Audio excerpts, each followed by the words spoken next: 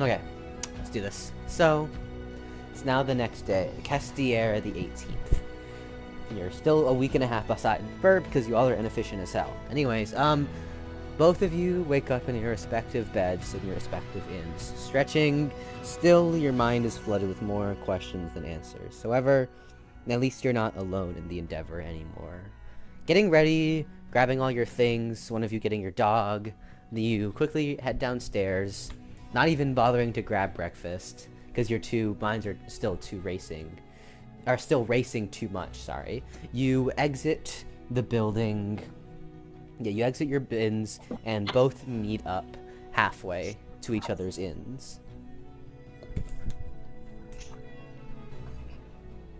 Hello. Hello there. We know each other on a first name basis. Why was that so freaking like fun? It's like hello there. It's like, Hello there. Hello there. Hello there. okay. General Kenobi. So today you want to do some training, I believe. Where you're just gonna go to like I guess like the battlefield and just like do stuff. Like, do you have a mentor? You're gonna hire someone? Most likely. I mean, I have a weapon mastery skill, but that's not really going to help in the grand scheme of things. Nice to have the skill, but I mean, of course, when you're starting out on learning a weapon, but I kind of want to master it. Mm-hmm. That's fair enough. Plus, there could be instances of people in this world having, powers to negate skills and/or magic, so might as well have something on you Jamal nervous. that you properly know how to use. Kylian is silently sweating, thinking about his diligence advanced skill. That's just down.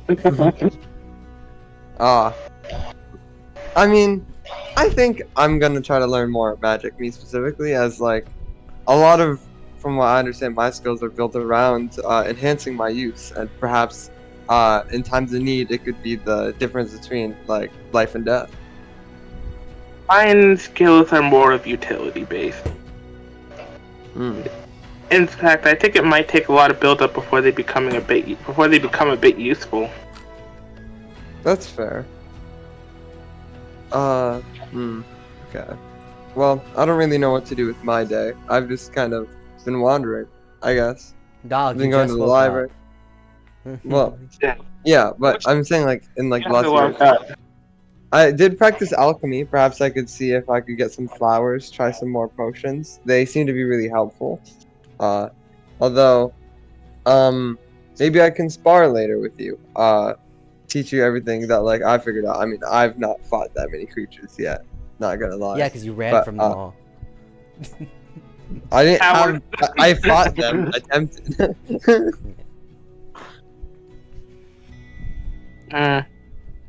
Guess that's fair. I mean, we could always, like you suggested, we can always go into that forest. But, Yeah. kind of want to wait to do that. Give it like 3 days. Fair enough. Wait, I wrote down the date for the trip we're gonna take, right? Yes, you did. You should have. Did you not? Yeah, I did. There's no way I wouldn't. I'm Yeah, not that. You're right. I mean, I booked the hotel here for like 30 days, so I wouldn't see... I mean, there wouldn't be a problem if I just left here, came back for the Sunspot Festival, and then just, just hanged out with you for a while. I mean...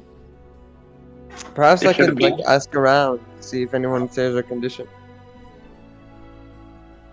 No. Do we wanna? I mean, no... Huh? I mean, I know you've investigated, but Do you know that if You you know- if you split up what you're doing throughout the day, the session will be longer because I have to handle each thing individually, although it will still count as joint lore. Just so you are aware. You don't have to. You can split up, but note that it will be longer because I have to deal with each So of make your life harder, or just stick together. Up to you. Like, if you want to do individual things, and canonically, if it makes more sense, then go right ahead. I'm just letting you know that if you split up and do your own things, I'll have to handle one of you and then handle the other, and so you'll be waiting half the time. and thus lore will be longer. I mean, up to you. Fair enough. I can join you in the, I guess, like, the yard, whatever, the field, wherever you're gonna train. I've not been there yet, so it'd be nice to investigate it at least. Perfect. Alright then. Why don't I head there now? I do not know the directions. I'll follow you, I Neither guess. of you, I do know that neither of you have Ian. Uh-huh. Yeah. Yeah. So you're just gonna go. Okay. Yep. All right. Without deciding not to eat breakfast, you both. Eating is for the weak. Uh-huh. Bro, Yeah. we are too shocked that there's other people in this world. I That's mean, like, valid. Anyways, yeah, Elpis remembers the directions to the training ground provided to him when he visited the Pantheon of the Sun. You're called it's on the western side of the city, and you and Kylian begin to walk there. As you both walk down the streets, you note that there are a few more eyes on you than usual. Seeing two polar opposite fallen angels just kind of walking next to each other is certainly not a sight you see every day. You continue to... I ignore them. You don't have to fucking mute both your mics every single fucking time. Yes, Holy shit. I'm using my phone mic. Also, I'm also good news. I am planning on getting a better mic since I have a job now. Oh wow, crazy. Crazy, I know, right? Anyways, Kind yeah. of. You follow, yeah. Kylian follows Elpis as you both head towards the training ground. After maybe walking for 10 to 20 minutes, you eventually reach it. There's like large stone walls covering the training field. It kind of reminds you of a coliseum, but with like not as tall walls and only like 3 rows of bleachers. The ground itself is a mix of like turf, sand, and gravel. Your standard kind of things. There are people inside who are already training with swords and magic. And as you approach the entrance, a guard at the front stops you and asks you both, "Halt, please state your business before entering the training field." I want to see if I could find a sparring partner to practice wielding my weapon. Me just Also like practice a silent little bit of in the magic. I guess in my particular circumstance, I intend to just find out what this facility is about and what I can do here. At least to better myself. The guard looks at you both and assumes that you're both new here and explains, "Well, this is the training field of Sol Imperia. Here, people, adventurers, warriors, soldiers, trainees come and test their skills and hone and train their abilities to become better warriors or mages." He looks at Elpis and says, "If you're interested in finding someone who can teach you how to use whatever weapon you're using, I would recommend going to the going to the administrative office who runs the training field." He points to the training field and points to like a large building that's like a large looking like, I guess, office building that is like built into the side of the training field. He explains that the man who runs this field is in there. You can ask him about finding someone. And as for you, sir, he looks at Kylian and says that I pretty much explained what the training field is for. It's fine. You can come with me. Okay. I guess I'll just enter with Elpis, presumably. The guard opens the gate and lets you inside the training field. There's lots of people of all different races and types using swords and magic, fire, water, and lightning shooting across the field against target dummies, and it's a very nice sight, I guess. You're now in the training field.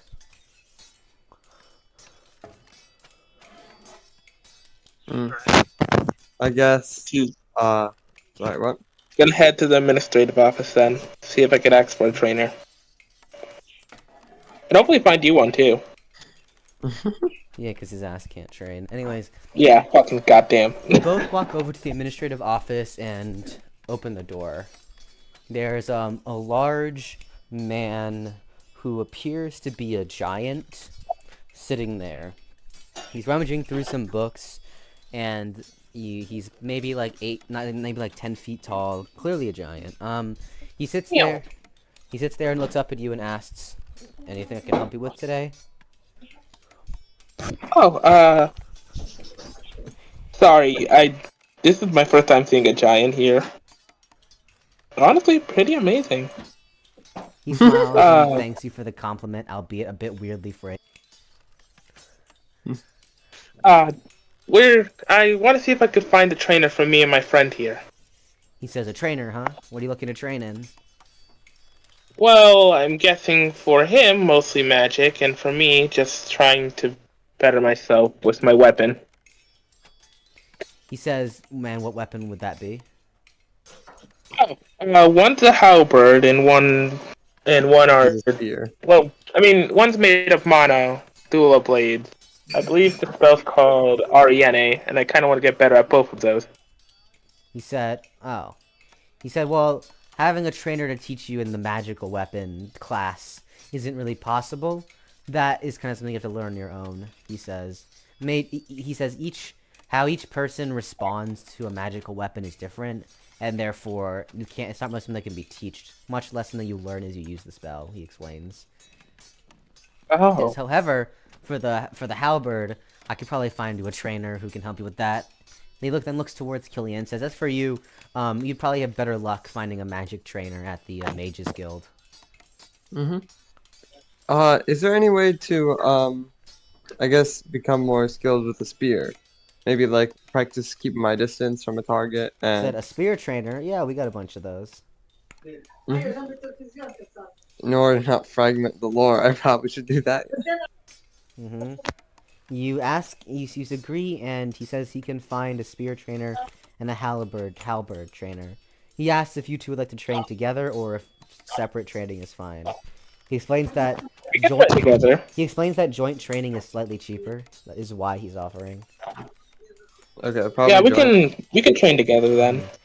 Yeah, he says yeah, that'll be fine because the halberd and the spear are similar in like length, and so we have trainers who can teach both. He says that, okay, and the man explains that asks how many sessions do you want. He says that today they offer one session a day on every day except the holy day, and so he says that he asks how many sessions would you like to pay for. You can pay for 3 days a session. Pay for 3 days. Sure. At least for now. The giant man nods and says that, okay, joint training for 2 people.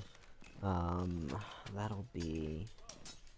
May I ask how extensive do you want this course to be? Beginner's, advanced, or a master's course?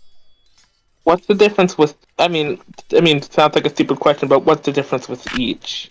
Beginner's course covers the basics of the weapon, how to wield it, and how to just even use it.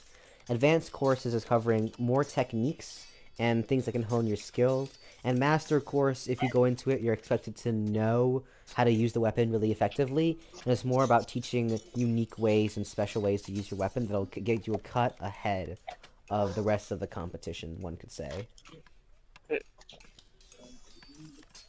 Since we probably... I would assume, we already understand the basics. Do you understand your weapon? I mean, yeah, in the fact that it's probably the most simple weapon ever created in human existence. Yeah, it's the most creative way to use a weapon. I mean, spears have been used all throughout history because of how difficult they were to use, obviously. But, yeah, I think probably much more like, I guess, like getting into like more advanced practice, like, I guess, advanced, not masters, per se, because, you know, obviously. Advanced.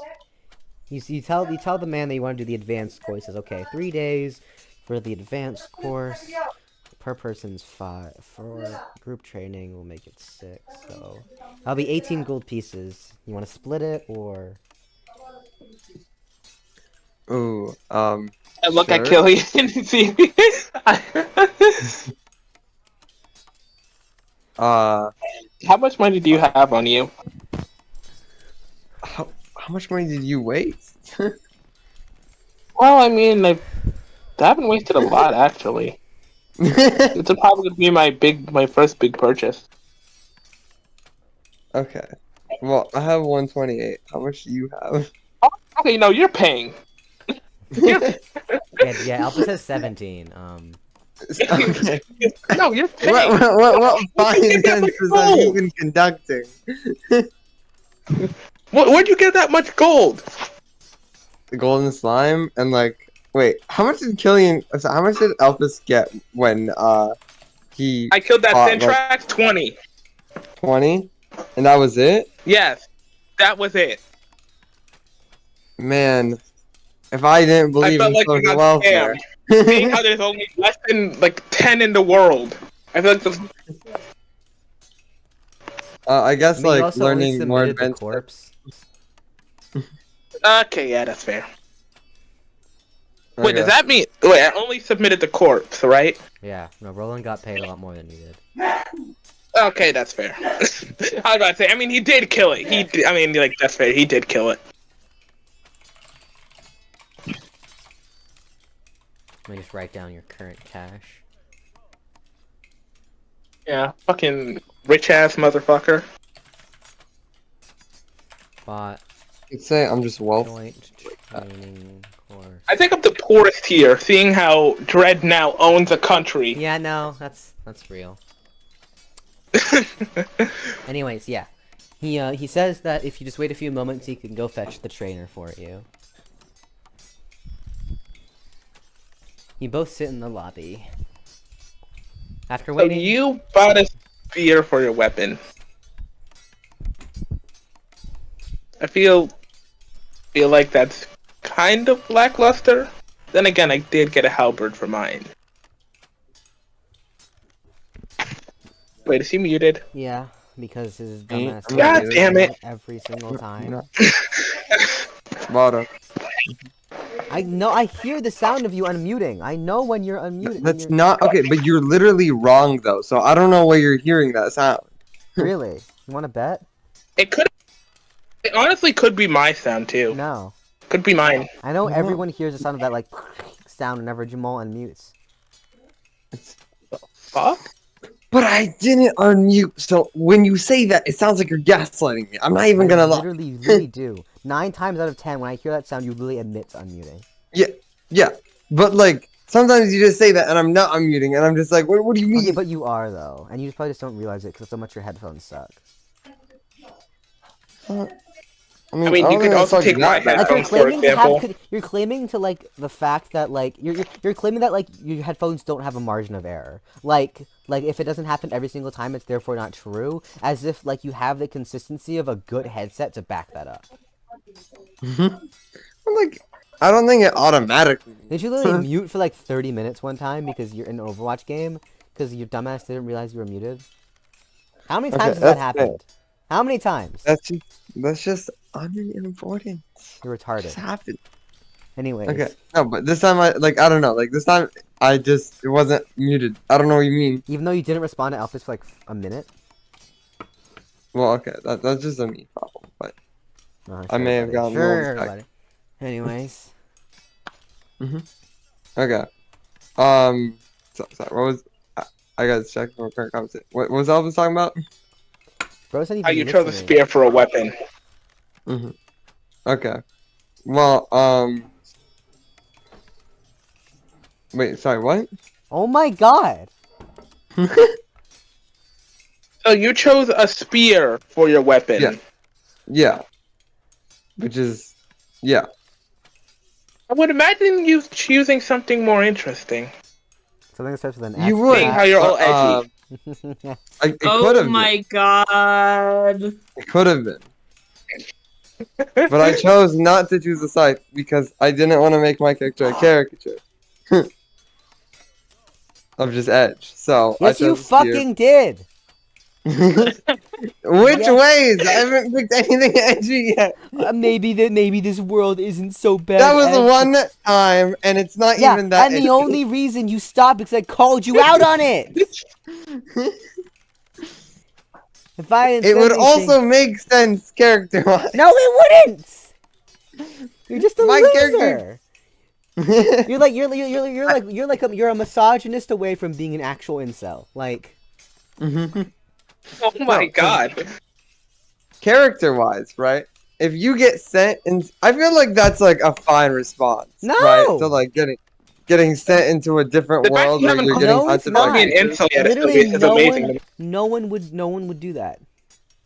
You're just in your You own you little, wouldn't you're- feel like No, you're just in your own little world of how you think people respond. And considering you like don't socially interact with people, so in a time of personal crisis, you wouldn't feel like the world is imploding on you. no, because that's what we call anxiety and a mental thing that you need to handle by yourself. And unlike you, Jamal, people who are able to develop healthy coping mechanisms and are able to have people around them by their side to support them, even if they feel like things are going bad, they're able to bounce back on things. But I get it, as someone like you who has no social support net, and like whenever that would happen to you, imagine you just fall into dismay and despair and absolute horror.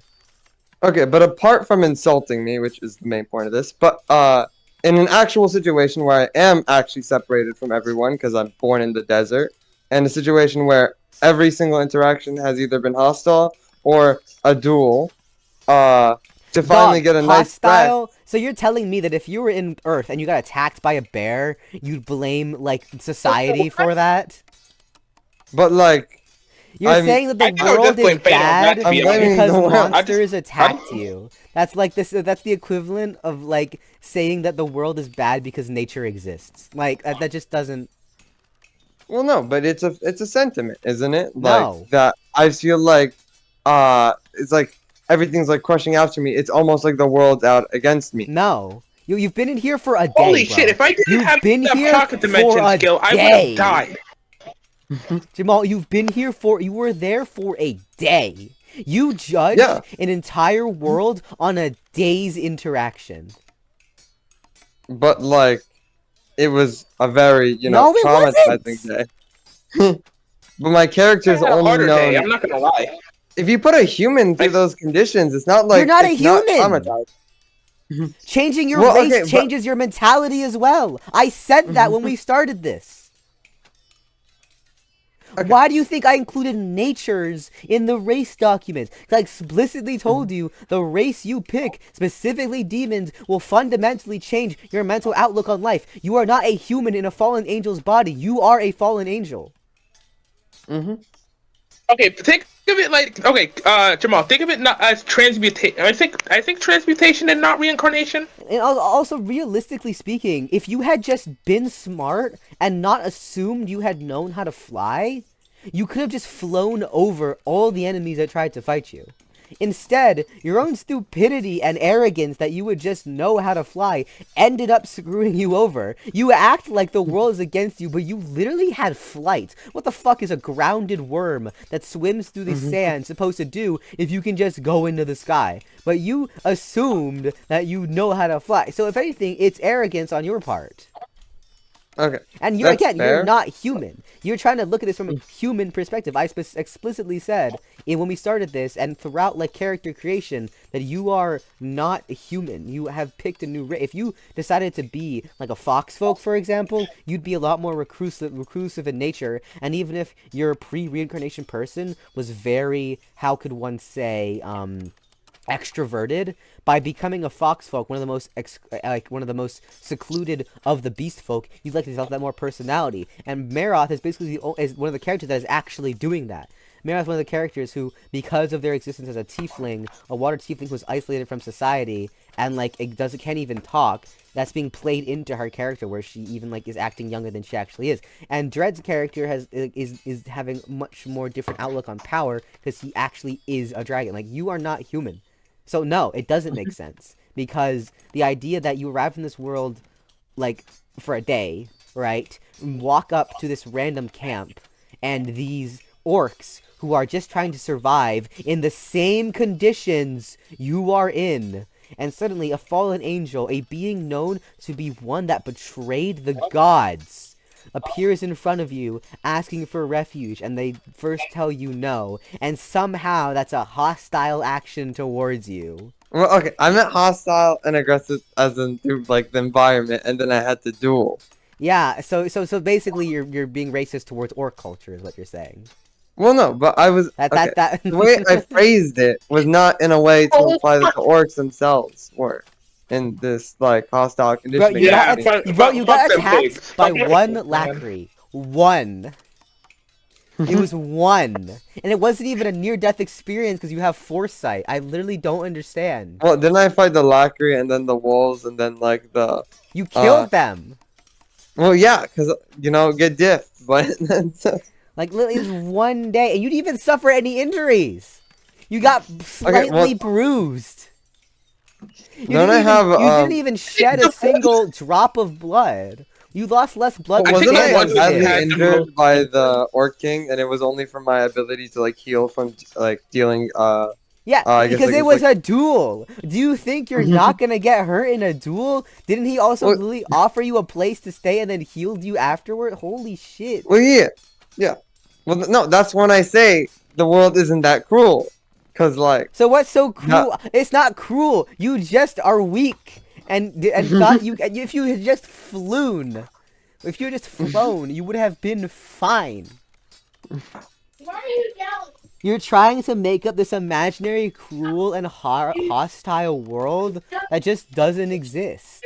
But instead, your own Does it not, though? incompetence. well, okay. I'll put it Elpis like this. almost got eaten by a hypervore apex predator, and even his ass was like, eh. Okay, I was We more had like, it and more in- like I probably was a little bit scarred by seeing a Syntrax now. Yeah, but your Like, ass every was time I like, see a oh my god, Syntrax, guys, the world is so bad and so dark and so evil, guys, it's so cruel to me. he had un I almost amigo. got my ass killed by an angel.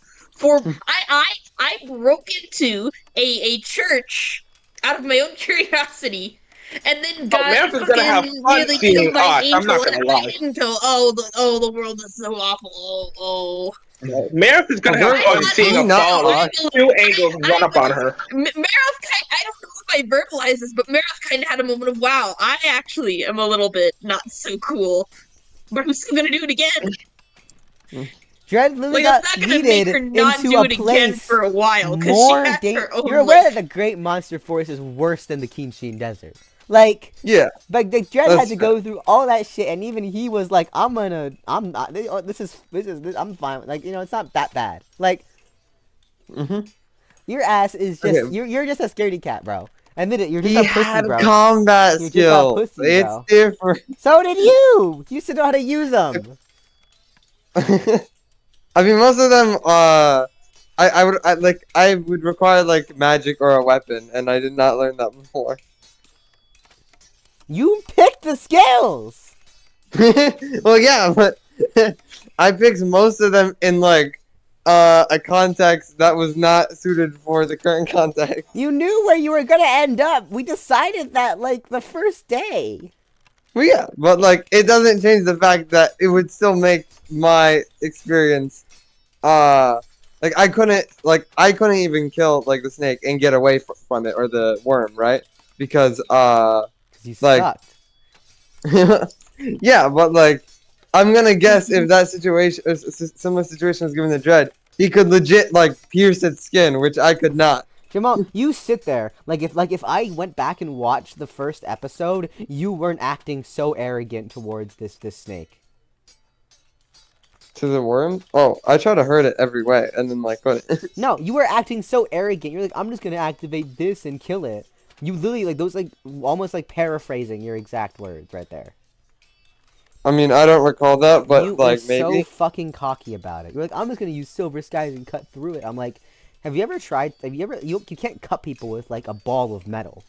Feathers aren't sharp. Have you never seen the anatomy of a feather? I mean, a feather can be sharp No. if you made it like fully metal, Fuck just off. like as it. Oh my god, Jamal! As someone who's fucking lifelong hyperfixation, the one thing that brings me more joy than life itself has been birds. Hearing you say that makes me want to fucking drive off a cliff. Okay. What Yes. are you saying? Okay. Hear me out. If you made No, like if you took no. this because it's and like it was metal, right? Let me hear what the fuck he has to say. That could cut. Okay, if you made this metal, right, and like you hit What against metal? something, right? Make what metal? Like, okay, let's just say steel. No, okay, no, that would not do a very good job at fucking cutting something. Well, yeah, but like if That you is not gonna, that metal feather is not gonna cut you unless you, like, take the very point of it and, like, dig it in just the right spot of your very soft human skin. You tried to do this to a fucking, what I am hearing is a giant snake. Uh-huh. One thing about snakes, and one thing about, like, big animals in general, is that the bigger an animal is, usually the tougher and thicker its skin is going to be. see. Jamal thought, I mean, yeah. Your Jamal thought argument is turning not essentially only angel flawed, feathers but you're a into. fucking idiot. Well, we all knew this. Well, okay.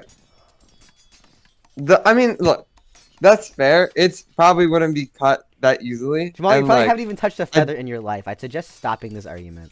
I did. Okay, that's just wrong. Also, you Every started time- the argument. What do you mean? Well, yeah, well, no, in the beginning it wasn't an argument because you were just objectively wrong. Oh my god.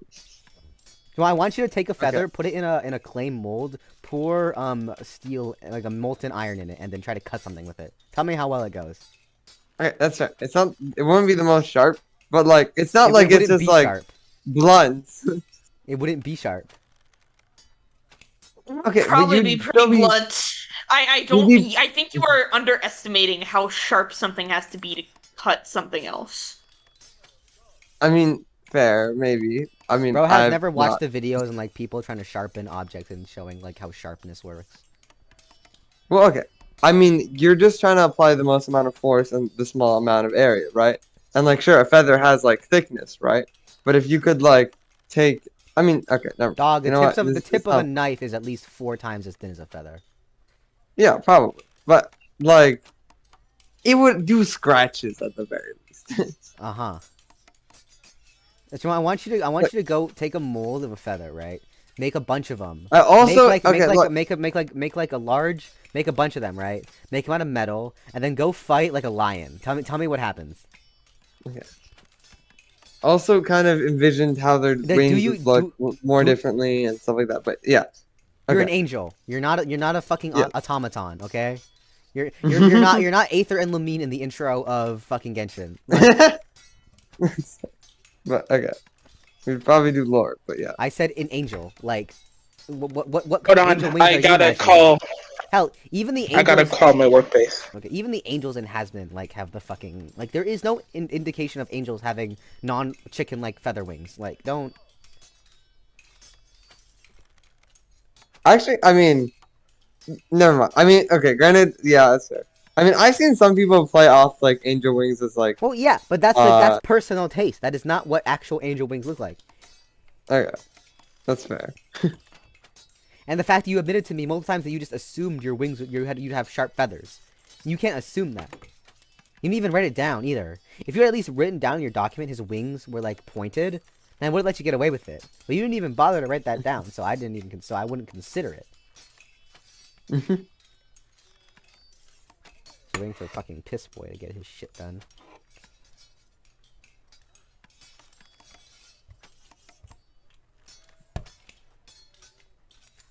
Anyways, yeah, you're wrong, and yeah. And I think you just have a weak constitution. Because everyone else had scarring moments. They were all fine. What about you, huh? You have one, and you're like, the world's against me. Okay, it was a short moment. Okay, come on, man. If I hadn't told you that it was cringy, you would have kept doing it. I would have done it till like I reached like Kyra. Yeah, and then you would have been like, oh my god, guys, it's like the light at the end of the dark, horrible, bloody tunnel, guys. It's like, Okay. it's like the light in the darkness that consumes My me. human I character's can mentality, feel- I would I have can probably. feel the darkness leaving my body from my soul. I can feel Yeah.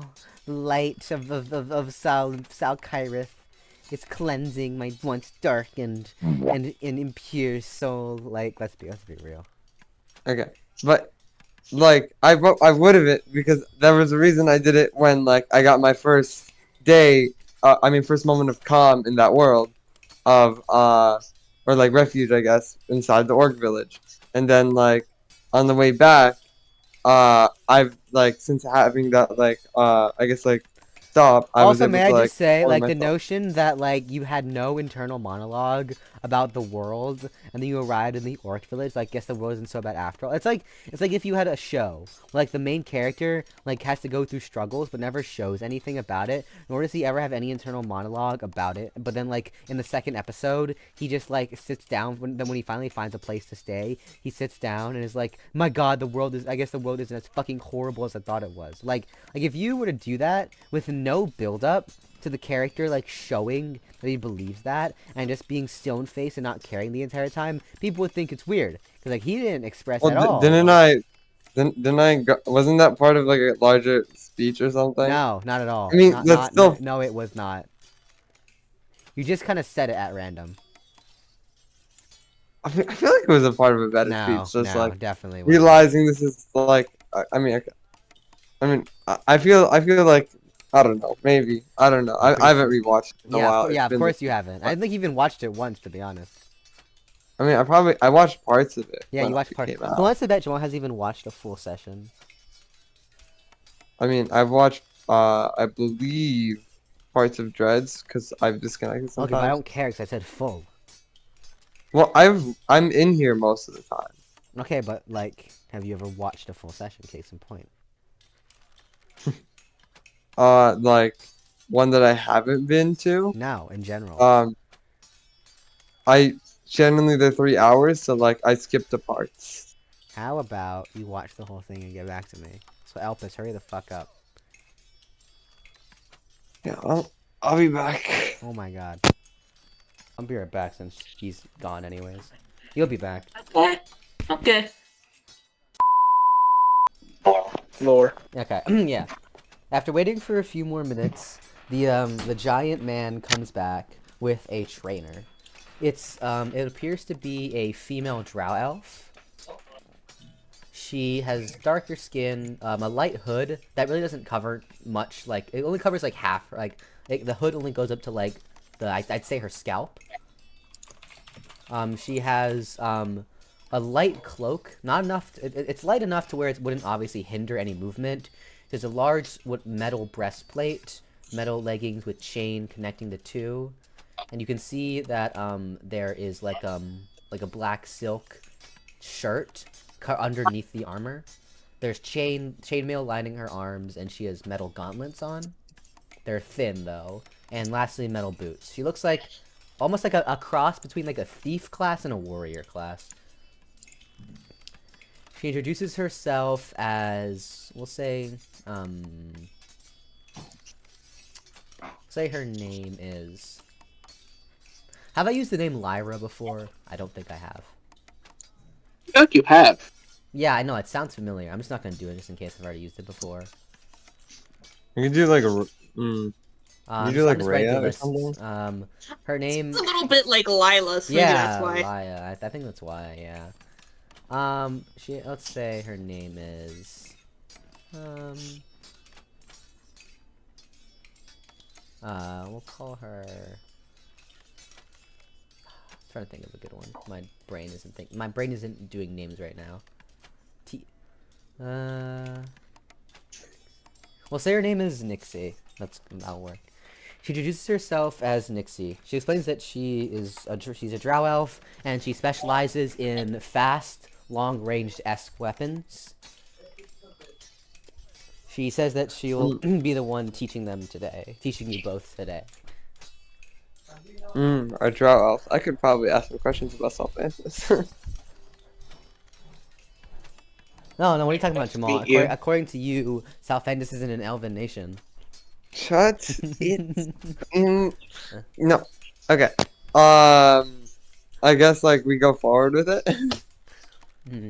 She orders you both to stand up and to follow her outside. Her voice is very stern and strict. Burb, I can see the Alright. drool. Calm the fuck down. Exactly. Huh? I was quite literally about to say Like, something. I actually have no idea what the fuck you're even talking about. I have like 3 different stimuli going on right now. I'm talking to someone. I'm typing something else. I'm listening to this. I have Genshin in the background. I can't. Oh my god! It's like fucking I feel like that's a static bad. up here. That was a bad idea on your part. It is, but I'm multitasking. It's fine. Are you? Or are you just dying? I don't know, man. Anyways, yeah. She orders you both to stand and to follow her into the training field. You follow her outside and she leads you to like an empty part of the field where there's not many people and a lot of training dummies and some wooden masts. She tells you both to take out your weapons as she wants to see what exactly you use on your day-to-day. I grab my steel spear and hold it in front of me. I grabbed my halberd from my pocket dimension. She looks at Hmm? The difference? I take it off my back. It just has it from a Real? I just grab it out of thin air. Just let me just go ahead and do that. You pull out your pocket dimension and pull out your Manulin halberd, and the woman seems intrigued. She says, pocket dimension, huh? Not a bad skill, although a bit overused. She walks up to you and takes the halberd out of your hand so fast you don't even recognize it happened. Both of you can't even see her movements. She looks at your halberd and inspects it and says, "This is made not bad. Definitely quality dwarven architecture." And I see you got Manulin as the blade. Rich boy, aren't you? How? She says, "What?" She just before not answering your question, she hands the halberd back to you and says, "Manulin is one of the greatest metals. I take it you want to be a mage warrior?" Kinda. I'm just still getting over the fact that you. She looks at you and she looks at you, sighs, and says, "If you couldn't even see those movements, you both have a long way to go." She then walks up to Kylian and does the exact same thing. You try to see her movements, but it basically looks like she walks up to you, and the next thing you know, your spear is just in her hands. She looks at the spear and says, "A lot more plain, but similar craftsmanship. I suppose you can't go wrong with dwarven craftsmanship." She looks at it and says, "A good spear, just simply there's nothing special about it." She then hands it back to you. She takes a few paces away from you and looks at you and says, She looks at you and says, "The art of these kinds of weapons is taking advantage of the center of weight." She explains. She then pulls out from her back a long pole arm. It has the length of the pole arm itself is probably up to just above her chest, and the spear of the pole arm stretches up to maybe around her eye level. She is about, say, 5'8". She takes out her polearm, lifting it up, spinning it into the air, and lands it perfectly on one finger, balancing it perfectly. She explains that the art of the spear, or the halberd, or the polearm is knowing where your center of weight is. She explains that she says, as anyone knows, if you tried to fight with a spear by wrapping your hands around the very end of it, you wouldn't do anything with it. The natural way to hold a spear or any of these kinds of weapons is to grip the top part, grip the bottom part, which she does with her polearm, and thrusting, striking, or slashing. She says that's the basics of the weapon, as I'm sure you both know.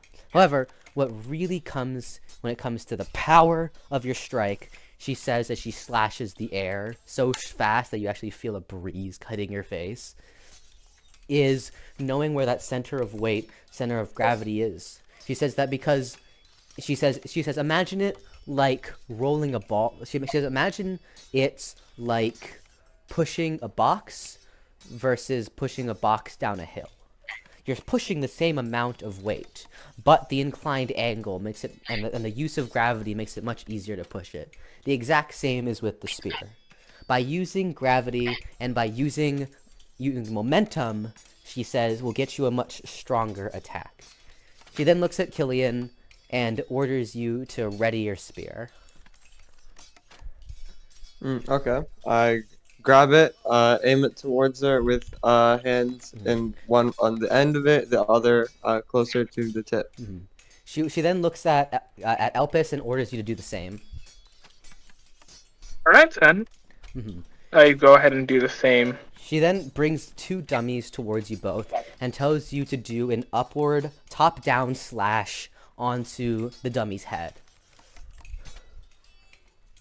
I raise my hand up, the one near to the tip, and I change my hand position to like do a grabbing of the top and just slam it down. You slam your spear down into the thing and you make a pretty nice cut into the top. She then looks at Elpis, waiting for you to do it as well. A little bit more power into the strike then. See, that helps. I'm gonna see my Yeah. You do the same thing, managing to cut through the head, likely thanks to the more of the halberd's metal. She looks at you and says, she just kind of looks at it, closes her eyes for a few seconds, and just kind of says, "Weak." She says, both of you are putting your entire force into your hand that's holding the higher part of your weapon. You shouldn't only be using the hand that holds the hilt as stabilizing. She then walks up to the spear and says, understand that when you slash down, the spear is, she holds her spear in one hand, and she kind of lets her spear fall in one direction, and it falls to the left. She says, when your spear is coming down, it will naturally come down like this. She shows as the spear just kind of falls. She says, however, and so what your top hand is doing is just accelerating that motion to add more power to it. She says, however, that isn't the only direction the spear is moving. She says, whilst the tip of the spear is moving down, the bottom of the spear is moving up. And so therefore, while you're striking, when you bring your top hand down to smash the target, you can use your rear hand to also push up the spear. That way the back of the spear is moving up and the top of the spear is moving down, and you are gathering the power of both your hands. She walks up to the target that both of you slashed, raises her pole arm up, and cuts straight down, basically exploding both dummies. She says that by utilizing both the upward and downward motion of your spear, you will find yourself doing a lot more damage. And of course, if you're cutting up, do the same thing. Your front hand should push the spear up, while your back hand should push the spear down. By doing this, you basically double your power because it will cut through both. She says, still with a stern face. She then pulls 2 more dummies over, and then asks you to try, both of you to try again. I comply by flinging the tip of it up and flinging the tip of it down and the end of it up. You follow her instruction, and you feel a lot more force in your strike, and you manage to cut all the way down to the chest of the dummy. She then looks at Elpis. Alright. Gotta follow your instructions then. She looks at you and then says, a yes ma'am would suffice. Oh, sorry. I try and do the same thing as Kylian. You do what Kylian does, using your hand holding the upper part of the spear, slamming down while lifting up the backside, and you manage to cut all the way down to the groin area of the dummy. You're both surprised by how much more force you can get, and she looks at you and says, that is the potency of the spear. Utilizing both forces, unlike a sword, where both hands are generally gripping the hilt, or daggers, where your hands are split between the two. The benefit of the long hand the long shaft wielded weapons like spears, polearms, and halberds is that you can use the omnidirectional 360 movement of your weapon. She says while doing a bunch of spear twirls, stabs, and slashes that are even hard to keep track of for your eyes, and says that you will have not only much more control and calibration over your weapon, but also be able to deliver more force than even something like a greatsword can do. Seriously? She says, would you like to spar and find out?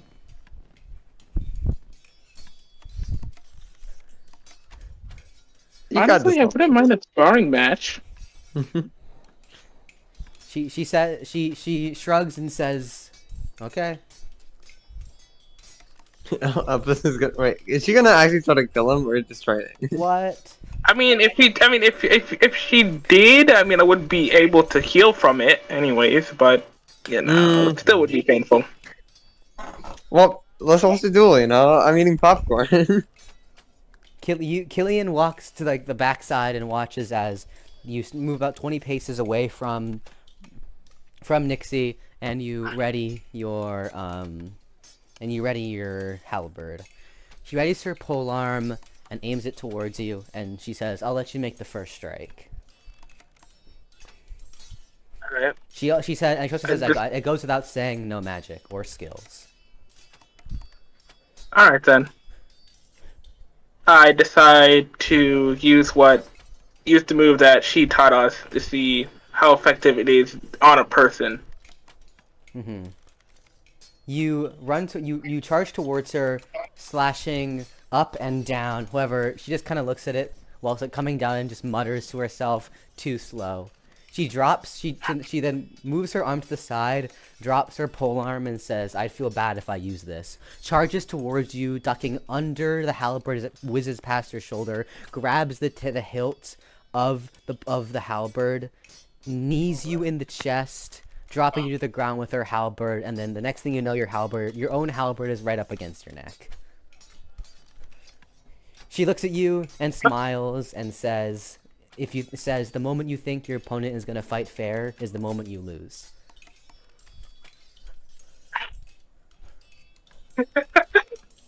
Fair point. Kylian screams encore. That's a fair point. Kylian screams, you scream encore, and Nixie then looks at you and says, "Would you like to go next?" No, I've seen the demonstration. There's no need. She then smiles at you devilishly and says, No. First-hand experience is always the best kind of experience. I guess I don't have a choice. She then motions I kind of forgot about. Yeah, and honestly, I think Elpis actually just started to realize, this isn't like Earth. Nothing is gonna be like fair. I mean, first wasn't fair, but this world isn't like actually fair.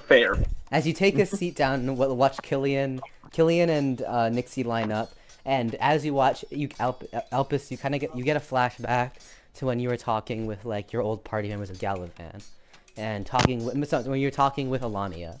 You remember what she said about becoming an apex, becoming a supreme entity.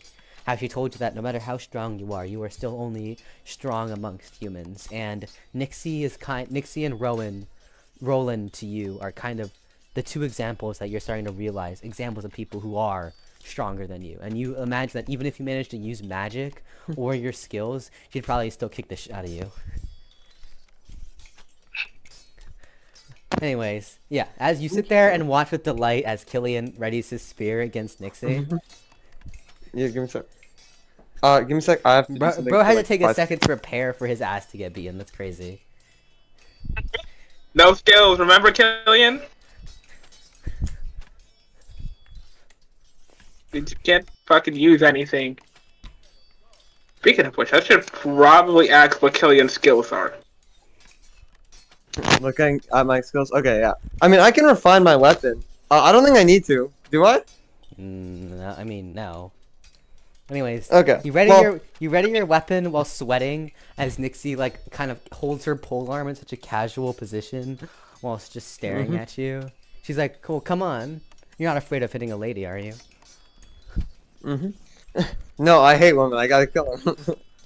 No, but I slowly walk towards her, realizing that she's gonna, act quickly, and I need to try to await her strike, because she is much faster than me. So I slowly walk towards her, aiming the spear at her, trying to like get some easy picks at her.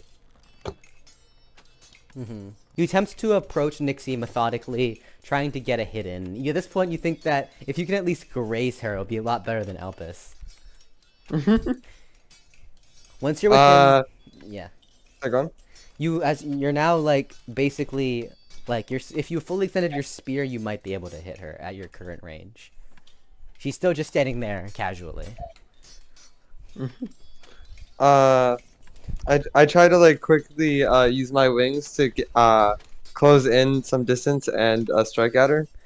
You extend your wings and boost towards her, trying to stab her roughly in the heart with your spear, and she just stands there.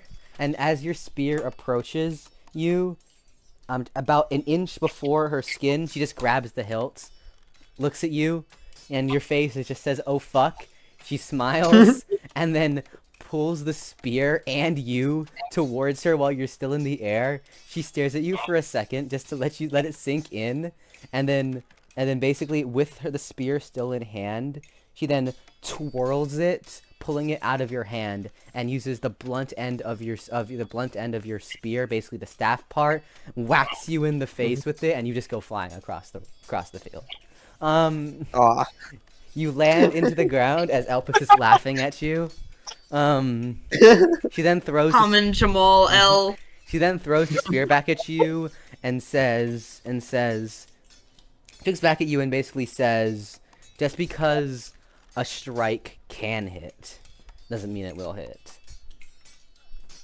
She says, assuming that the only thing your opponent can do is dodge is a mistake. In this world, there are skills in magic that protect against all sorts of things. Thinking that just because your opponent can't dodge doesn't mean they can't block, not a good mindset.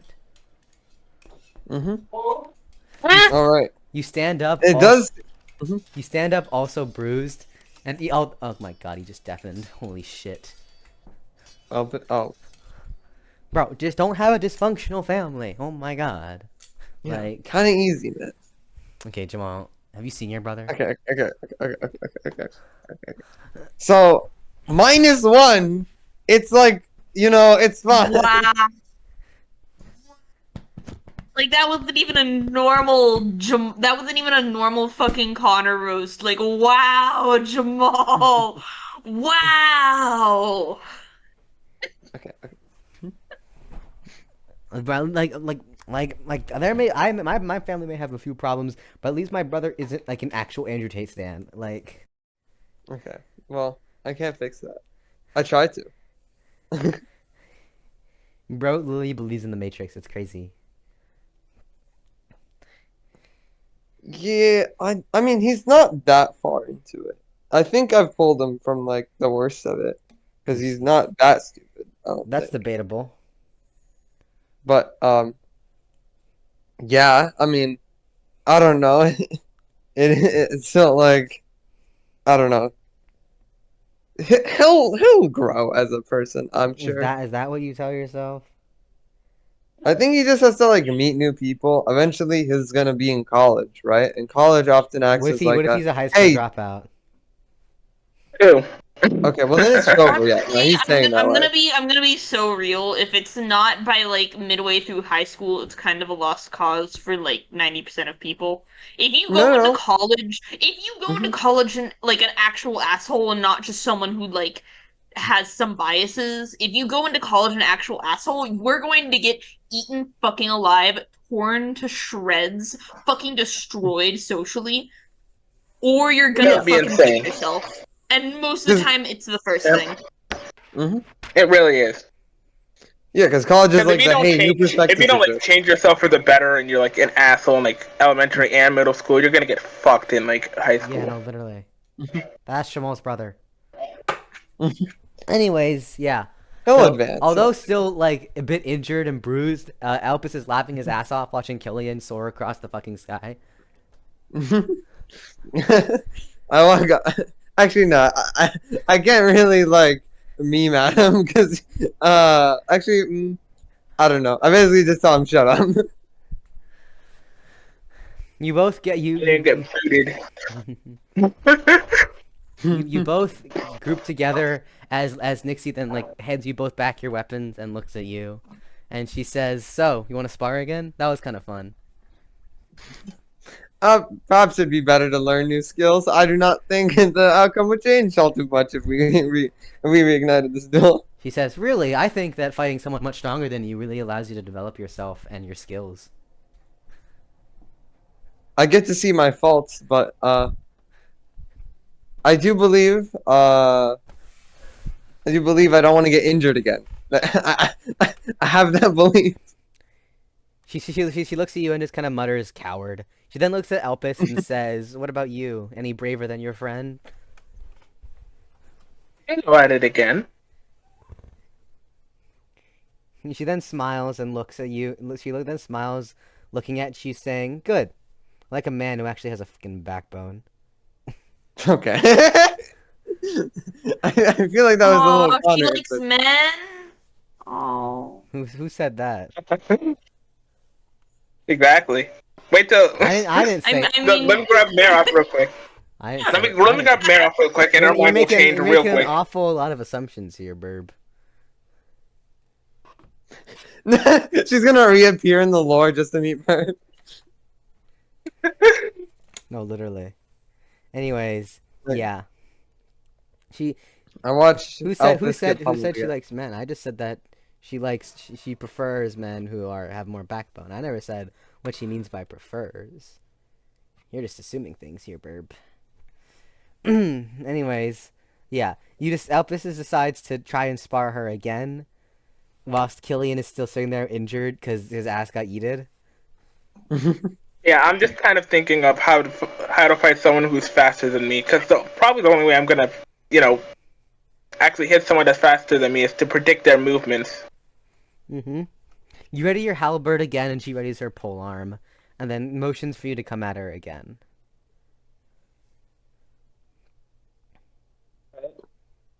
This time, I take it a little bit slower.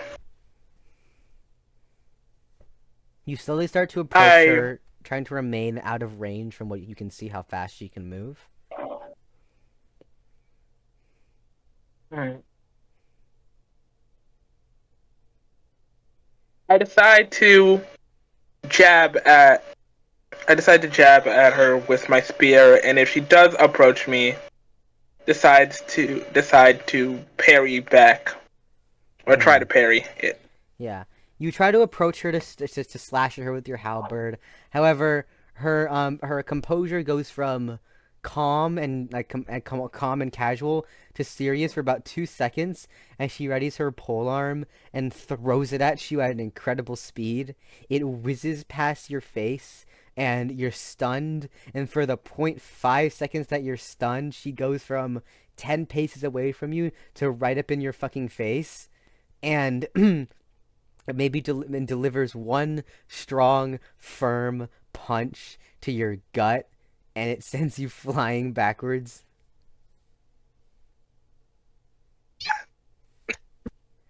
You land in the ground, coughing, as she picks up her weapon and goes to grab hers.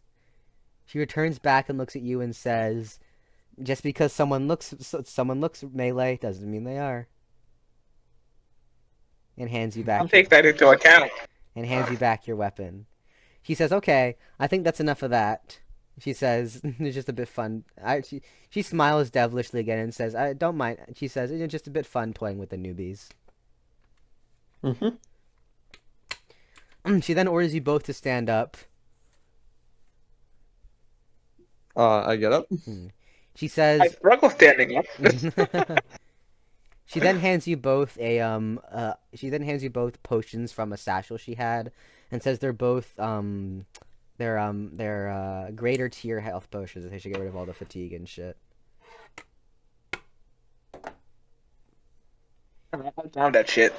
You both drink the potion and feel the fatigue and bruising and pain from her strikes leaving your body. She then tells you that they're gonna do an actual, huh? I want to ask her if she knows how that potion is made or if she just bought it. She says she just buys it. No, okay. She looks at you and then says, okay, now we're actually going to do an actual sparring match. She orders you both to face each other. I ask her, won't that get us injured? She says, relax. If I think one of you is actually about to kill each other, I'll step in. And even if he did try to kill me, it wouldn't do any. It wouldn't do any good. She looks at Kylian and says, I wouldn't take that if I were you. I'll make sure to aim for the heart. Instigating ass Nick, I swear to God. She laughs, saying, she laughs, saying, this should be fun. She orders you to walk 20 paces away from each other, which you do.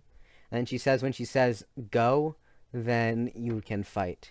She says that the other will win. You'll win whoever wins the duel will be determined by whether or not one or the other says that they give up verbally, or one person puts the other person in the position where they would have died if they had continued the strike.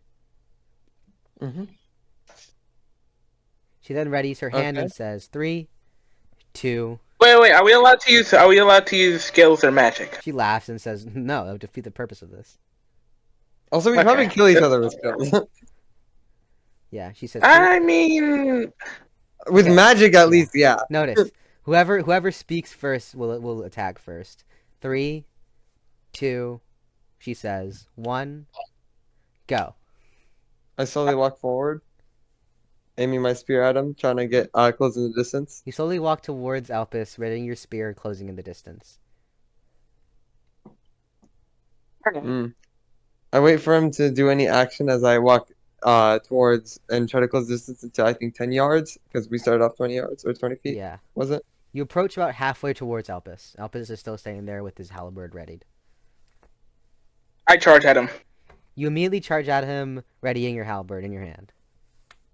I tried to aim my spear into knocking away his spear, or at least away from me. The How tip so? of it. If you have two spears, I'm trying to clash with the top of his spear to push it away. Okay. Slash. Yeah, you slash. Elpis's slash is deflected by your spear barely, and his strike is deflected to the left of you, to Kylian. I aim. Yes. I aim to quickly regain and stab towards him with my body movement. I decide to move out the way. You ready your stance again, attempt to stab towards him. However, you manage to barely. Elpis manages to avoid the hits, and you're now both standing maybe within 5 feet of each other. I back up quickly, trying to avoid him catching me from my. I overwhelm him with a flurry of spear attacks as he's moving back. You back up towards him narrowly as Elpis delivers a flurry of blows, which wear down his stamina, but however put Kylian on the ropes. You manage to barely avoid a few attacks. However, you're currently in a very bad position. I choose to because I can use my wings, right? Yeah. Okay. Because we both have wings. I'm not gonna lie. This is true. Wouldn't that waste more of your stamina? I mean, yes. I choose to quickly use my wings to try to strike him on his right side. Say that again. I try to blitz towards his right side by pushing myself and with my wings. Seeing an opening as he slashes down on you, you charge towards Elpis and attempt to stab him with using your wings to get an extra boost. Continue. I decide to try and parry it and strike with my own strike. As Kylian's spear comes towards Elpis, Elpis manages to use the larger blade of his halberd to parry the spear upwards and away from his face, and then you attempt to slash towards his chest. I try to dodge to the left this time. You attempt to dodge to the left, however, his halberd successfully slams into your side, not with the sharp edge, but with the flat side of his halberd. It slams into your side, and you get pushed back in that direction. Okay. Does that mean I lost or we keep No, I mean unless you give up, then Okay. or if he like gets you in a position where like if he had continued whatever attack he was doing, you would have died. Mhm. You know what? I decide to walk towards him. I'm gonna scoop walk at his towards leg. You like Jojo walk towards him. gonna Jojo walk towards him and see what he does. I rush towards him, aiming my spear as trying to slash at his legs. Yeah. Although your side is now throbbing, you know you can't give up any room for him to move. As he walks towards you, you dash towards him, like swiping your spear in an arc in an attempt to hit his legs. How close is he to me? At the time of the slash, his body's maybe like 4 feet away from you. Okay, 4 feet away. All right. I'm gonna attempt to dodge and punch him across the face for doing that stupid shit. I'm joking. So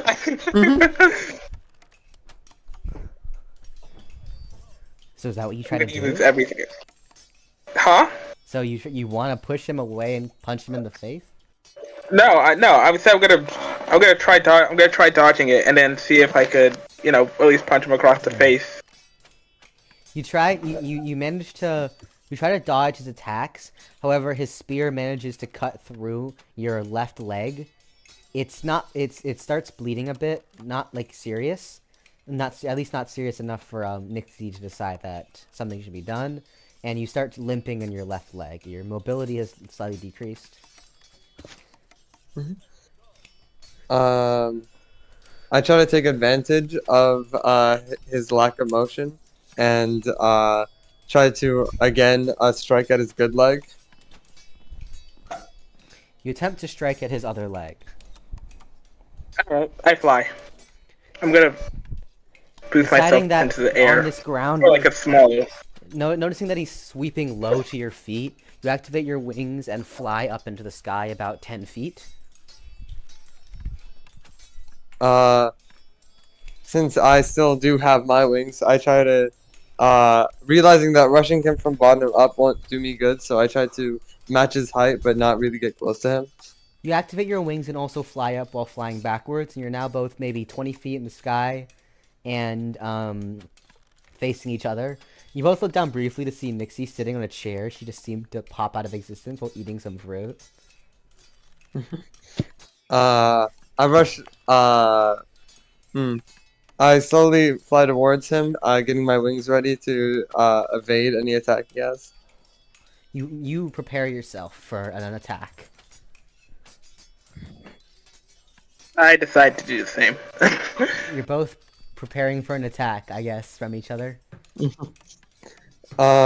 Realizing that he's waiting for me to do an attack, I try to do a zigzag motion to fake out his attack. You zigzag towards him, preparing for an attack. I stand there and see what he does.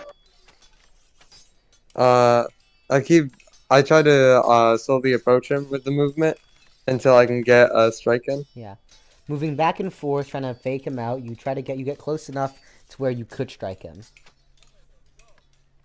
I guess I aim for I guess I just aim for his hands carrying the spear, hoping that'll drop it.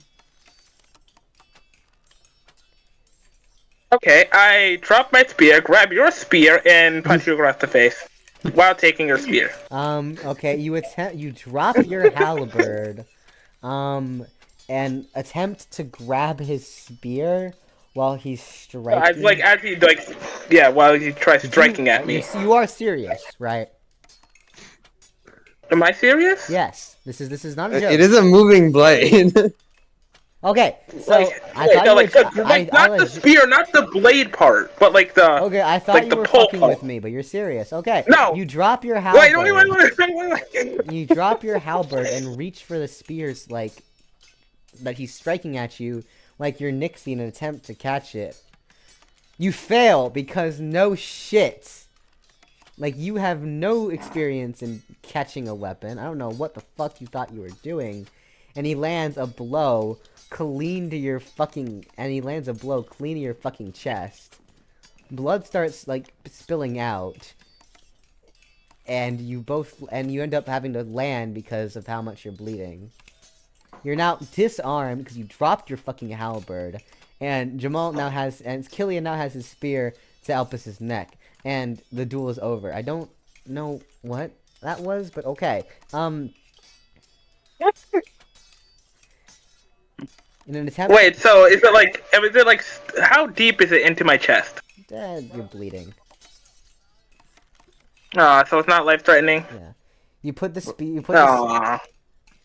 Kylian attempts to finish puts the spear to Elpis's neck, showing that it's over, and Nixie says that the fight is not.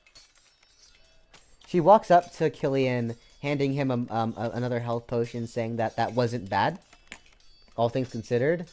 And then she looks at Elpis, and with only saying 2 words, she hands you the health potion, tells you to drink it, in a stern voice. I mean, Elpis just tried to apply what he saw, you know? It's just, you didn't practice it before. Elpis. Let me guess. I'm sorry, talking. Yep. Sorry, I was... my brother... Alright, I drink the potion. You drink the potion, then she looks at you and tells you to stand up. He doesn't complain. Yeah, I'm not gonna complain about this. Yeah. She orders you to stand up. Yeah, I stand up. She then kicks you hard in the balls. You fall over on the ground, rolling in pain, and she yells at you, saying, "That was by far the stupidest thing I have ever seen anyone do in a fight, just dishing their weapon, especially in dishing their weapon in an evenly matched fight, to do something they saw someone so out of their league do for fun. If that was a real fight, your dumbass would have fucking died." Meanwhile, your Elpis is still rolling on the fucking floor as, like, he feels his children just dying. I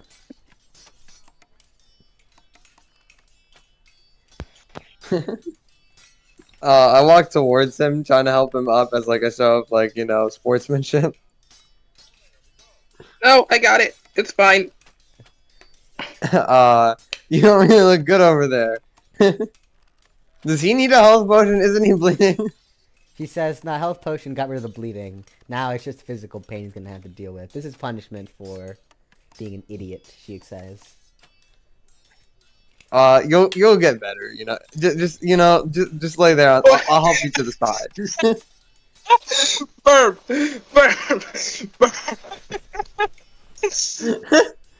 I feel like meanwhile Burb is like, why did they get her, not me? Like, Burb's sitting here like, I could have been trained by her. Okay, so I guess like I help Elpis up. This lady. Yeah, no, I decline to help and just get up slowly. Alright, yeah, I'll admit that was a bit stupid. She says a bit, whilst like readying another kick. To be fair, if it actually cleaved through me and he pulled out, I wouldn't necessarily die from it. She seems to be priming another kick. Alright, okay, I get it. I get your point though. I do get your point. She just looks at you and says, "Sounds like someone's asking to be infertile." No. Please not another kick. I'm sorry. He says, "Won't happen again." She looks at you and says, "What ignoramus of a brain could you have to think that that was a good idea?"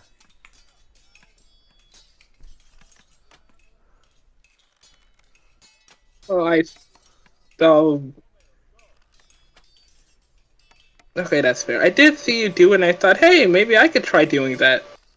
She looks at you and says, "I've been training with the spear for hundreds of years. Your weak ass could never hope to get where I am at your current stage." Are we paying her? Yes. And she's just dissing. This is what my money is spent on. I'm paying her, not Elpis. I deserve to watch. You're getting paid and watching Elpis get his ass beat. You paid 18 This is gold good to entertainment. You get paid 18 gold to watch Elpis get kicked in the balls. She then looks. Well, I mean that's fair. I mean that's also fair. I mean, it didn't hurt to try. She said, "Oh, your balls don't hurt. Maybe fix that." No.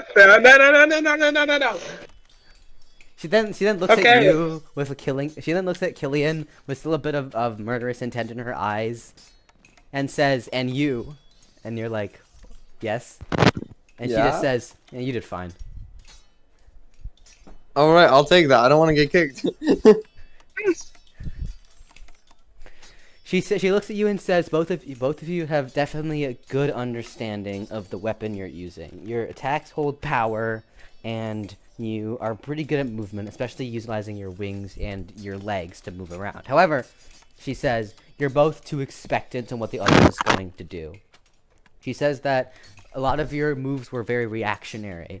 You were more responding than you were controlling. The point of a fight is to control. It's to be the one dominating over the fight, and so your opponent can't do anything but just get stabbed to death, she says. By treating your opponent like you're always in a duel and that they're going to play fairly and equally is not good. The fight shouldn't be about trading blows. It should be about trying to overwhelm your opponent while also not acting reckless. She looks at you both and says, "Do you understand?" Understand. He said, "Understand." Yes, ma'am. Yeah, much better. She then slaps Elpis again and says, "See, he knows how to respond." Again, I'm getting more than I paid for. Fucking yes, ma'am. She then nods and says, "Good." She says, "Anyway, so we'll say you went to the training. You started your training around 10. It's probably now around 12. She looks at her time and says, "We got another." She smiles both of you and says, "All right.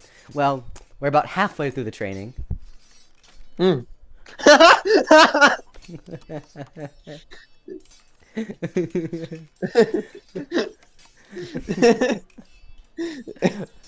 On the burp.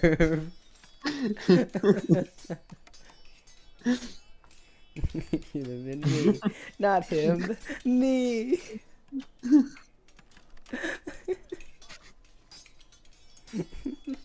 Burb goes to like Lila and's like, so I suddenly have the urge to go visit the training field in South Kairos.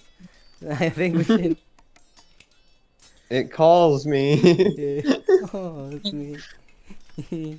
God. No. Okay, where are we at? Anyways, yeah. She said, looks at the time and says, well, look at that. You guys managed to get through half of my training.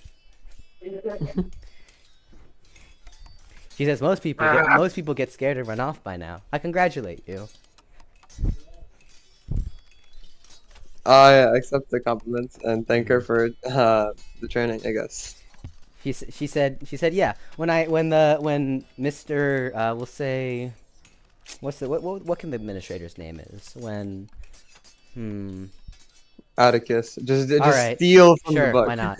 Nixie says, when Mr. Atticus told me that there were some two know-nothing newbies who wanted to show up and ask for training without knowing anything about how things work around here, I was quite excited. You see, we love getting people like you around here who just ask for help and no idea what they're getting into. You guys didn't realize that Atticus had set you up with the most mean-spirited trainer he could find?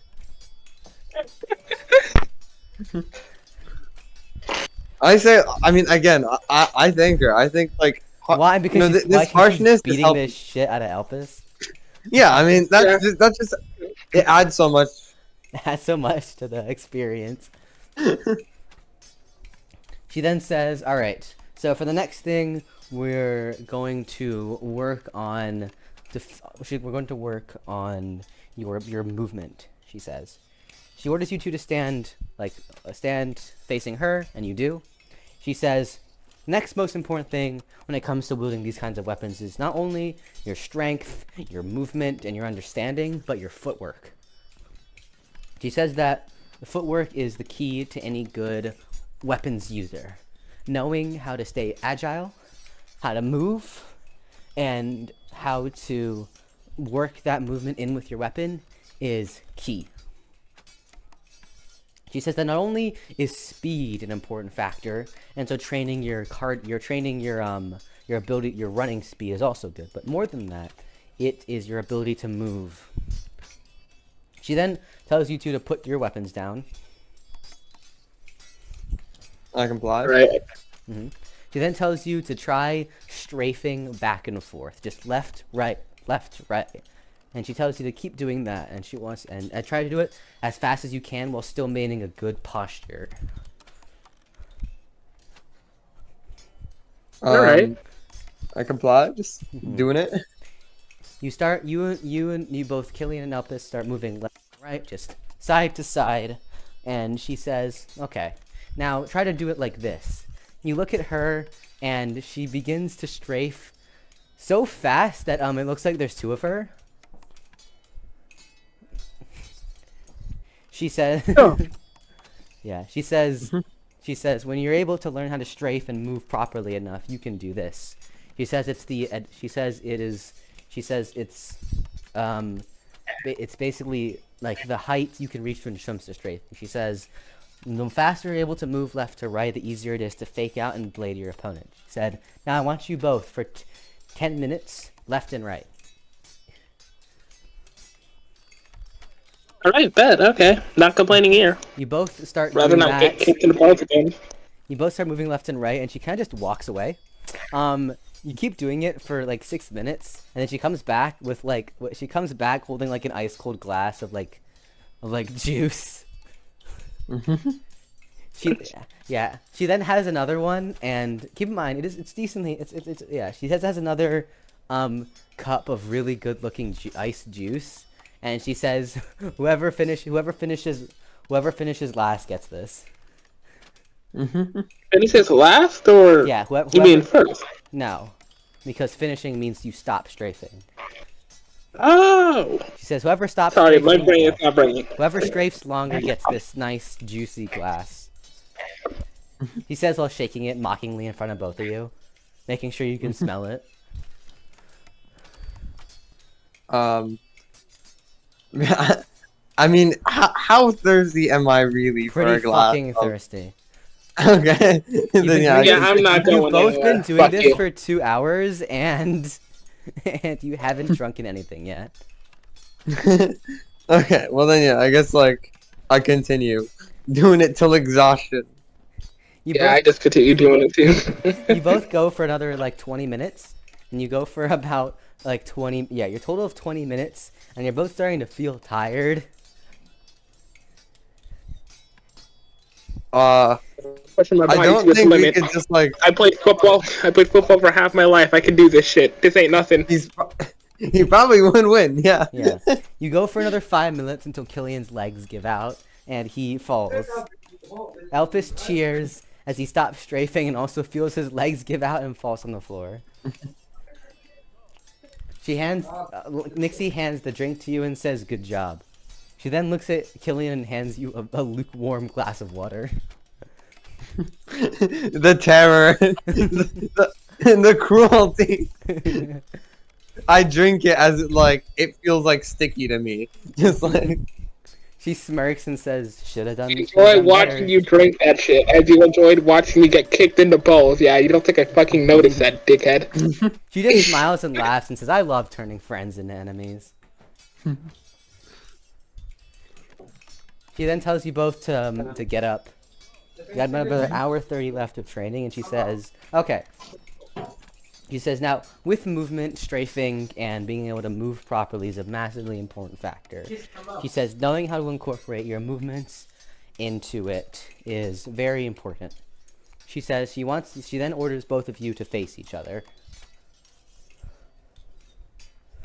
Alright. I take a stance. You both still don't have your weapons, and she says, "Right now, all I want you to do is, basically," she explains, try to punch each other." She says. However, she says that just try to punch each other. She says, "Don't worry about power." She says she actually shows you how she wants you to punch, and she's basically extending her arm, like her hand is just waving around. She says, essentially, try to slap. She says, don't worry about power in your punches at all. Just worry about landing your hand on the opponent." She explains. She wants you them to she says tells both of you to basically charge at each other and like try to fight and just try to land hits on each other. No power, just tap them. She says she wants to do this for 2 minutes, and she wants to see how many times you can hit each other. I feel like this is truly turning us into enemies. What? No. She looks at you and says, "Well, if you think this will risk straining both of your relationships, you can fight me instead." No need. He says, "You sure?" Come on. It would be fun. It would be fun, Kylian. Why not try? Hey, Elpis. Look, let's not, you know? She then looks at you, looks at Kylian and says, "Are you disobeying my orders?" Wait, what did you say? You cut out? Nixie then looks at you and says, "Hey, Kylian, are you disobeying my orders?" You cut out a second dot. No one fucking out a loves second you. dot. Anyways, Nixie looks at you and says, "Oh, what's that, Kylian? Are you disobeying my orders?" No, I'll comply. You know, I'll do. I'll fight Elvis. You know, no need for more. She smiles after admitting a slightly intimidating aura and says, "That's what I thought." Wait, hold on. Okay, then She then looks at both of you and says, "Now both of you be good boys and kick the absolute shit out of each other." Would want to be told that. Okay, hold on. Let me just. I guess we hit each other. Yeah, I make the first move. Yeah. You try strafing towards him, taking what she told you about moving. Without moving and attempting to approach Kylian. I try to dodge away from the hit and try to like slap him instead by moving like left or something. I guess. You managed to strafe left and dodge his slap while slapping him in the side. Like you managed to land a hit. Who, me or Kylian? Kylian. All right. Oh wait, Elpis. I decide. This is like real time. You have to like speak. Yes. Right. Okay. Sorry. All right. So then I just decide to pop right back and hit him, and try hitting him. I try to like push my hand towards my face to block it. You pop back and you attempt to strike Kylian. Kylian manages to block it with his hand. I try to take a step forward and counter, if possible. Take a step forward and attempt to strike him with your right hand. I decide to dodge and strike him. You strafe to And try striking him. You strafe to the right, dodging his right hand, and manage to strike him in the shoulder with your left hand. You score a point. I attempt to close in the distance really quickly, using my wings to try to, I guess, like lunge toward him. You lunge toward him, and before he's able to react, you manage to strike him in the chest with your right hand. You score another point. However, you're now in a very vulnerable position. I try to back I decided to strike him You back. attempt to back up, but Elpis manages to strike you in the chest. It's now 2-2. It's been about 45 seconds. I decided to strike him again realizing, while he. You try to strike him again while he's flying away. Well, backing up, I guess. Yeah. I I don't let him get the chance, and I try striking him and striking at him. turn around, trying to, I guess, like, duck underneath it or something. You manage to duck underneath his attack, and he is now, like, you're now under, basically, like, crouched down, and his strike is passing over you. Can I strike at his legs, like, slap his legs? I mean, sure. Just... You slap his legs and score another point. Wait, is that? Huh? Somehow the agreement? When it's time to kick him, as he cried. What? I'll just repeat it. Okay, so think he I take died. advantage to not get kicked and move away. I think Elpis died. Yeah, Hello? man. Hello? There you go. Well, Yeah, no, I decide to kick him. You attempt to kick him, and however, Kylian manages to just barely get out of the way. However, he's now in a bad position. Let's charge at him. I decide, wait, can I try to tackle him to the ground and just start absolutely just wailing at him? No. This is not. That's not the assignment. Yeah, that is not at all what Nick. You can try. No guarantee you'll be safe it's from probably Nixie gonna for work breaking her out, but- rules. Yeah, I know. It won't do that. Alright, then. I decided You just want to to strike piss him off then. the hot sadist, fucking drow elf because you're a masochist. Go ahead, but like. What gave you that impression? Because there's a dummy mommy drow elf, Elpis. Don't act like you're not. You don't even need to be a masochist. I'm not gonna lie. The drow too? Yeah. Damn! Bro, I bet Burr would break all the rules just to get absolutely destroyed by her. He would willingly do that. I'm not gonna do that because I'm the goodest girl in this server. Fuck you. Yeah, sure. Sure. Maroth is literally Maroth is literally. Like, you just didn't get done saying that you would do the most unholiest I thing didn't to say this woman, and you was the goodest girl. I can't said even I say am, it. bitch. That's like You- can't compete.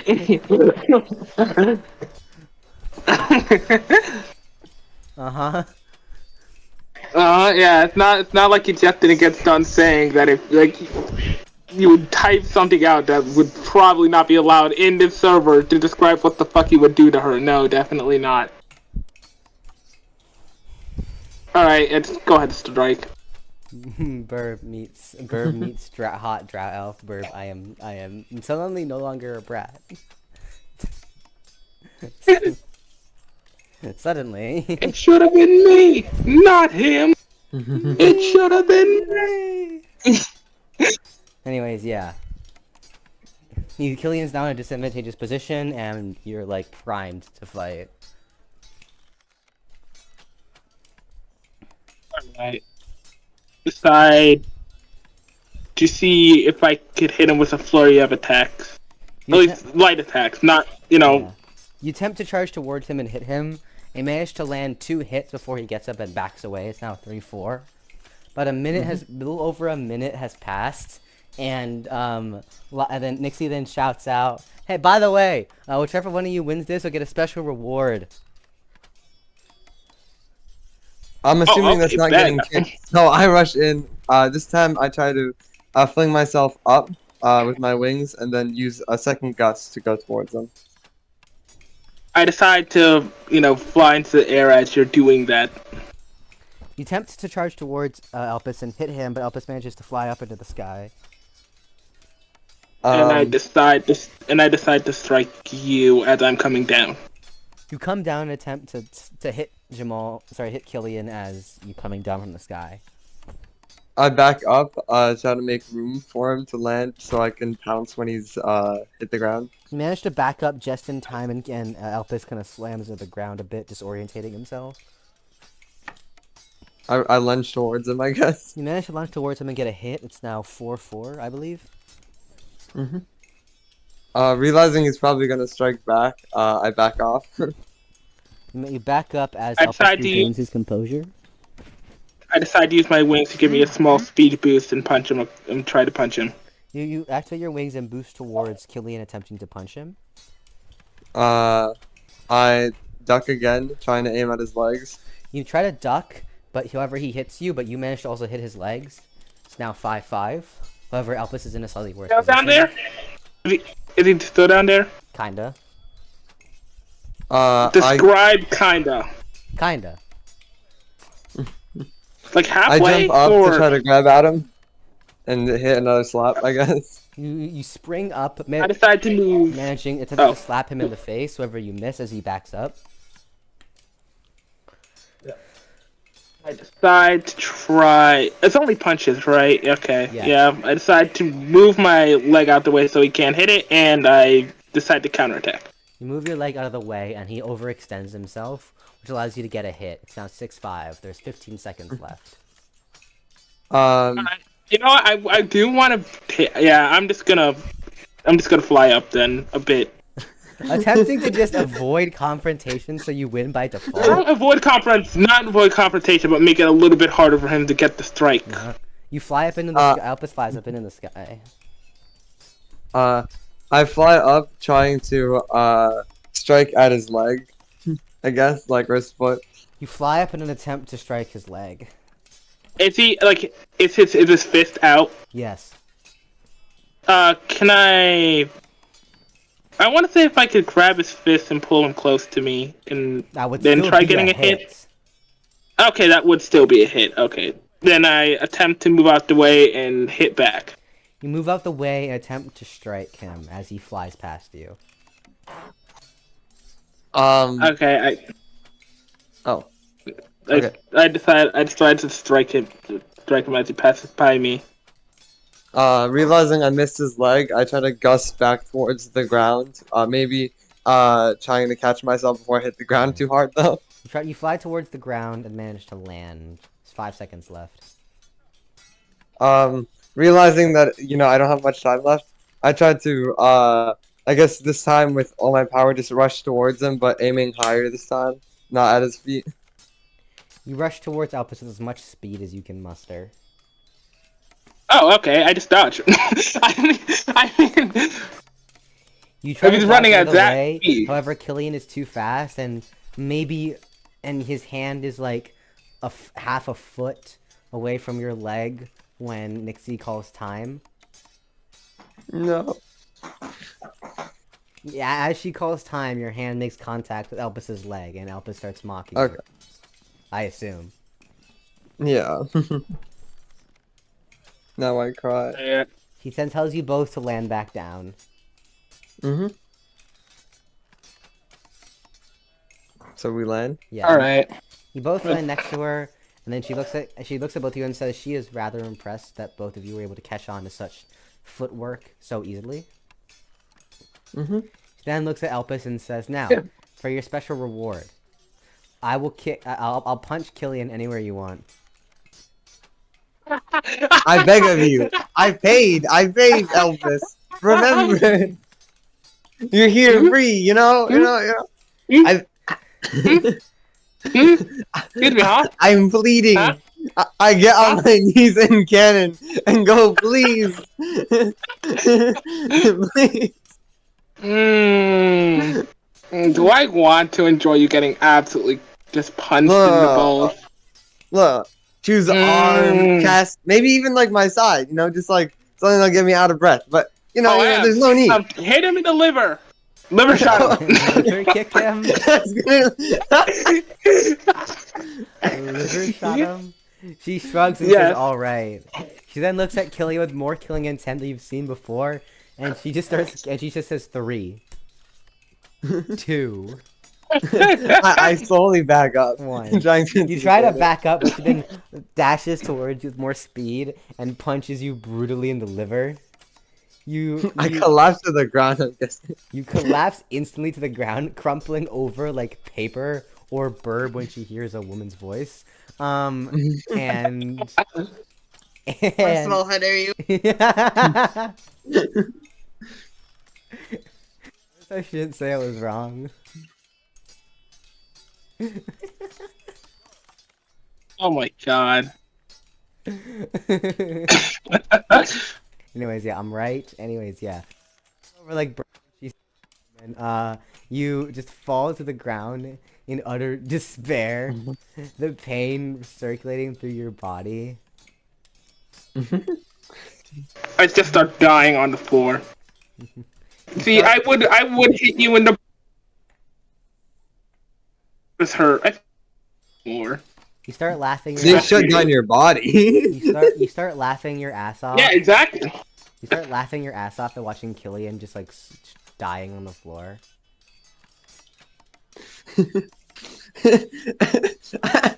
You know, this is, you know, I just go really. She looks at You had to do this. She looks at both of you and says, "You two are a lot of fun. Most people I do joint lessons with are like hesitant. They don't want to hurt each other. You two like just very much want each other to suffer."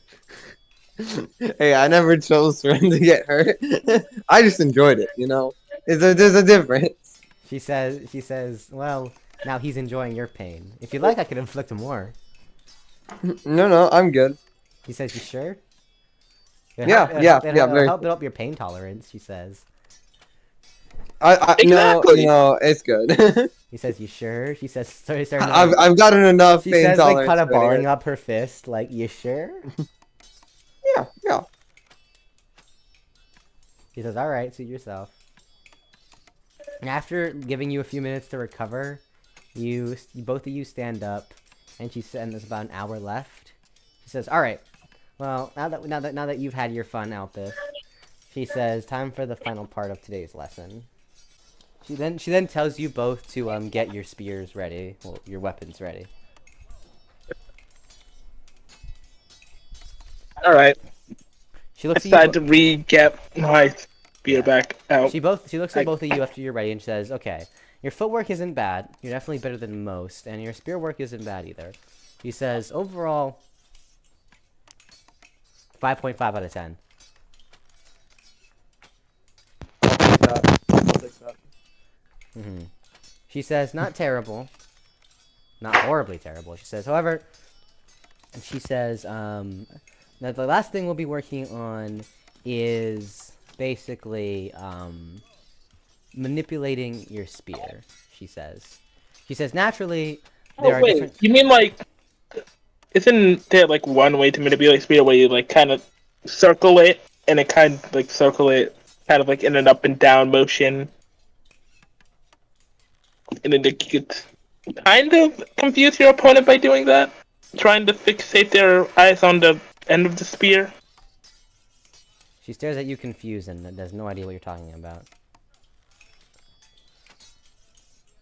Okay, yeah, that's fair. She says, anyways, yes, so, last one we're working on is manipulating your spear. She says, now every spear's blade has a flat side and the sharp side. She points to Kylian and says, your spear is a bit different because yours is all sharp. However, you can still benefit from this. She looks at Elpis and explains that because your halberd has its sharpest side, its blade, obviously you want to be attacking with that. And so knowing how to manipulate your blade, your spear around, so you can attack with that proper side, and not end up hitting someone with the blunt side of your halberd, is very important. She demonstrates with her spear on how she uses her how she manipulates her hand around the spear to be able to strike with a one edge to pull with. How she's able to strike with the same side of her pole arm, even as she attacks from every direction. She says it's important for this to become second nature. That way, you're always able to hit with the most effective part of your blade. She explains. She says she wants you to.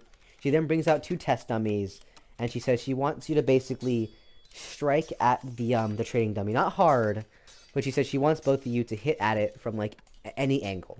Try to attack it from every angle you can think of. And try to, each and every time, strike it with the sharpest part of your tool. I try to hit the pike through its throat. Kylian attempts to basically strike down, and you work in the motion of like trying your best to use the same part of your spear to strike. I decided to strike at it at a upwards angled motion, kind of like a speed, like it's like a triangle, the top half of a triangle motion. You move your spear, you move your halberd up and down, striking at it from all different angles. At first, sometimes you don't perfectly hit the dummy with the best part of your halberd. However, as you do this for about 10 minutes, you slowly get the more hang of it. She then tells you both to stop since it's good. He says it's important to always know where your blade is facing and know how to block it. She then looks at Kylian and orders you, as a demonstration, to strike her. To stab her roughly in the chest area. Alright, I aim for her side. Yeah.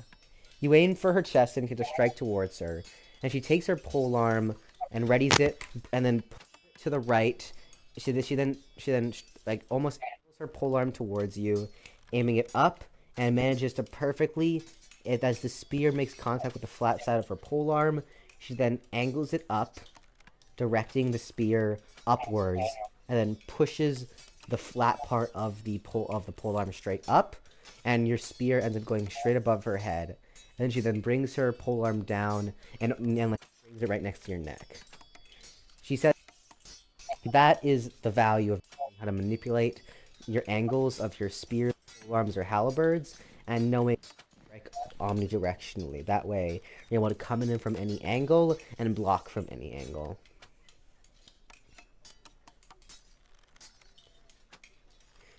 Goodbye, my spear and anchor. She then explains that she's going to strike at both of them, and she wants you to try to block her hit. She says she'll go slow. Alright. She first turns to Kylian and says, try to deflect my attack in any way. She then charges towards you and strikes at your chest with her polearm. It just comes straight. I turn around and positioning the spear against her spear. Like using the wood part to like push it away. You kind of get your spear underneath hers and attempt to bat it away. However, you're not fast enough, and her spear, like, polearm basically reaches your chest. She doesn't actually stab you. She says, not bad. She says, however, you have too many excess movements. She says, you're trying too much to ready your stance, and prepare yourself that you're taking too long. She says, try to tighten your movements more, and faster rather than being more avant-garde with how much you're moving.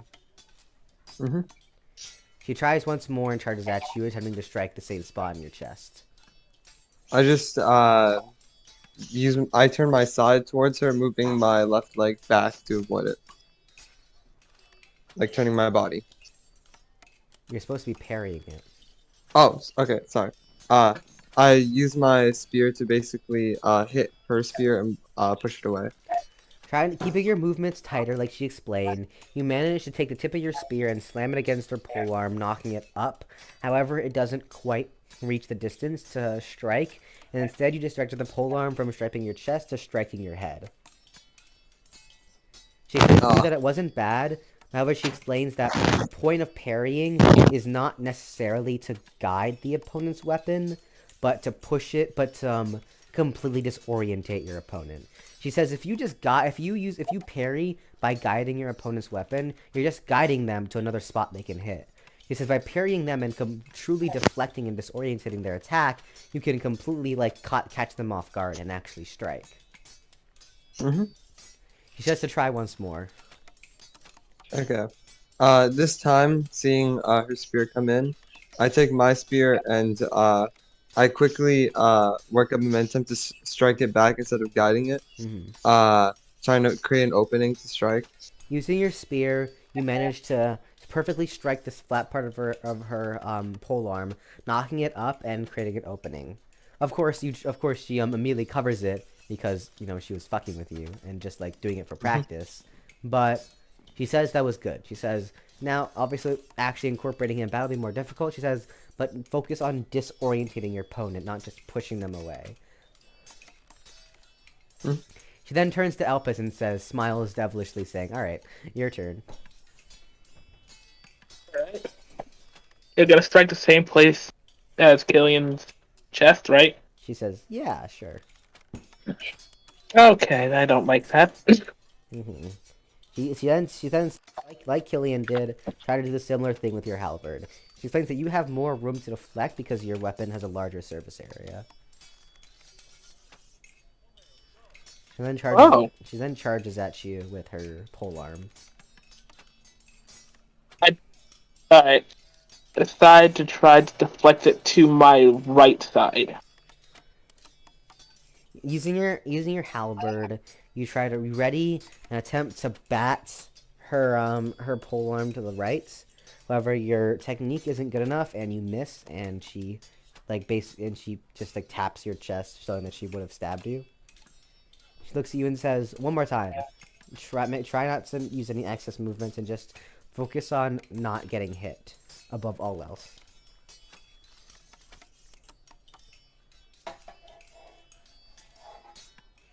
She then charges at you again. Without using any excess motion, I decide to try to deflect it at an angle. Using the flat part of your halberd, you attempt to deflect the point of the spear, launching it to the left. You successfully push her polearm out of the way. She regains her composure and says that was good.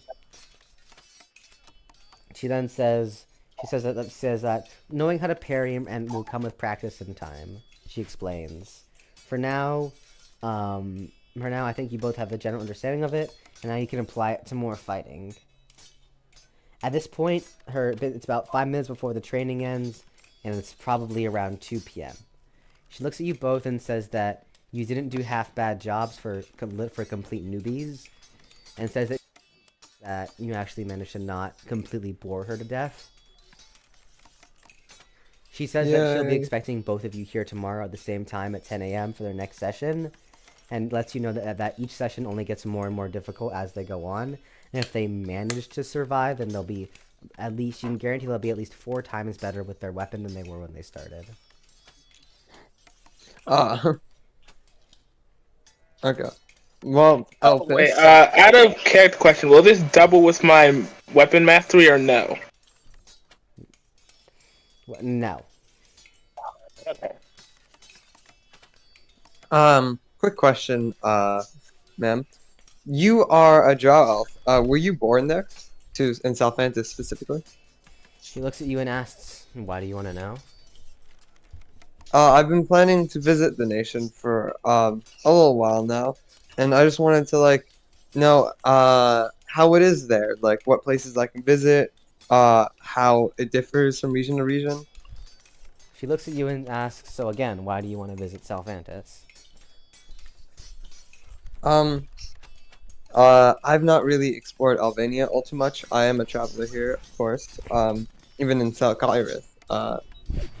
Thinking to myself, it'd be nice to see another nation, and as one of the greatest producers of arms and stuff in the world, maybe I could, especially with minerals and stuff.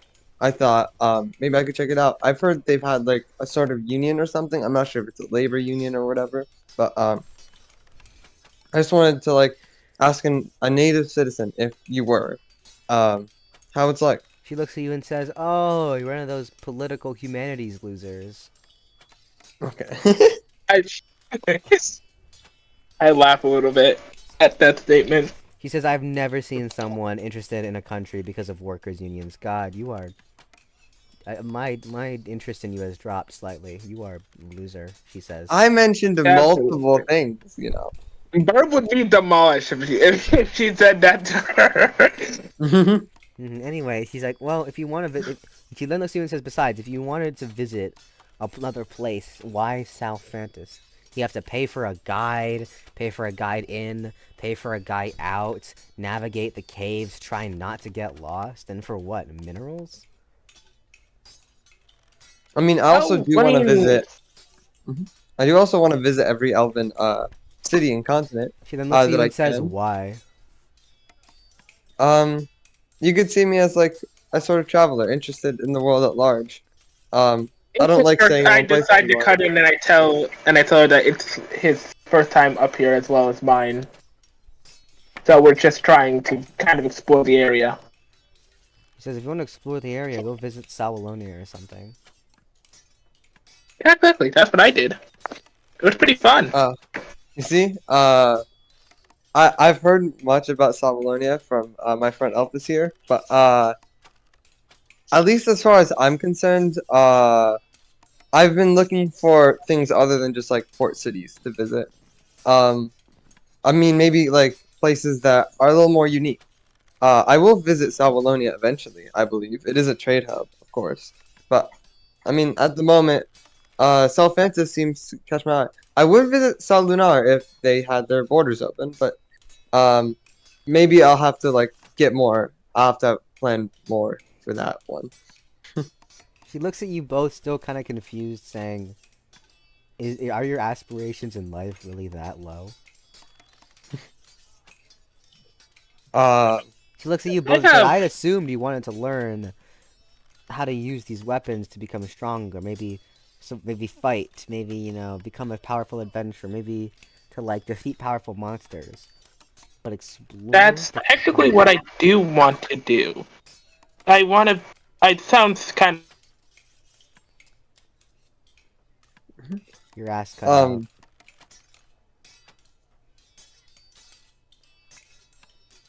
You shall forever cut out. Elpis literally fucking died. Did I? We're probably muted because God damn it! No, I didn't. Apparently, I did cut out. I told her that I kind of do want to do that. I kind of want to become a supreme entity. As stupid as that sounds. she bursts out laughing, like bursts out laughing. She asks if you're a comedian, because that one was funny. No, I'm kind of dead serious. Oh no. Oh no. She then looks at you and says, "Really?" That's hard, obviously. Been told that. She then before really you can hard. finish, she then rushes towards you, gripping your throat and lifting you up in the air. You try to use any of your skills or magic, she cancels all of them. She throws you against the wall and throws her polearm about 5 centimeters away from your skull. She then rushes towards you, slamming her hand against the wall, saying, "If you can't even dodge that, do you honestly think you can contend with the kings of this world?" Her face, she's emitting more of a killing aura than you've ever seen before, to the point where your body is literally paralyzed, and you think it might be some sort of skill.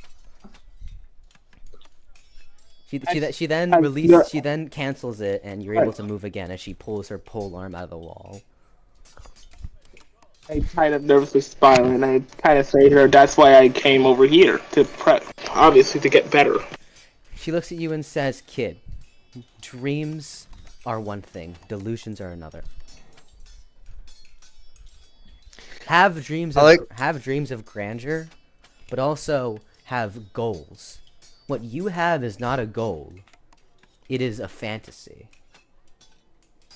Maybe get some goals first before you start fantasizing." I like how my thing is too below her expectations. Elpis's is way too high. You group up back with Jamal, and she says, "You two really are a weird bunch." She sighs and says, "If you want to explore Southantis, go buy a fucking guide. Otherwise, you're not going to get in and out. However, if it's disappointing, don't blame me. It's not for the likes of people like you. You have to have a genuine love and passion in mining. If you don't enjoy going through and sweating in high temperature mines, like sweating your mines out just to get a small chunk of ore and refining it and then making something out of it, you're not going to enjoy Southantis." I take that advice and realize maybe it's not for the faint of heart, but I do walk out with Elpis. She looks at you and says, Southantis isn't a tourist destination. It is a 24/7, 400-day constant cycle of work, collect resources, become strong. That is the culture of Southantis. If it's not there to visit, to discuss culture, to eat food, to party. It is a constant giant working super machine that produces weapons and armor unlike the world has ever seen to distribute across all continents, across every dimension. Do the people not have time off, or do they choose to work that much? She says, "Why would we need time off? We're not weaklings like you guys. If you can't work every single day in Southantis, you're considered weak. Because you are." That's fair enough. I could see why. I thank her for thanks for the advice. Maybe I'll take into account my plan for Southantis. She says, "Look, kid, if you want to explore, there are 3 continents and an entire other dimension to explore. I'll tell the cultural practices of the Elven nations are strict. You want a place where you can be free and explore, go to Althvinhaim. That's the place for adventurers and travelers, not Elvania." Fair enough. Maybe I'll go there much later, I guess. Maybe I'll have to learn much more about it before I consider a trip. Because it does not seem for the faint of heart, and it seems much more like manufacturing capital, like a factory more like than a tourist destination. She says, at least you're not completely stupid. I walk away with Elpis, thanking her for her time. She says, yeah, see you tomorrow. I hope you're ready to get worked out even more. She says while smiling. Okay, so Elpis, I think she might be insane. we need. I do not want to get hurt again. Are you sure you want to go tomorrow? As you say that, as you exit the training guild, as you exit the training guild, you say that to Elpis, and she immediately appears in front of you. She says that, you know, I happen to have a pretty good sense of hearing. She says. I'm gonna get wrecked. She looks at you and she says, "You have 5 seconds to grovel on your knees before I kick the shit out of you." 5. I'm so sorry. I got on the knees immediately. I'm so sorry. I meant nothing of what I said. I'm just an underling. I don't know what got into me there. You know, just like.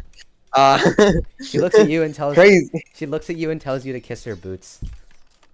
Is that really necessary? She releases some of her aura and it almost paralyzes. Okay, yep. I comply. You kiss her boots and she says that she tells you that she won't kill you for now. Okay. So yeah, never saying anything around. You know, she might as well be supernatural. I'm not saying anything As anymore. you walk away, she says, "Oh, by the way." You turn around and see that she's holding 4 gold coins from your pouch and says, "This is compensation for what you said," and then walks away. Okay, I feel like that's robbery, you know? Do you wanna report it? No. For 5 minutes, what did you say? I left around the time like she grabbed Elpis by the throat because I had to get some fucking water. You missed the best part. I got choked out. Yeah, he got choked out and wall slammed for being an idiot, and then Jamal like called her crazy, so she made him kneel and grovel and kiss her boots. That's just, you know, okay, yeah, she's just supernatural. That's my goddamn luck. Yeah, I got choked out, Burp. How do you feel about that? I'm joking. Fuck you. Fuck you. You know how lucky you are? You're ungrateful. You're ungrateful. Ungrateful.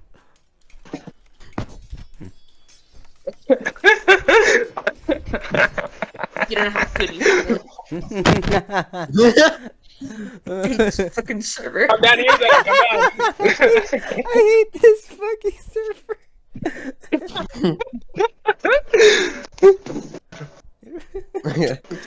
So I motioned to Elpis that we should probably leave the city. Maybe we could practice magic or something. Because Elpis just kind of there, silent, reflecting on what just happened. I say, do not pay any. You saw nothing. He's just silent. He's just silent. Elpis has seared the image of Kylian kissing Nixie's boots into his mind, just to blackmail him for a future Not reference. only that. Not only that. Yeah, the fucking spear almost pierced to his head. You think about getting dreams wall of making slammed back and, home being watched and destroyed by Nixie, and like a part of you is like terrified, the other part of you is turned on. You continue. What? Yeah, you know it's not. You know it's damn well not Connor. You think this ungrateful bitch knows what he's been handed? Well, it's a subconscious. It's subconsciously. I guess that's fair. If this was Burb, Burb would just be going, "Thank you, mommy." Yeah, Elpis getting wall slammed and choked out, terrified. Burb, meanwhile, "Yes, mommy." Yes. Man, Barb, I'm so sorry. I know I should have swapped places with you, man. Man, I only I knew your character's name, but I mean, like, sucks to be you, I guess. Burb is like, "When I find you, you will not survive." Realizing that realizing that she is more powerful than I ever imagined, and her skills are like kind of mysterious, but seem to be powered in the right ways with her aura and her Yeah, I just like Kylian, she disabled all my skills. she disabled skills, had lightning speed, heard that, and then like has like some aura thing that I gotta worry about. As you exit Okay, the guild, so- as you exit the trading field, one of the guards, after watching what happened, kind of snickers, and you two turn around and he says, "Oh, you two are getting trained by her." Yeah. No. The I did not. The guard kind of inquires. You do know who she is, right? No, this is the first time I've heard of her. She seems oddly powerful. He then looks at you and asks, the Sun Elf guard looks at you and asks, "Do you know who the Lord of the Caves is?" Oh my god, he's deafened. Holy shit! Bro, can we go 2 minutes without Elpis fucking deafening, bro? I don't know why he's always deaf. Oh my god. Like, if you, like, stop deafening, bro. If Burb, with her ADHD ass, can handle listening to us talk while talking to someone else, your dumb ass can talk to one other person while still listening. Like, I just want to imagine that. At this point, it's just a force of habit to me. just don't! I won't. Next time. Anyways, yes. So, the guard asks if you know who she is. Besides her name, of course. Well, yeah, I know who Nixie, right? Yes. No. I mean, who she is. No, I've not heard of her before this. He then asks. The man laughs even more and asks, "Well, then, do you both know who the Lord of the Caves is?" I've heard of that title before, but I do not know who he is. He explains that the Lord of the Caves is essentially the leader. The Lord of the Caves is the leader of Salfatus. He's essentially the king. He explains. He explains that the Lord of the Caves is generally considered the most powerful drow elf. However, not necessarily. He explains that the Lord of the Caves is more based around like which drow elf is like the best of like the candidates for the king, who is like the best at mining, like who knows the most about what the drow elves are about, right? He explains that Nixie was the commander of the entire drow elf army under the previous Lord of the Caves, and after the new Lord of the Caves took over, she decided to retire and spend her days moving around Althvinhaim. She explains that she was always regarded as the strongest of the drow elves at the time, and she's recently stationed herself in Sol Kyrith, and of course, while she does train people, she also works. Her main job is she actually works with the High Priest of the Sun himself to train Sun Elves in physical combat, because the drow elves are the most physically adept of all the races. Yeah. Seeing your dumbfounded faces, he laughs and saying, "You guys really signed up for training sessions with her without knowing who she was beforehand?" This is gonna be a fun other 2 days. I'm blaming Elpis. Didn't you pay for it? Okay, I paid for it, and then I paid for it a second time. Well, true. True. Anyways, yeah. He laughs and says, "Oh, you guys are in for a lot of fun." He says, "I have heard the amount of screams I have heard from people that she trains, both like both actual Sun Elf soldiers and like rising adventurers, I lost count." Yeah. Yeah, I can tell. He then waved both of you off, and said, "Hope you have fun." Okay. Elpis, I'm gonna guess you're muted because of something, but I'm gonna talk like you're not. Okay. So, Elpis, you never actually told me what your affinities are. So, perhaps maybe we could like practice spells. I'm not sure if you've practiced all of them since we've only been here for so long and how mana recharges. I'm gonna guess you haven't yet. Maybe we could go test some spells, maybe some greater or even higher spells. What did you say, Kylian? You never actually told me what your affinities are. What are they? Oh, sorry. Light and wind. Light and wind. I'm also a user of light, but I have earth instead. Yeah. Do you want to, What? I guess, like, practice magic now that we have some time after the course to, like, I guess, like, I'm experiment? I'm gonna go meditate. Need to clear my head. Till the end of the day? Also raise my mana level. Yeah, why not? Okay. I I guess will he goes practice home to magic meditate. tomorrow. I'm just. I mean, as you can see, Elpis is just so out of it. Okay. Um, my character's case, I'm gonna practice with spells because it might actually be important in the future, and might be the only thing that keep me safe from her. Is that what you think? No, it won't, but I can hope. Anyways. I can hope. Anyways, yeah. Elpis returns to the inn to meditate, so I guess now it's just Kylian. I go to the field, which will probably take like 30 minutes, I guess you keep saying, but What, the outskirts of the field, or what? uh, no, I mean I go to like outside the city to practice Okay. magic where I normally do. You decide to go outside the city. Let's exit Sol Imperia and find a place to practice magic. Um, realizing that okay, realizing that in this certain circumstances, I do not actually know how much magic it would take to cast a super spell. I do flip to the pages on Earth and see how much do the super spells cost. How much would my mana need? You don't have a book on what? You have Mage's Guide Wait, to I don't? Earth that Oh, goes up I to probably don't. Greater. You go buy a Mage's. You can go buy in everything you need to know about lightning or Wait, whatever. I have a mage's guild to Earth, Yeah, that goes right? up to Greater. That goes up to greater? Okay. I wrote super in my memory, so I gotta delete that. Yeah, Okay. it's Greater. Okay. Uh, the mage's guide to light has super, right? No, Greater only. Okay. Only greater, and that's the only spell it has. Yes. Okay. Okay.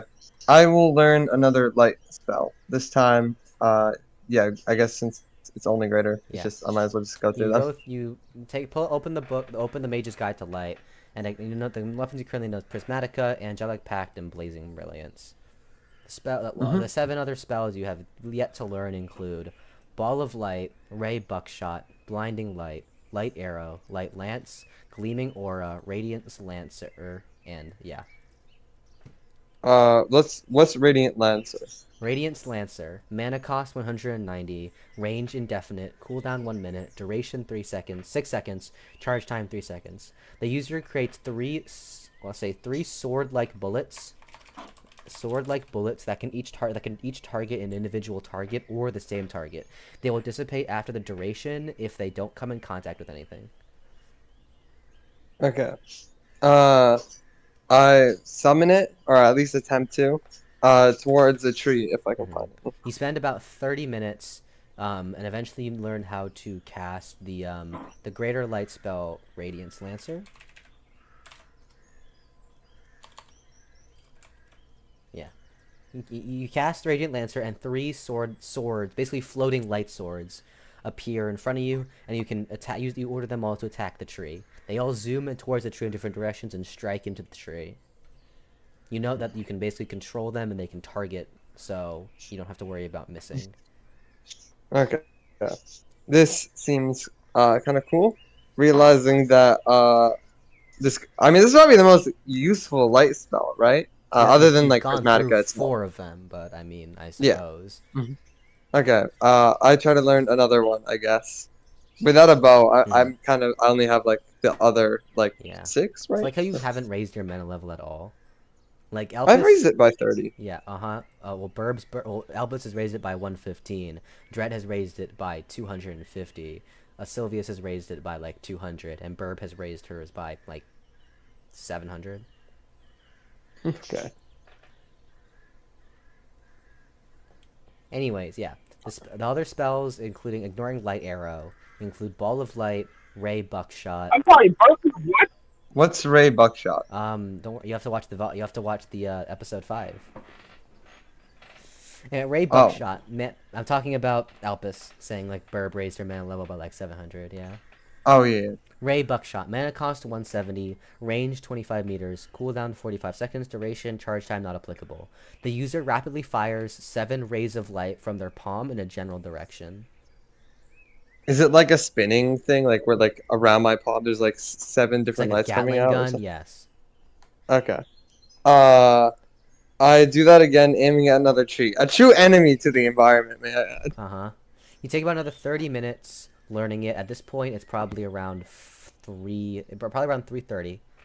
After about another 30 minutes, you manage to cast Ray Buckshot.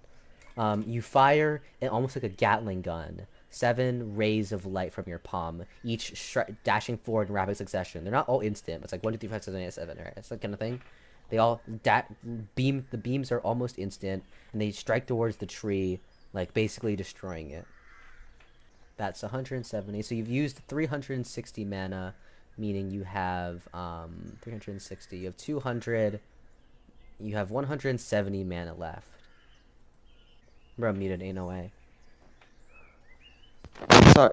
Is there any? Yes, you notice I heard that cost- sound, the sound of you unmuting. That's crazy how it's almost like Yeah, that is a sound. Yeah. Okay. So, but what costs 170 Oh my god, mana I if there noticed is it this time. Exactly. The spells that you can learn that cost as much or less than 170 is Ball of Light, Blinding Light, and Light Lance. I guess Blinding Light. Blinding Light is one of the cheaper ones at only 140, with a cooldown of 30 seconds and a duration of 2 seconds, which is just the user's hands flash in a blinding light. Okay, so like if they look at my hand, like it's It'll like fucking burn the grenade? retinas, yeah. Yeah, okay. I try to use it, aiming my hand up high, not looking directly at it, seeing how it You can reflects look on at me. it, yeah. Okay. Okay. You spend 30 minutes and eventually learn the spell Activate Blinding Light. Your hand flashes an incredibly bright light. However, you know that you're not affected by it, even as you look directly into it. And it feels like looking into the sun, but if it was like on a video. Okay. Realizing that I've used up most of my mana, I decide to 4 go o'clock. back. Yes, How long do you want to meditate for, Elpis? Elpis man. This boy, don't respond if you like big I don't know. Anyways, yeah, how long do you want to meditate for? Well, until Kylian gets back. Oh, just Or till like 8. until Probably till 9, 10, 12. That's a Yeah, large probably 12. difference. Yeah, that's a pretty large difference. You went from 4 p.m. to 12 p.m. I think there's a Yeah, we're going till 12, boys. I choose to make it back to my room as well, and I'll meditate until 10 specifically. Okay. I would like to note that both of you haven't eaten all fucking day, and you just went through 4 hours of rigorous training. Yeah, I'll eat at 10, yeah. They I'll go meet didn't Mark eat up. before that? No. Like at all? No. We're starving. Oh my god. What is wrong with you guys? I I get a used to do midnight shit like this snack when I was somewhere. younger and I did karate. I would do some very rigorous shit and my dad would make me eat something like an hour before so I wouldn't, fuck myself up. Oh. Look at I 10, didn't know eat how. something, and then go back to bed. Deciding not to eat for the entire day, risking like the health of your body. You return to your room around 4 and begin to meditate. You both meditate until around 10. Jamal meditating for 6 hours, raising his mana level by around 55. Elpis meditating for around 8 hours, raising his mana level by 75. Wait, me? 75? Yes. It's now around 10, Alright. and you both are probably like very close to dying of starvation. I mean, can't a human go like 3 weeks without eating? I'm sorry, are you a human? We're not eating. Fair. Okay. I'm eating. I go downstairs and try to get some food. I'm feeling absolutely horrible because you haven't eaten all day. You finally head downstairs and get some dinner after like way too long. You buy you buy a dinner. You buy a dinner for 7 silver. Also feeding Elijah, who was just on the sidelines watching the whole time. By the way, he was just kind of Elijah was like silently lost laughing at your asses for just getting clapped repeatedly. Alright, mine increased from 690. Anyways, yeah. You both head downstairs and get dinner. Dinner costs 7 silver. I will subtract that. I wait for Markov to come. How much is the dinner? 7. 7 silver? Yes. Alright. You both eat up quickly, and yeah, it's now like 10:10. What does you do, Elpis? Well, seeing how I can get actually more than 7 hours of sleep, actually, I decide I'm going to meditate till 1 a.m.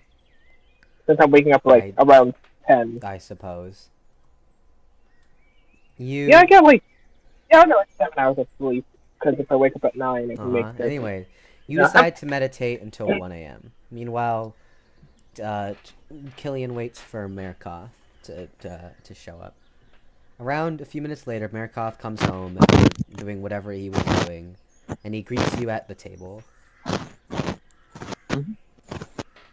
I greet him and ask him, how was your day? He says his day was good, that he was working for most of it, and working for most of it, and was basically, he was feeling good, and but not much else happened. He says he's just kind of waiting for the weekend. Interesting. I ask him, what does he plan to do this weekend? You know, just some nice conversation. Let me do the math here. So hold on. So it was so it's currently that was the 18th, right? Yes. Okay, so that was a lunarium. Lunarium. Make sure that is in fact the weekend. That is a weekday. It is, okay. Anyways, yeah. Wait, what'd you say before that? I wanna ask him what he wants to do this weekend. He says, not much, just not have to work, I guess. Take him out on the date and fuck him. What? What? I mean, you can always do that, Elpis. I don't judge. Like, he's right here. You could just come over. No, I'm talking about you doing that. You do that. I'm not the one talking to him. No, I'm not the one talking I know. to him. I'm just suggesting it. It's just so much on your mind. Burb, rolling in bitches, listening to these two virgins have a conversation. Literally I'm true. Married. I am married. I don't know, but probably I don't get, know about probably Jamal. still get no bitches. Cause you're your wife's bitch. Let's be real. That one was state provided. Okay, but I guess like I talk again to Markov, telling him that oh yeah, did he answer me? He did not, right? Yeah. He did. Oh. I'm bad at hearing stuff, man. Okay. Well, I tell him that sounds jolly. Did you just say the word jolly unironically and out of a Christmas context? Okay. That's just a normal word that everyone uses. Bro, just use the word jolly in a normal sentence.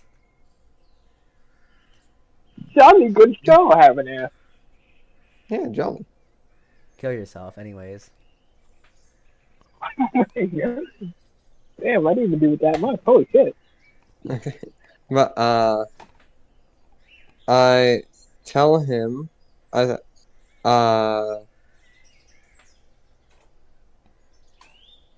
okay, I tell him that I have just currently been training in the I guess like the training field in the city. Got some classes. He said, "Oh, really? You trading with someone?" Yes, but I figured out who they were after. He seems intrigued and says, "What do you mean?" Well, you see, uh, the person who runs the establishment, Atticus, I'm guessing, or the receptionist, probably, yes. Uh, I was curious, on like if we could get some trainer, and you know, me being willing to take any trainer as long as they're skilled, um, you know, was I was curious enough to just like follow through, get any trainer. She seemed nice, right? Happened to be a general for Sal Fantas. So Marikov kind of like stifles, like, and he starts laughing and says, "Your dumbass got caught up with the mistress of the Drow Elves." yeah. So Nixie apparently Yeah, he is says, just like "Yeah, that would be her." Everyone in fucking Soul Imperia knows about her. She's everyone. I was not warned. This was your job. He laughs and says, "You fucking idiot! How many days did you pay for her?" 3. We did 1, so we're good. He We only have bursts 2 out more. laughing and says, "Oh, those 2 days are gonna be hell." Yeah, it probably doesn't bode well that I may have called her insane. Marikov then like bursts out laughing, like, "You did what?" Yeah, I'm not telling him what happens. I'm just saying, like, Marikov just out of kind of lore, I'm not. Marikov pats you on the shoulder and says, "Oh, don't worry. I'll get you a lot of flowers for your funeral." Okay. I'm just hoping I can survive. You know, that's a good goal. Um, He says, "Yeah, that's a pretty good goal. New objective: I tell him survive." that objective survive. Um, Curious on my next step. I guess like I just say like, have you heard any news? Has anything come out? He says, No, not particularly." Slow Yeah, slow day. day today. He says, "Well, for me, not so much for you, I'd say." uh, I guess like I mean, have I even drinking since then? I get water, you know. I get Yeah. You chugged down and 5 liters of water after not realizing how thirsty you were. yeah. So then I guess like after ingratiating myself in agua, pure H2O, I walk back and I tell him I'm really tired right now because of whatever the hell was that training He session. says, "Yeah, no, So that's fair." I'm gonna go to bed. I'll see you in the morning. He laughs and says, "Have fun with that." Okay, and a day passes, I believe, You right? go to your room and sleep. Meanwhile, Elpis meditates for another 3 hours, still while not having drinking anything. And yeah, you're about to pass out because you haven't drank anything. Well, I said I went downstairs to go eat something. Oh, that's I mean, I fair. thought there would be. Well, you didn't say you drank. Fine, we'll assume you Yeah. drank even though you didn't. Um, because eating and drinking are the same thing. Anyways, you meditate for another 3 hours, Good. raising your mana pool by 20. And yeah, Never know. and you both go to sleep. Yeah, 7:10. Yeah, you 7:10. both wake up around 8 a.m. And will you either of you even get breakfast or no? Yeah, I'll get breakfast Yeah, because I'm I need getting. to see Eliza as well. Realizing what is to come later in the day, you both decide to actually eat something. You both get the free breakfast that your inn offers, eat up. Kylian feeds Elijah, and you both meet up in between your inns. uh, okay. I guess like yeah, I wait for Elpis to come here. Actually, no. I wait. I go to meet him in the same spot after, of course, because like I just uh. So I walk up, try to meet him where I met him yesterday, and hopefully he's there. I just decided to go straight to the training ground. Bro's gonna go to Oh, training bro ground abandoned me. 2 hours in advance. Oh my god. I'm pretty sure Elpis just isn't thinking right I'm now. driving. I don't think I am. Like, So you want to go to To the be fair, training I ground do want- 2 hours in advance.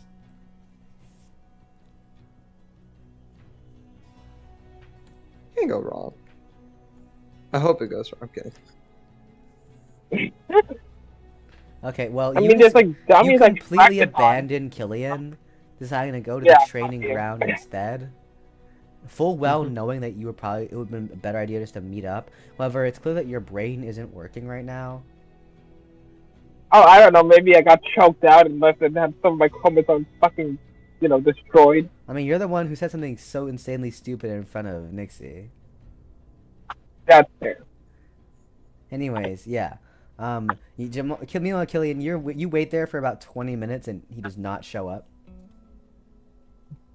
Okay, I just walked to the court knowing he probably abandoned me, and I did not expect this behavior from a certain Elpis. So I'm gonna Anyways, be at the training hall practicing on a dummy. yeah. So you arrive at the training hall 20 minutes before Jamal does. You can do something in that time.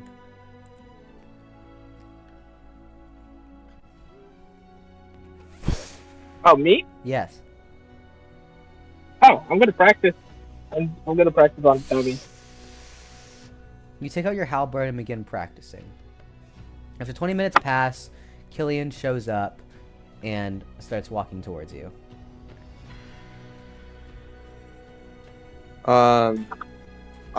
What the hell, man? I thought we were gonna meet up before we go there. You just, like, abandoned me. Yeah, I'm not gonna lie. I thought you would also be here. Why? It's way too early. Even the fact that I thought you were coming here is a little insane, like, in retrospect. But, like, you are here for some reason. I want to get better. Just a little bit before, we get absolutely fucked. I mean, You see, I'm just scared to say, like- Don't act like it. Okay, I mean, I can't wrap my head around it. You want this? He is a It's the only way to masochist. get better. And it's the only way I'm gonna get home. Or he wants Nixie to step on his ass. Don't even. Okay. Fuck you. Well- No, I don't. No, I don't. Got me second guessing. No. Meanwhile, Realizing I Burbage can't is really- just screaming to herself, "You ungrateful piece of shit."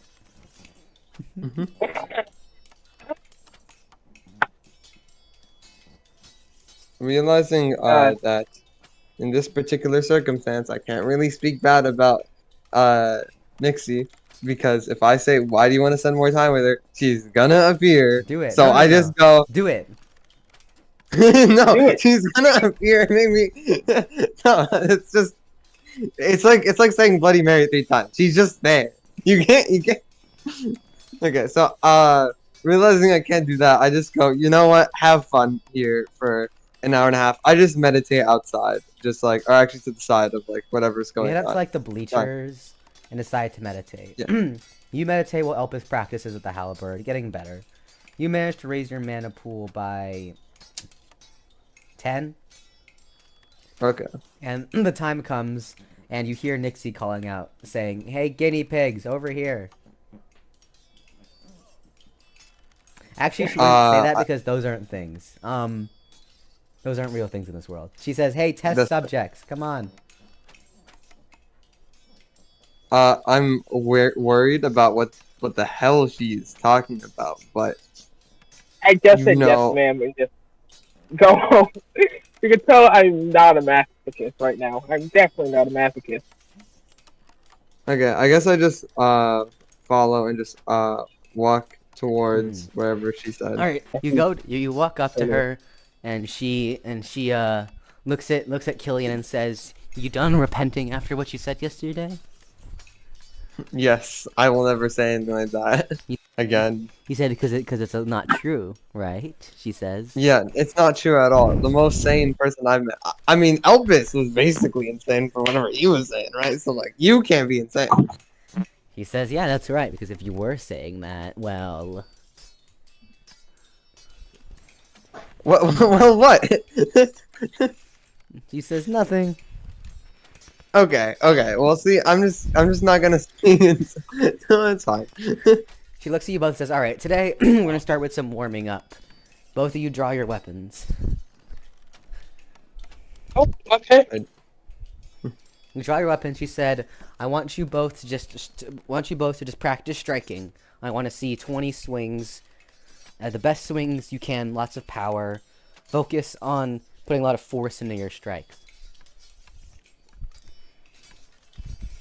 Okay. Yeah, I guess like I just keep plunging the spear in and out, just like I guess like mopping motion. Each of you do 20 swings, and she says, okay, not bad. Now then. She closes her eyes for about 2 seconds and opens them, and suddenly an overwhelming aura runs through you.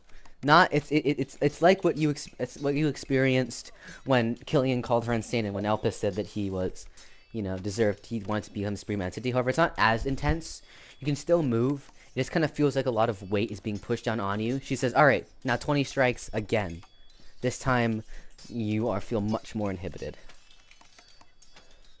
I give it my all. Elpis. Elpis is Yeah. just here. Yeah. Elpis. I'm definitely not here. I took a melatonin gummy. I took a Why Oh the my fuck fucking would God. you do that? Well, to be fair, I do have work at like 8:30 in the morning. It's like 10. You know melatonin Yeah, I gummy, know. melatonin activates in about 20 minutes. Yeah. 10, what Yeah, am I saying? don't worry. It's 9:30. Yeah, don't worry. I've actually stayed up on a melatonin gummy till like 3 a.m. No, it's just not a good idea then. Yeah, it's not a good idea. Bro's trying to act like he's getting his life more in order in the midst of doing shit like this. Goddamn. Yeah, don't worry. What are you doing? Don't worry, we'll be done like soon. I think so. No. We can go like we can actually probably go till 11 or 12. Yeah. 1 But a.m. not on a fucking melatonin gummy. I can I do think we're that. trying to catch up in days. That's the thing, is we have to like catch up with certain Yeah. No Yeah, no, I can definitely do Well, if that. he falls asleep in real life, I hope you understand you're gonna like canonically get robbed by Nixie.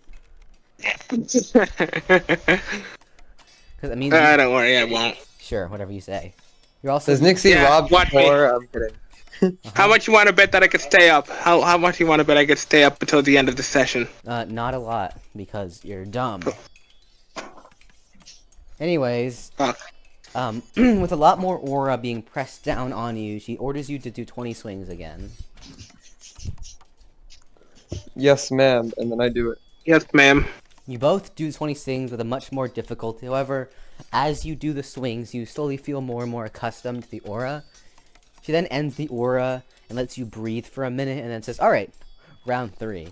She then exerts about triple the aura before, and it slams down upon you. It feels like a massive fucking boulder is pushing down on you, trying to slam into the ground to the point where you struggle to stand. And she says, again, 20 strikes. I use all my like force to just keep myself like from falling to the ground and just pushing. Yeah, I had someone do the same. Using all your might, you both, after a lot of difficulty, manage to get 20 strikes out. She ends the aura and you both collapse on your knees. She says, wow, I'm rather impressed. Considering this is just a warm-up and you actually managed to get through level 3. Maybe one day you'll be able to get through level 6. No. She says, She says, you sure? Would you like to experience level 6? She asks. What does a 5 look like? She says, oh, no, level, don't worry about that. I'm asking if you want to see level 6, she says with a mischievous smile. I say yes. Yeah. Is that must be? Yeah, Mhm. I'm guessing it's not like what you did to me yesterday. She says, all right. She says, see if you can hold out for 5 seconds. And suddenly, like, the most concentrated, mind-numbingly killing aura just radiates from Nixie. You both fall to your knees and like, struggle to even stand. You're, like, completely knocked down. You can't even look up. It feels like you're being forcefully, like, prostrated into, like, a kneeling position. 5 seconds feels like a minute as you are just completely overwhelmed. None of your senses are responding. None, like, your brain is barely responding. Until eventually she releases it. She says, that is level 6. Is that gravitational? I don't know. I ask in lore, catching my breath, is that gravitational? She says, I don't know, is it? Hmm.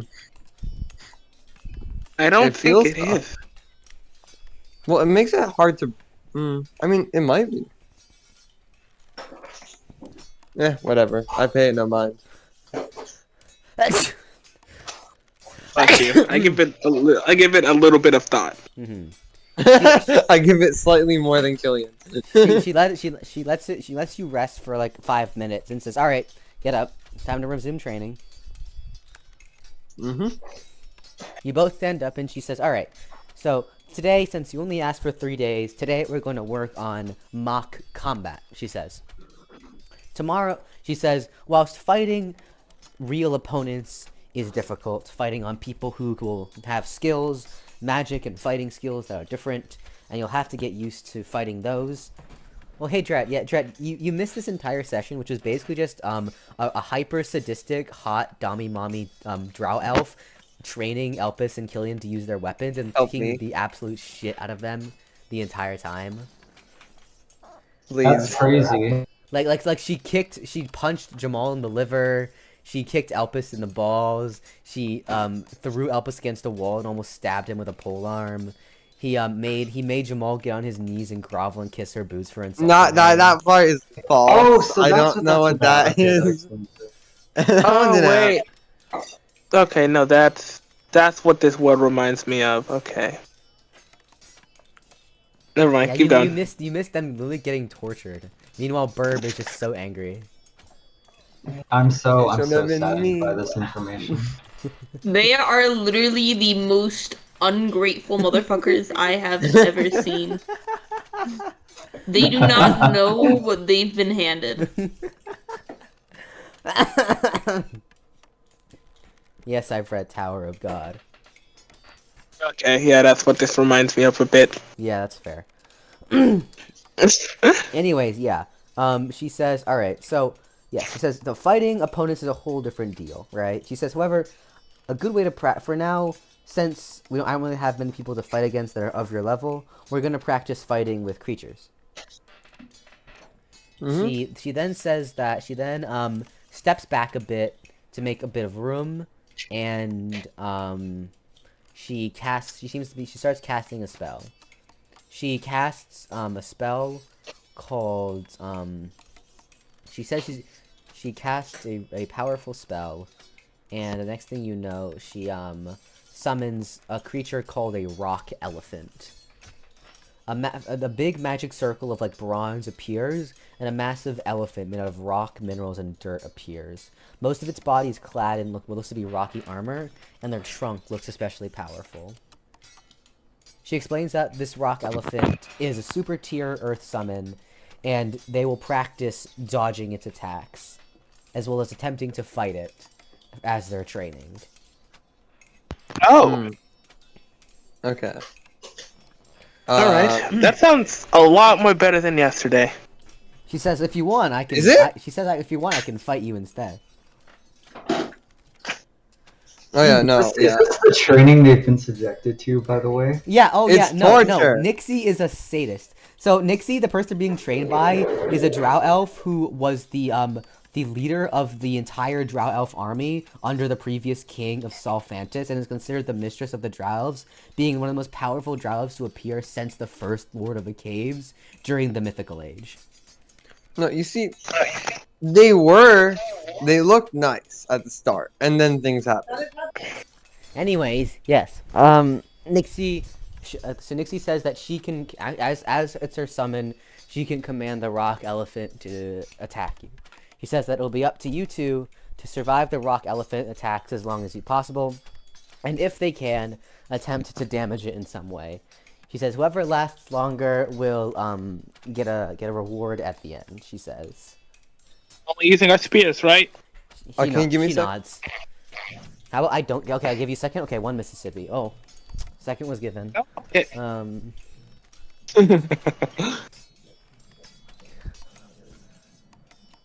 All right.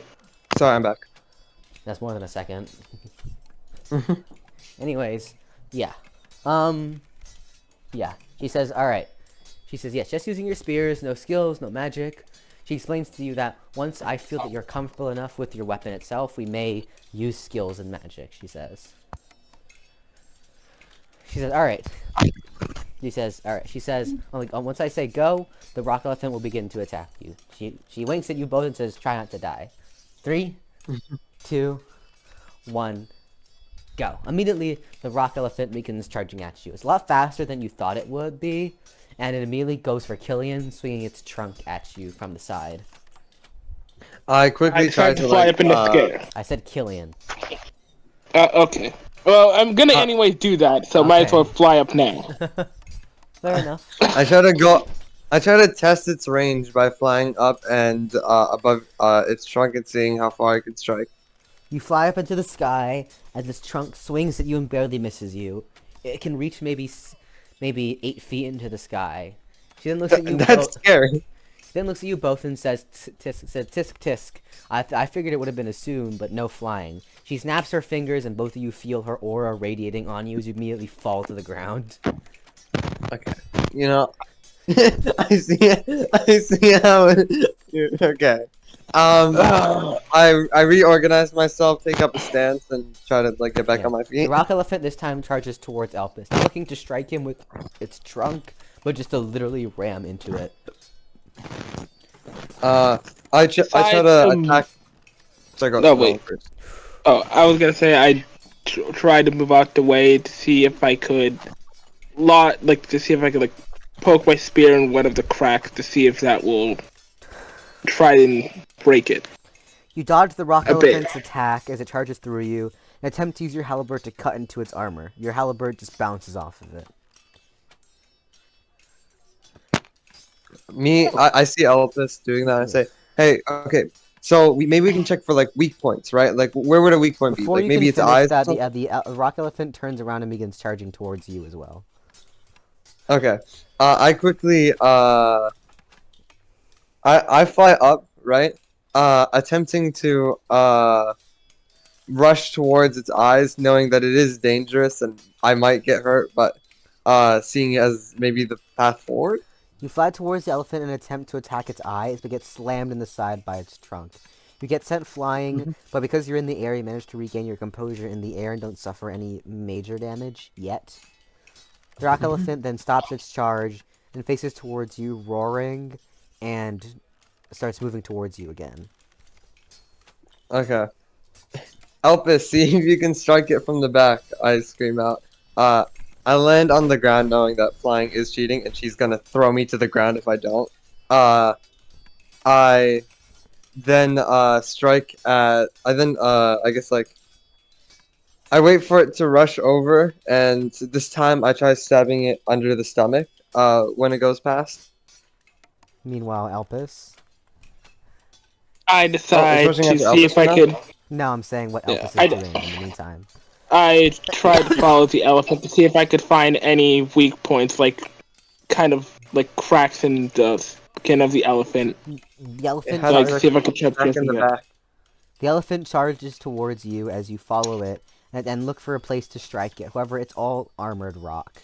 You then, meanwhile, Kylian attempts to go under the elephant, striking at its belly. but however, it seems to be slightly more effective, but doesn't do much. The elephant runs over you, and you almost get squashed by its foot, but you manage to roll away from it immediately. You stand up as the rock elephant goes over you, and turns around, and then begins to wait, and appears to now be waiting for you to approach. Hey, I think you found a vulnerable spot. Okay. I use telekinesis, and using my Yeah, spear. we're not allowed to use skills. Oh, I'm not. Oh, yeah, that's right. Okay. Yeah, Technically, before use telekinesis, and Nixie then shoves you to the ground. You see, I would test out Room of the False God in this situation and see what I can do, but I'm not. It would be funny. I dare you. No, I won't. You're welcome Because to I know try. damn well she's gonna walk up to me, fucking rather grab my throat again, and probably disable my fucking skills. Because all I can think about is probably the only way that she's gonna disable my skills is probably by touch. We'll see. To break it. If its underbelly is slightly weaker, but it puts us in a really vulnerable position. Maybe we could try to like tire it out first, right? We strike from both directions. Keep It's a mobile. metal. It's a metal elephant. I think it only runs on It's a mana. rock elephant. Yeah, a rock elephant. Sorry, I think it probably only runs on mana. Okay, I don't want to jinx it, but like, how much mana can she have? You really want to know that? Do you really want to know that? I During your mean, conversation, she explains to you, summons don't run on mana. It only costs a fixed amount to summon them. okay, well then, I mean, it's still waiting for us to make our next move, right? Yes. I can't attack two of us at the same time. Yeah, I take left, you take right. Got it. Okay. I guess we both rush towards it, trying to strike the elephant from two different sides. You charge toward. You both run towards the elephant. Spears ready, realizing it begins to also charge towards you as well. Okay. Make way for it. We'll try to. I guess like, maybe we can find some weak point on its back or something. Like, you mean like I mean, on the? usually the belly of any animal is pretty soft. Yeah, that's fair. That's why it was vulnerable. Unless we could find Yeah. another soft spot, I don't think we're gonna be able to do any damage to it.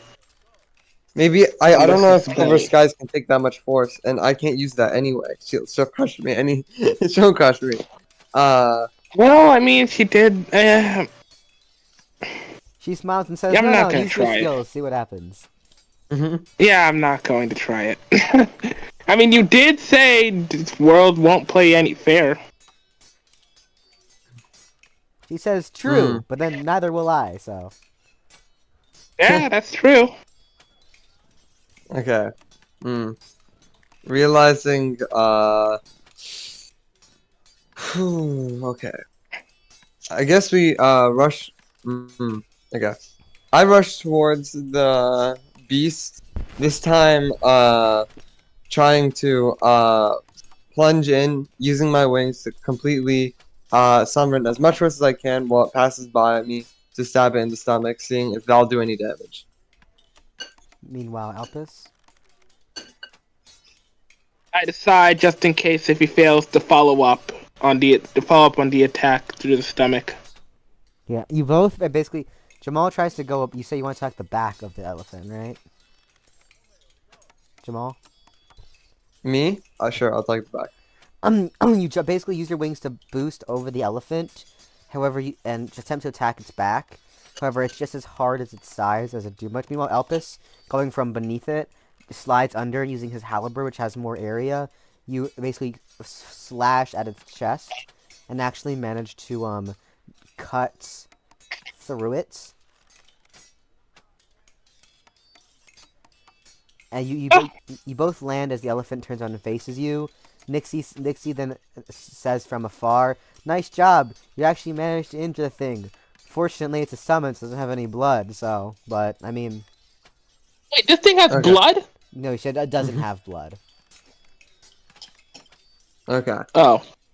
A simple wound won't be able to break it, but Is what she's saying, yes. But we Okay, could we have- definitely make that wound a lot bigger. Yeah. This time we do it again. Strike once more. I don't think we can No, get but both he's of us gonna in be. there. But knowing the elephant, he might. I mean, I also whisper in here in our world, elephants are pretty smart too. So I wouldn't doubt it if this one's a bit smarter than us too. Perhaps, but it is summon. I mean, we don't know if it truly has that level of intellect. It can't hurt to try. We have no other way. Probably gonna read us, but why not? Let's try it.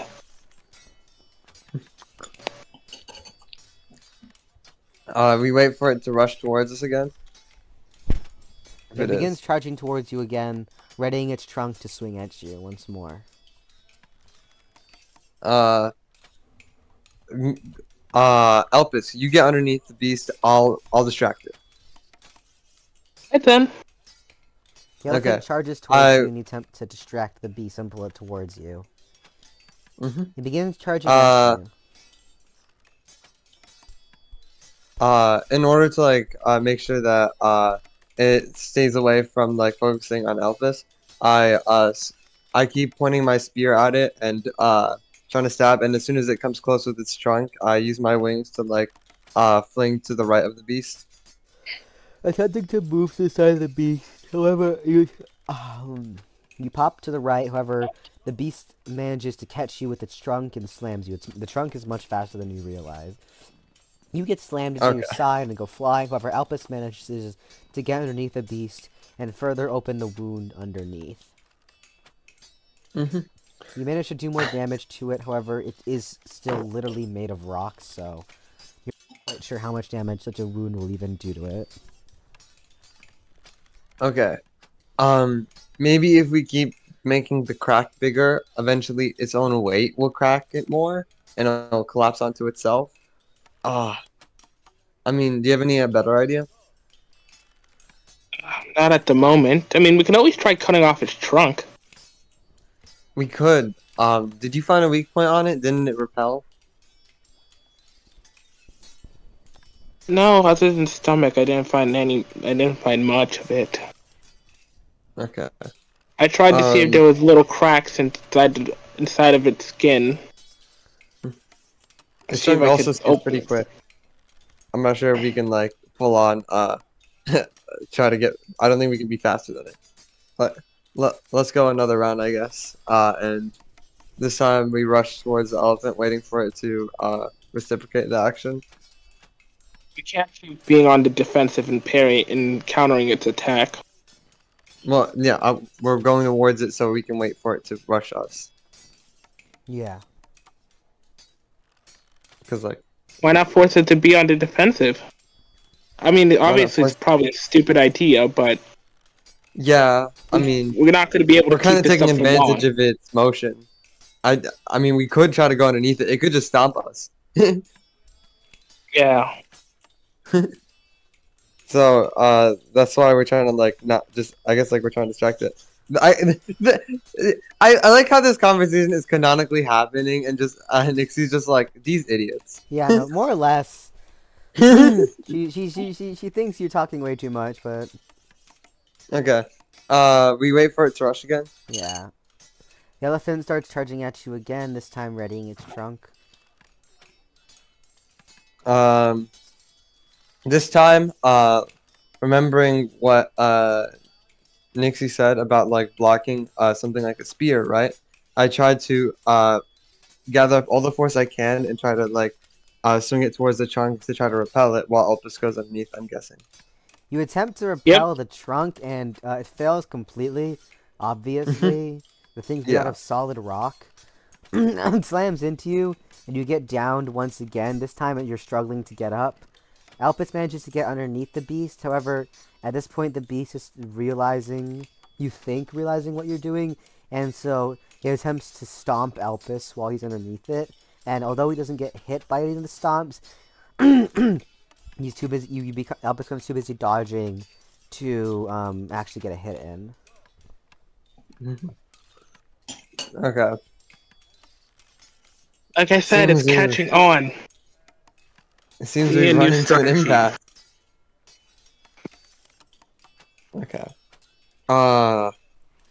Without any abilities or skills or anything, and with it barely being weak, I ask Nyx if there simply is a way to fight this that we just haven't thought of yet. She looks at you, laughs, and says, "It looks at you and laughs and says, I don't know, maybe." It seems to be torment for the fun of it, but She says, "Well, the point of this was to see who could last longer against it. So." Okay. Well, I guess it's survival, and we're working together. I think that shows like a greater communication. That's a skill. As you say that, as you explain this to Nixie, you don't realize the rock elephant coming at you, and it slams into your side again, yeeting you over, and Before it tries hitting me, I try blocking. before it even... it slams into Kylian, knocking you down. And at this point, Nixie says, all right, well, I guess Elpis wins." She laughs. The rock elephant dissipates as she unsummons it and orders Kylian to stand up and to join her over next to Elpis.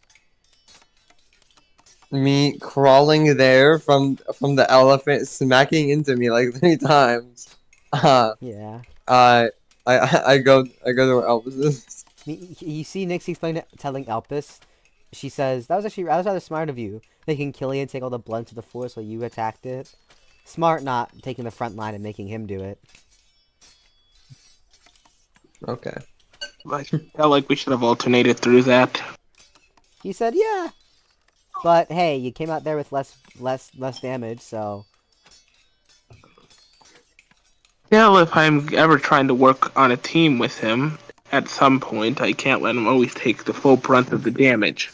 She thinks that's true, but the rock elephant is also completely invulnerable to physical damage, so. What the fuck? She laughed. How did I even open up that wound? She said, "Oh, I made that artificially by ordering the rock elephant to damage itself." Oh. Okay. She explains that, yeah, rock elephant can only be damaged by magic and or skills. Yeah, I figured it'd be funny to see how long you guys could last against him that you literally couldn't damage. Okay. I mean, that's just okay. I don't know about to say it, but that's Omega, so just. She laughs and says, the point was to mainly see how well you can hold up against an impervious foe. And she said, to be honest, you didn't do half bad. You lasted longer than I thought you would. She said the point of this is to realize, understand what to do in these kinds of scenarios. And even if your opponent is literally unbeatable, what can you do in an attempt? And the thought process of getting underneath its belly and cutting through it was the right one with your knowledge. So at the very least, you're quick on your feet and are able to think of a way around a normally much more difficult foe.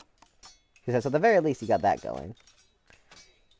She said, regardless, though, you should have realized the moment your blades weren't doing much damage in an attempt to find a way to do something else. Even if this other attempt was also useless, the fact that you were you found one thing and decided to stick to it may have not been the greatest. That's fair enough. She continues laughing. I tried to find other weak points to it. He continues laughing, saying that you two gave her a lot of, quote, useful information, entertainment, so you should feel grateful, essentially. She smiles evilly. I don't know. And saying, oh, what was that? I would never say anything like that. She says, good. She says, anyways, yes. Not a bad demonstration. She looks at you, she then orders you both to stand up.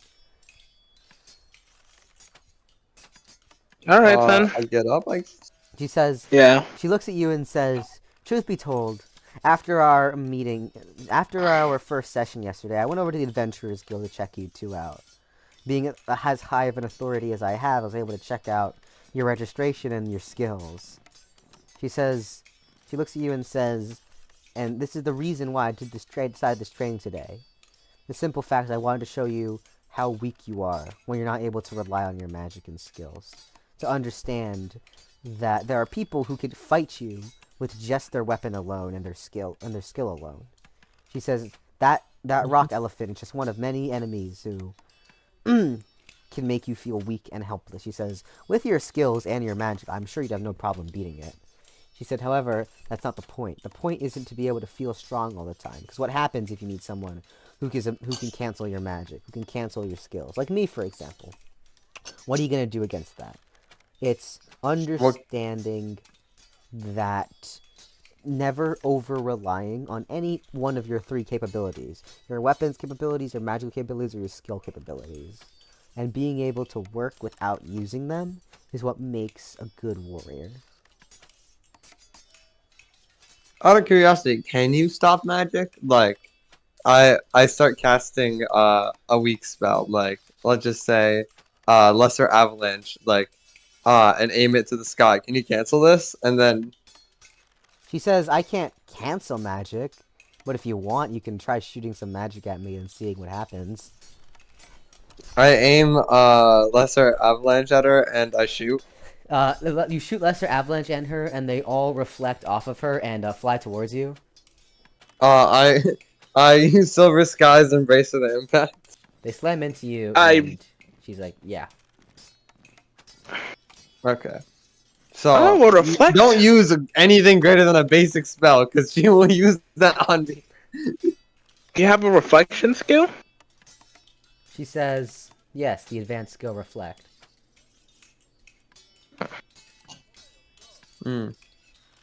Okay. Dude, if only Kenshin had that spell when he was fighting.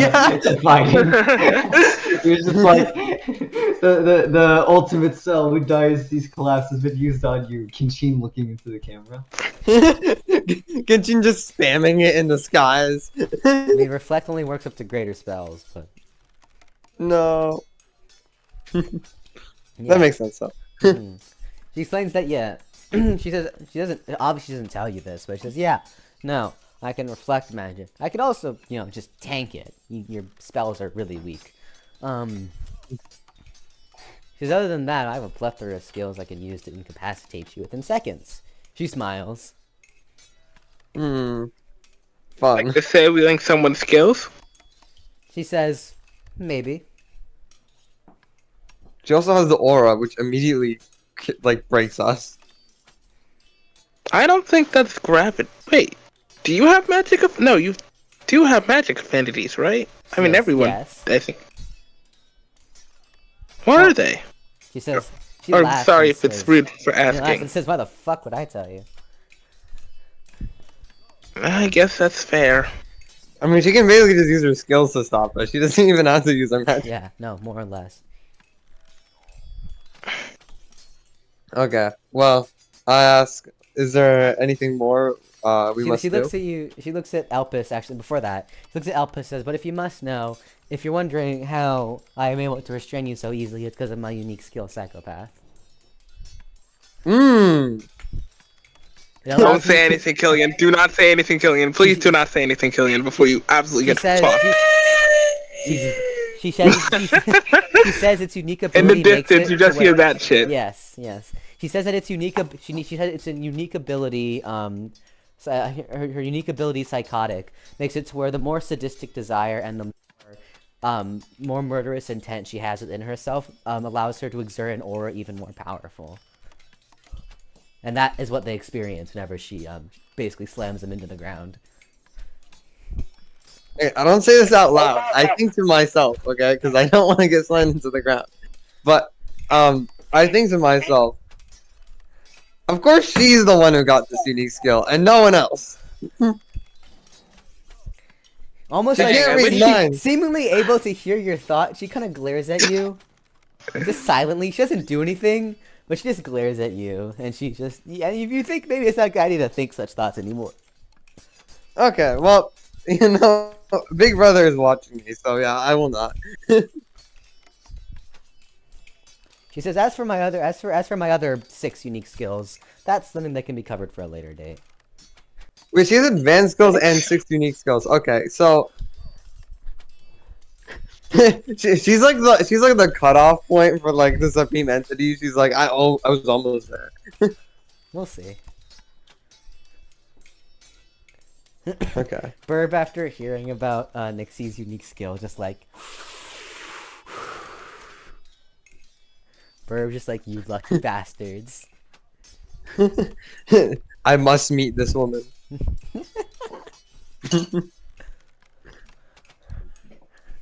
Okay, well, we continued the training. Yeah.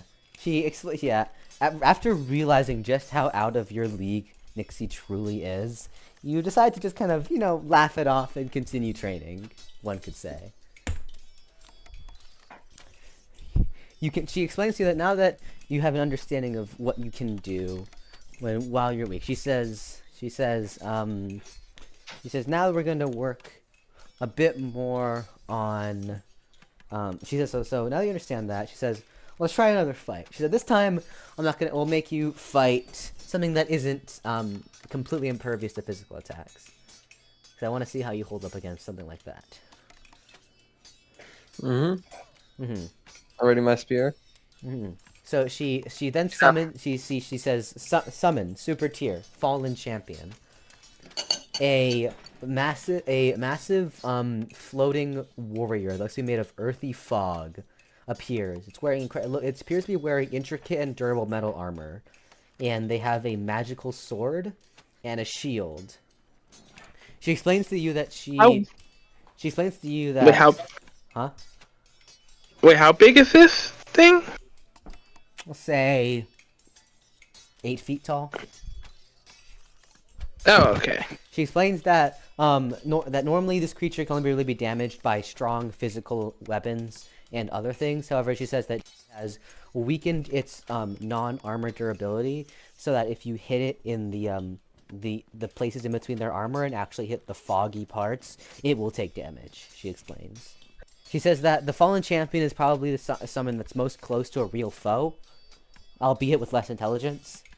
She says that unlike this one where she wants to see how long it can last, she says that she expects you both to actually defeat it, and if not, she smiles while releasing just a bit of the unique ability Psychotic to just lightly warn you what will happen if you fail.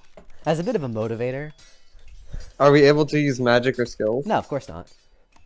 Okay. God damn it. Okay. Why would you lie? That's the whole point of this training, is to understand how to not. That's Rely on that. I know, Yes. but still. I am having the time of my life right now listening to Fuck this. you. I hope you understand. We're trying to live. Dread meets Nixie, like, you know what? We're gonna be great friends. I want you as my general. Marath meets Nixie. Oh, we're gonna be more than friends.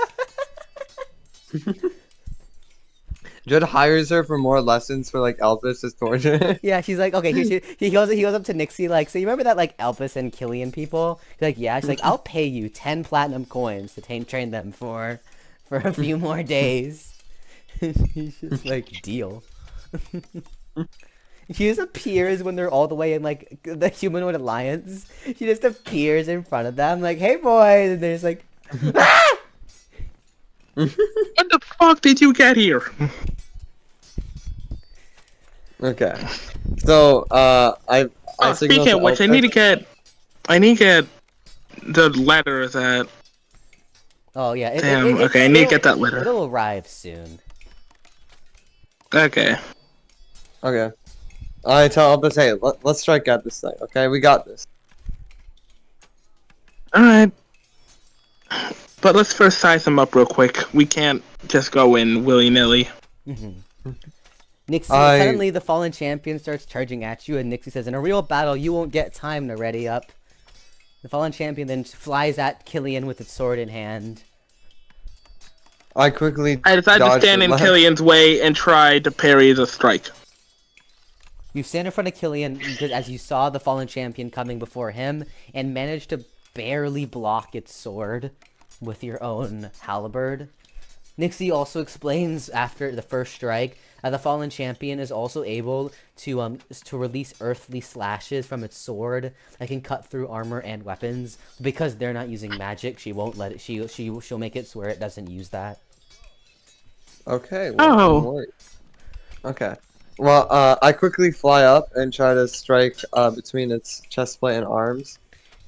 With Elpis parrying the first blow, you fly up above him and fly towards the champion, attempting to strike him between its armor. However, with such an obvious attack, it's easily able to block it with its shield.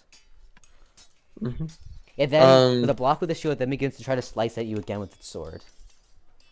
I quickly descend, trying to Yeah, you descend as get the back to sword ground. flies over your head, and you land back on the ground. I tell Alright. Elpis you probably have to strike this at the same time. Strike right, I'll strike left again. Got it. We gotta go quickly though. Yeah. Mm-hmm. With the fallen And then champion readying its blade again, you quickly attack from both sides, the shield blocking Kylian's attack. However, Elpis's blade manages to land within the armor, hitting it slightly. When you strike the fallen champion, although it looks like just its body is made of smog, you actually do feel like your sword is like cleaving into flesh almost, which feels odd. The fallen champion backs up and looking like it suffered a bit of damage, and begins readying another attack. Does it have any parry. faceplate armor? It has a helmet, yes. It's a helmet, okay. Is it? Um, Is the head made of fog too? Yes. Okay. I'll parry and you try knocking off that helmet. Okay. I fly up really high and try to do a dive attack with my spear into his helmet. Yeah, the fallen champion charges at you as Elpis parries its attack successfully, and you fly up attempting to slam into its helmet. However, it raises its shield and smashes you in the chest as you go flying through the air, almost feeling the wind getting knocked out of you for a second. Nixie then calls out... I follow up the... Can I follow up the attack by hitting the in between its armor while he's distracted by Kylian? You try to strike in the armor, however, it then adjusts its sword and manages to block your attack before forcing you back by pushing its sword towards you. Nixie calls out to Kylian saying, just because the only weapon it has is a sword doesn't... Actually, she says, just because the only blade it has is a sword doesn't mean it's its only weapon. Mm-hmm. I fly back. I'm just kind of thinking of Legend of Zelda here because, you know, again, he uses a sword and a fucking shield as a weapon, like both as a weapon. Mm-hmm. And God, I played too much Skyward Sword, and I need to go back to playing that game. This time I say that you strike the left side, I'll strike at this face again. It can't block both, probably, and it won't see it come. Okay. If it does have some sort of cooldown, I'll try following up from the back. You immediately begins flying towards Jamal, recognizing the opening it's created by shield bashing it. It raises its sword up, looking to bring the sword down.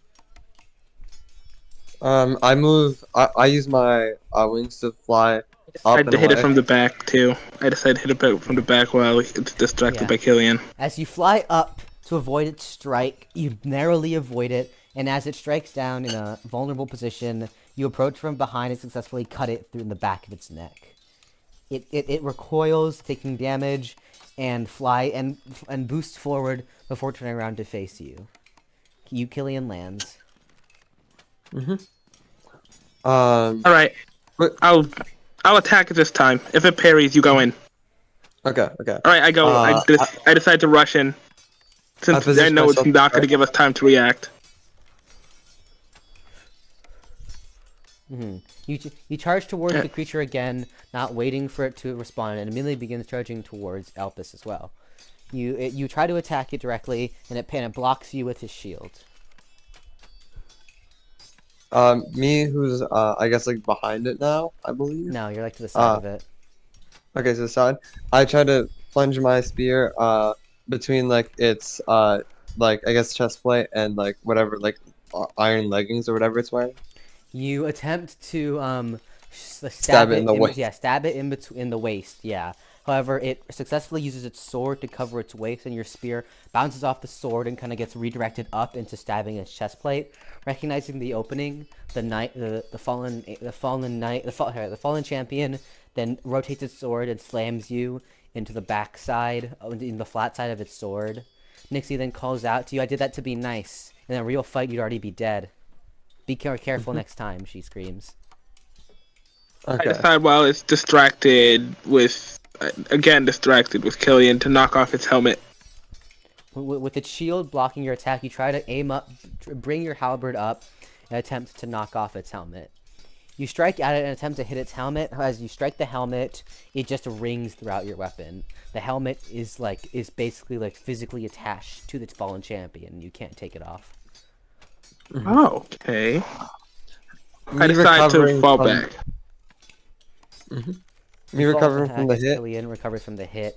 The fallen champion readies itself in a defensive stance. I slowly try to like push myself behind the fallen champion, waiting for Elpis to attack. You begin to rotate to the left and start moving around the fallen champion as it keeps its eye on both you and Elpis. I decide I'm gonna charge at it. I charge at it at the same time. You charge at it from basically opposite directions, and however, the fallen champion then extends its sword in front of itself and begins spinning into like a whirlwind, and it begins basically spinning while flying towards Elpis with its blade charged. I quickly sorry, go on. I said block. You try to block, but because it's the fallen champion is spinning so fast, you can't, because it's basically just like a fucking whirlwind of slashes, and it slams you in your side as you go flying. However, its back is currently to Jamal, and its spin attack has just ended. I go up and stab it again back in the back of the neck. You manage to get it in the back of the neck again, and you hear Nixie exclaiming, "Good coordination, but again, you're playing way too risky. If I had not made it use the backside of its blade, you'd both be dead by now." Realizing my that mind, we can't just keep, like my mind, just like I think I have like 3 chances before that happens. Maybe but depends on. Sorry, go on. Wait, keep going. Okay, maybe we can like try to fake out some attacks more instead of just like letting ourselves basically get hit. How else are we supposed to hit it if we don't take a few risks? I mean, I know it's not telling us to take risks, but at our current level now, I don't think we're gonna be able to try and damage this thing without at least one of us being hit. Wait, actually, let me try something. You keep on its toes. All right. I decided to rush at it with a flurry of attacks. Rushing at the fallen champ with a flurry of attacks. You don't land any hits. However, you preoccupy as it is forced to block all your attacks with its shield. I position myself against the wall, making sure to like try to get as much wind behind my wings as possible, and try to fling off of it as fast as I can into one of its crevices. Getting close to the wall, you then boost off of it, flying as fast as you can towards the fallen champion, who's still distracted by Elpis. I guess like I'd aim for the neck again, since it seems to keep aiming for the neck. There. You managed to successfully actually hit it because of its distraction, and you managed to deal a very deep blow to the fallen champion. It immediately stops its blockings of Elpis' attack and is now open again. Okay. Wait, it's open? Yeah, because it took damage from the strike to the neck, and it isn't able to block as it recoils. Okay, great. We both attack it at the same time before it recovers. Go. Yeah. I keep stabbing it in the neck while Recognizing the opening, you pull out your spear and continue stabbing it in the neck, whilst with its shield down, your Elpis is able to cut through its like limbs and whatnot. You manage to deeply injure it until it recovers, swinging its sword, and both of you are forced to back up and dodge. However, you look at it, and you can notice that its hands are wavering, and it seems to be moving slower. It's very clearly it's close to being defeated. Aim for the heart. It has the chest plate in the way. Fuck. Aim near the heart where the freaking thing is open. I try to bait an attack, realizing it's slower and I can probably dodge it now. You should have gone for the head. You fly towards the fallen champion, more confident. It attempts to block your attack, however, it manages to block it, but it's still very slow. Alright, I follow up on that with... I follow up on it. You follow up on Kylian's attack and manage to slash into its side, and it gets injured, it drops its shield. And then I quickly. Sorry, go on. Wait, am I at the back of it now? You're on the side of it. All right. I decide, since I'm on the side, I move to the back and decide to stab it in the back. You then raise up your halberd high as you can using the technique you remember from Nixie. You slam the halberd straight into the back of its neck. You manage to actually pierce the creature's armor and shove your halberd straight through and down through the beast. The beast lets out this weird roar. It sounds like the mix between a magical beast and something else, and it dissipates. Its armor falls to the ground with the smog disappearing, and the armor quickly dissipates into mana as well. You hear Nixie's applause as she walks towards you, and she says, "Not bad. Took you about 30 seconds longer than I would have liked, but not bad at all," she says. I high five Elpis. And high five him back. He says, yes. Celebrate. Although I'm a bit unfortunate. I'm a bit sad that I didn't get to punish you because you lost as I wanted to, but oh well. I admit, you did alright. Is class over for the day? No, not at all. Okay. What do you think this is, Kylian? It's been about an hour 30. I mean, what do you expect, Kylian? She's a psychopath. In a good way. She then looks at you and says, "What was that, Elpis?" I said it in a good way. He said, "Oh, really? Then please do tell. Because if you meant it in a bad way, well..." Please, the fact that you're I'd like to hear all the training amazing things about me. I mean, the fact that you're training us this hard, I mean, it's making us get a lot more better. Especially since... Yeah, it's more, like you said, I mean, a bit psychopathic, but it's a lot more, like, psychopathic training. She looks at you kind and of really says, intense. I'm not really hearing many compliments there, Elpis. Kind of sound like to me, like, you know what I mean? I'm saying I like how it I'm saying how I like how it's very intense. Really? And psychopathic. Really? Elpis, I've gotten hit like 4 times, please. She looks at you and says, "If that's the case, then I'd like to hear a bit more than why you like my training so much. Because, you know..." That sounded really... I'm not gonna lie, that sounded really seductive. You say that, you end up saying that out loud, and the moment you do, No. I didn't mean it like that. I didn't mean... No. I mean it to be out of character. I meant it to be out of character. No. There's a Freudian slip on your part, Elpis. You feel a turning sidekick to your gut like nothing you have ever felt before. And you go flying across the training field, whizzing like a fucking marble, all the way slamming into the walls. The next thing you know, she's in front of you, picking you up by your collar, saying, "You wanna repeat that?" Oh, ma'am. She then drops you, and you activate Psychotic, and you fall to your knees. And she says, "Would you like to repeat that?" No. Me eating chips in the corner, just be like, interesting. She cancels Psychotic, and you stand up. And she says, you can keep... She looks at you and says, "Regardless, you can keep dreaming." She looks at you and says, "You're not my type at all anyways." She looks at you. That's fair. She looks at you and says, "I prefer them a lot more obedient," and walks back to Kylian. Burb, it's your time to say burb. I think... What?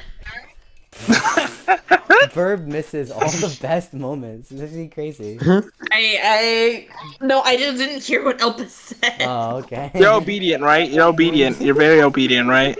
Right. Right. I don't feel like answering that for you, but like, Babies. yeah. See, it's at this time that my character's really just like, thank God I'm ace, and I don't say that stuff. I don't have those friends. I swear to God, it was supposed to be out of character.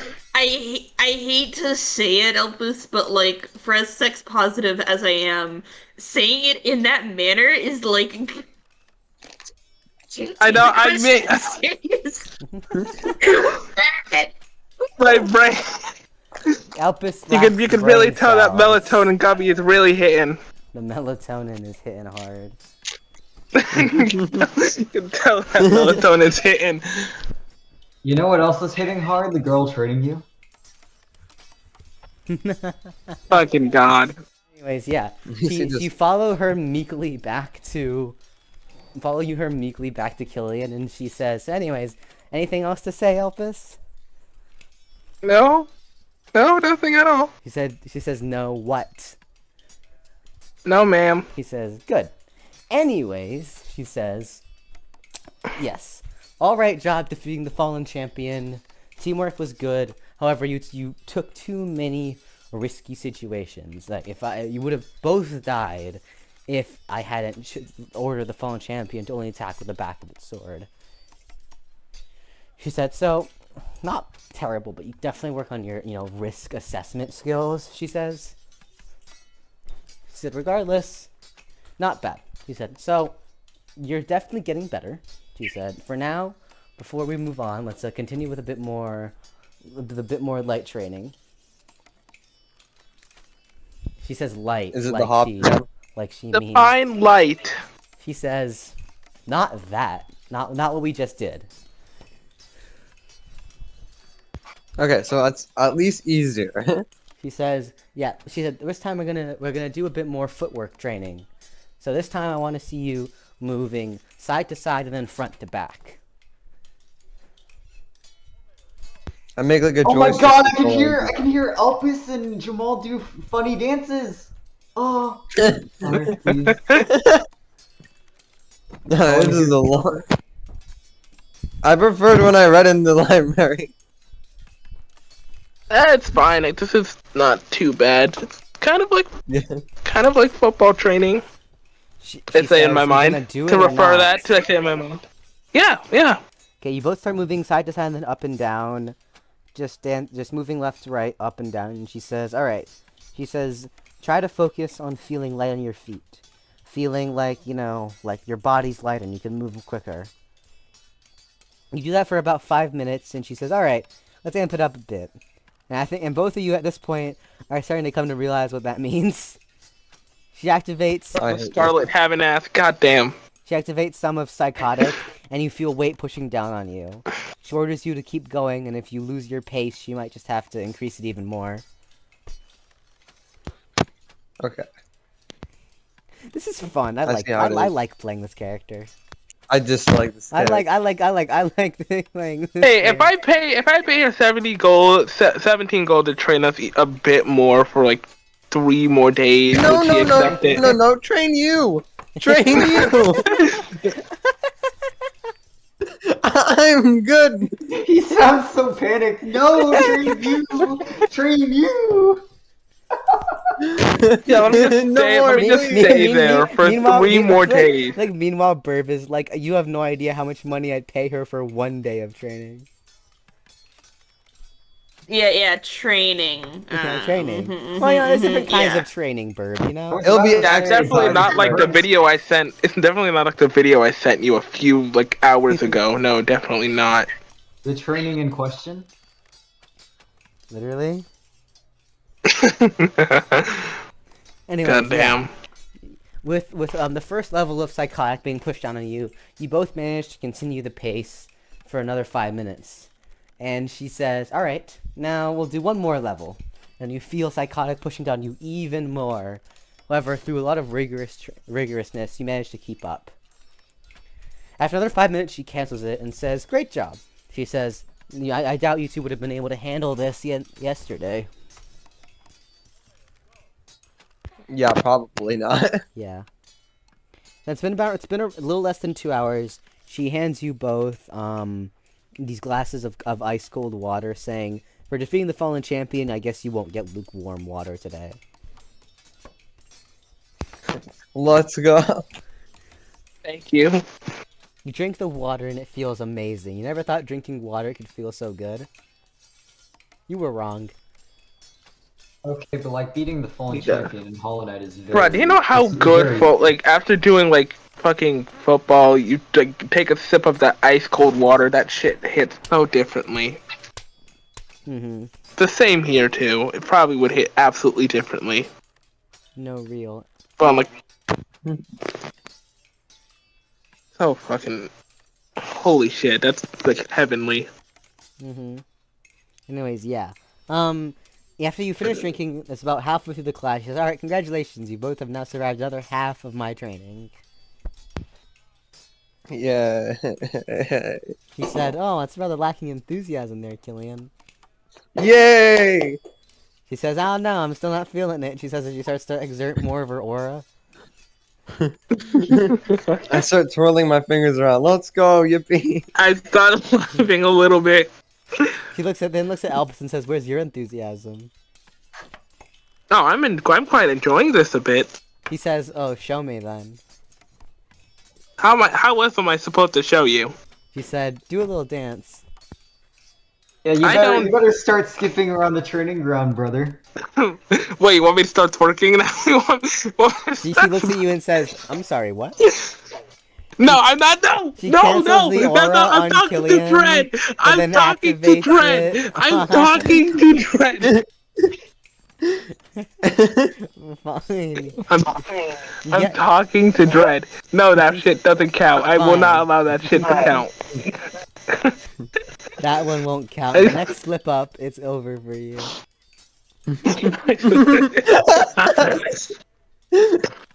These Freudian slips, man. You get these can't I keep mean, happening. of all like the NPCs I've played, this is the most fun I've had. Holy shit. I hate you. Wait, what does... Do you think we could find an image on Pinterest of what she looks like or no? I'll give it a shot. Yeah. I'll look for something while we do this. Anyways. Let's go. I mean, I don't really dance. I mean, if you want my enthusiasm, I can always try sparring with you again. He says, "Oh! That'll be fun." He says, "You sure?" Why not? She says, Be a lot of fun. I Not grab popcorn. getting tossed around. Oh, don't be sitting there, Kylian. You're next. No. I didn't volunteer. God, I've actually turned to a full-blown masochist. Fuck. You already are.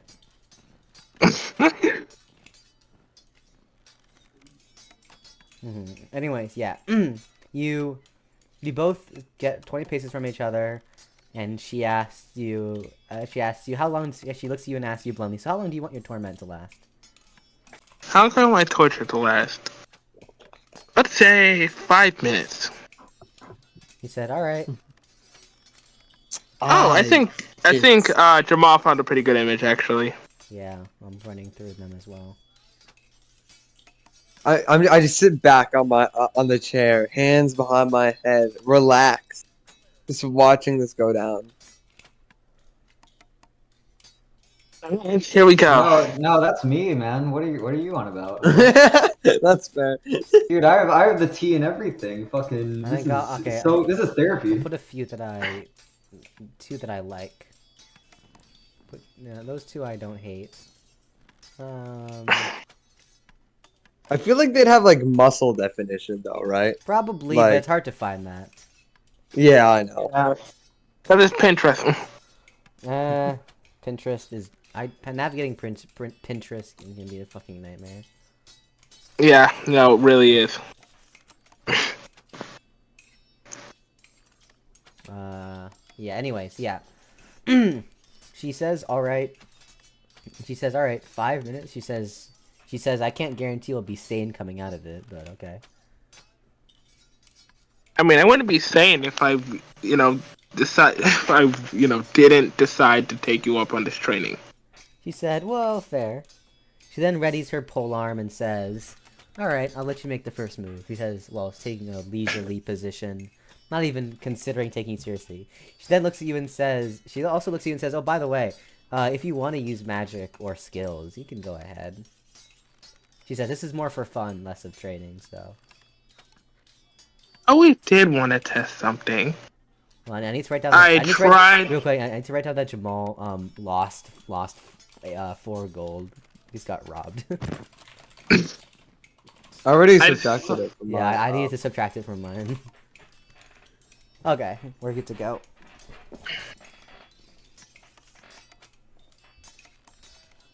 Alright. I decided I wanted to see what happens if I would infuse my magic with pure magic with my weapon. You attempt to. I mean, okay. I'll tell you this now. This is not going to end well for you. I said attempt. This is my only first attempt, so I mean, how bad can it be? You attempt to pour. Recalling what the book said, you attempt to pour pure magic into your weapon. As you try to do it, you feel your pure mana pouring into the weapon, into the manulin of your halberd, and Nixie looks at you while you're trying to do. She smiles and says, "Trying to infuse pure magic, are we?" She says, "Well, if your weapon explodes, don't expect me to recompensate you for it."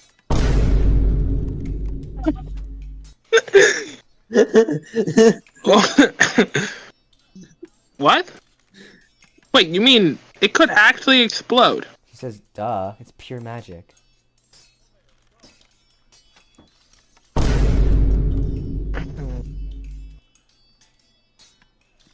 Well, it depends how much I can pour into it.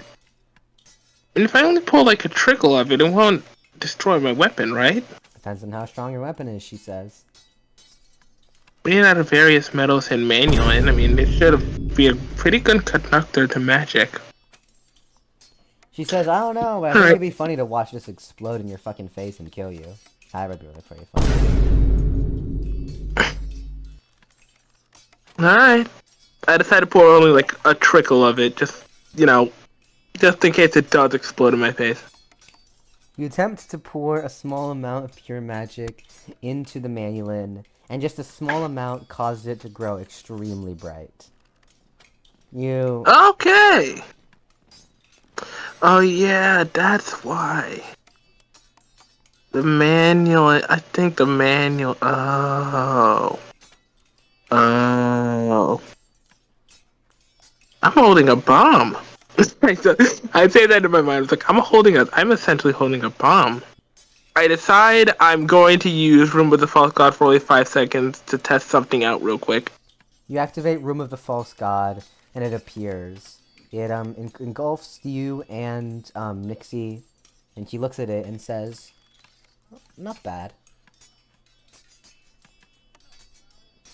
And as I get ready, as I look like I'm about to attack, I tell in my mind to command a room to teleport me next, like move me next to why can't I remember names? Oh yes, because the fucking okay. Maybe you should have taken the fucking melatonin. Yeah, I should not have taken that melatonin. Dumbass. Wait, who's name? Nixie, you dumb fuck. Nixie. Decided to move. You forgot I Nixie? told him to move me next to Nixie. I'm sorry if all I could remember is psychopath. Wait, did you not write it in your memories? Write that in your memories. I think I did. I'm gonna write my memories after. Just fucking. Oh god. Hello. Oh, a new person. Hello there. Oh, hi. Yes. Es el nuevo persona. What? It Don't- means Oh, no. greetings. Yeah, no. Don't question it. Yes, I'm simply here. Yeah, Hello. we're just doing a part of lore, where Elpis is getting No his problem. shit kicked out of him by their trainer. Ah. Yeah, basically, in this lore session, this is when Elpis and Kylian, or Cyber Jamal, have met up. Their characters have met up, and they're trying to I become see. stronger with their weapons. And so they hired a trainer to teach them. But their trainer ended up being like a hyper sadistic, really powerful drow elf that is like bullying them constantly. So this has been going on for 11 hours. This current session has been going on for 4 hours and 30 minutes. Dread Wait, session. 4 hours? Yeah. Oh, it's 4 a hours and continuation. 30 minutes? Yes. Okay, The if you fuck? if you, sub- Yeah, if you, that if seems you about right. subtract the dread lore, then it's probably closer to 4 hours. I mean, that's still. I think that you sure? almost I'm beats pretty- the I'm record. pretty- No, Burb's record is like 5 hours. Okay, we're going till 12 o'clock. This is Are you this sure? is gonna hurt. Can you Let's go do to it. 12? Are you sure you can do that with those melatonin gummies you ate? Yes. I mean, okay, I'll be honest, Elpis, if you do it with melatonin, I will be impressed. I will be supremely impressed, but alas. Let's fucking do it. I'm about to beat the third Pantheon on the final binding. Oh my god. We just have to get through the training, Sarge. Okay, More or well, less. I just wait. I wait till Elpis gets beat the hell out of. All right, yeah, but as I swing down, I tell the room to teleport me near Nixie. You raise your sword up and attempt to slash down, and as you're going through, you order the room to teleport you to right in front of Nixie.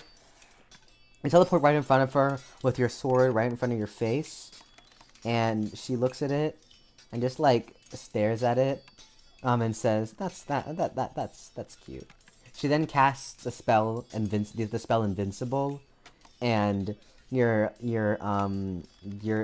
halberd just bounces off their head like you just attacked a brick wall. Seems. Would like to assume that's a unique skill. Ooh, No, Elpis, it's you a got this. spell. And then The spell, okay. She then casts another super tier spell, Plate Cracker, and opens the ground beneath you, creating a massive ravine that you fall inside. She says, "I'm gonna close it in 2 seconds. You better fly out before you get crushed." All right, I fly out. I tell the room to teleport me out the room, or not the room, but the cavern that was created. You're too far down in the ground. The room doesn't reach that far. Can I try resummoning the room in the crack? No. Okay. All right, I decide to fly up. You fly out, and just before the 2 seconds ends, as you just manage to get out of the crack before it slams shut, almost crushing you. She laughs, and just as you get out of the ground, she then rushes towards you, and then stares in front of you before you can do anything, says hi, and then slams her fist into your cheek, sending you flying. Before you can get back up, she says, nice unique spell. She says, and then she closes her eyes, and for a brief second, she closes her eyes and activates some sort of skill, and then it appears to be from what you can tell, mana appears to be flooding throughout the room, and the room of the false god shatters and breaks. She then looks at you and says, that unique skill of yours seems pretty powerful, able to allow you to basically control anything. She says, however, it seems to be running on your mana pool, and so I figured, what would happen if I overloaded it with mana? And she said, and then it just shattered. You realize that she's cast like 3 super tier spells, and had enough mana to completely destroy Room of the False God, and so you're starting to wonder just how much mana does this woman have. She then throws your weapon back to you after you dropped it and says, "Well, are you gonna attack again?" I'm not one to quit. All right, I pick back up my weapon, and this time I decide to use one of my wind spells. I think it was. I know. Oh, let me pull out my wind spells. Have your doc open it. Yeah, that's what I'm doing, dick. No. Okay, well, I thought you had it open. No, I'm on my phone right now. I'm just. Oh yeah, that's right. Yeah. I decide to use lesser spell. I use lesser spell Gus intertwined with Day. You attempt to. And I charge at her. You attempt to use Gaze and combine with Gus. She doesn't seem to know what you're doing, but as she covers her, she does actually appear to get slightly dazed. And using my wings and my halberd, I decide to rush at her. You charge at her as fast as you can, say that she's dazed, and you throw the halberd at her. However, she just catches the blade itself in her hand, and then just kicks you back. She shakes her head in her hands a bit and says, "That was actually pretty close." She kind of laughs a bit and says, "You know, a little known fact is that there are actually different kinds of rank. Even amongst the unique skills, they are ranked.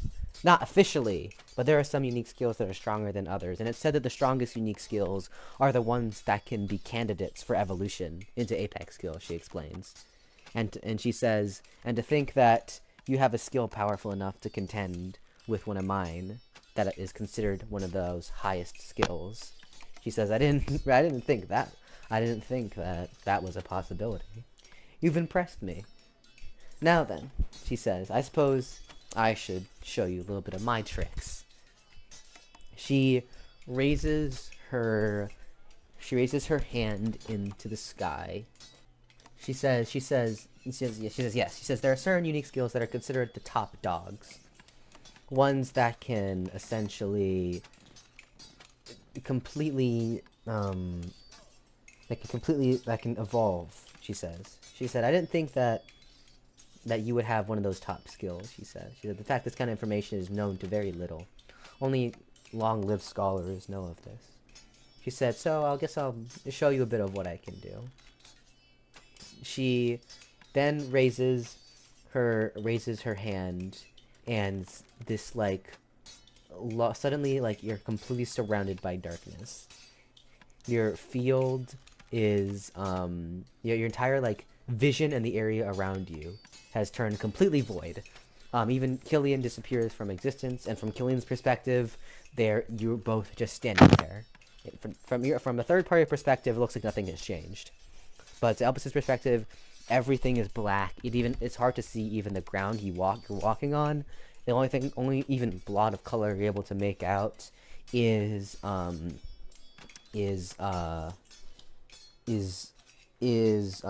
Nixie. She says, this is my strongest unique skill. She explains, Void Lord.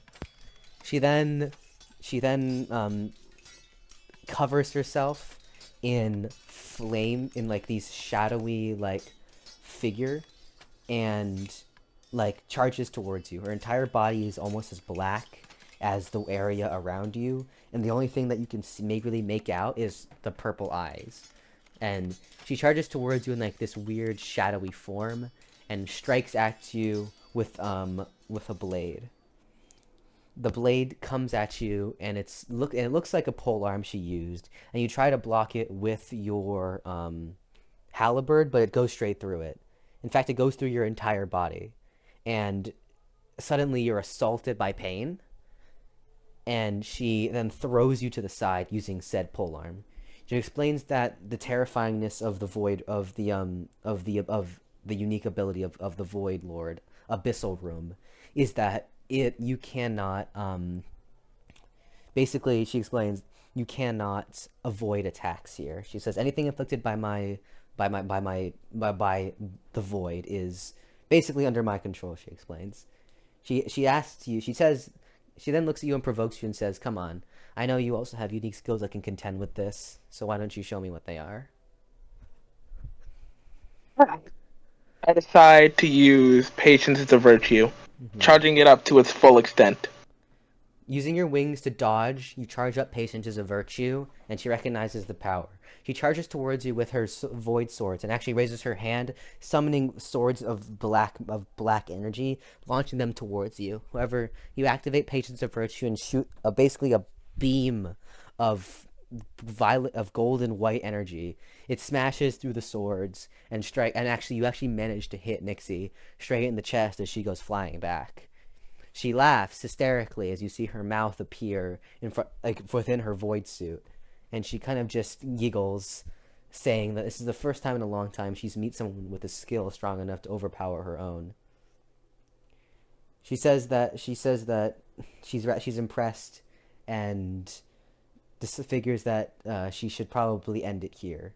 She then activates level 6 of Psychotic, and you fall to the ground. And then she then looks at you with her sword in hand and says that you should be grateful that you managed to make her get serious. And she charges towards you and slices straight through your neck. And the next thing you know, you open your eyes and you're on the ground, completely fine.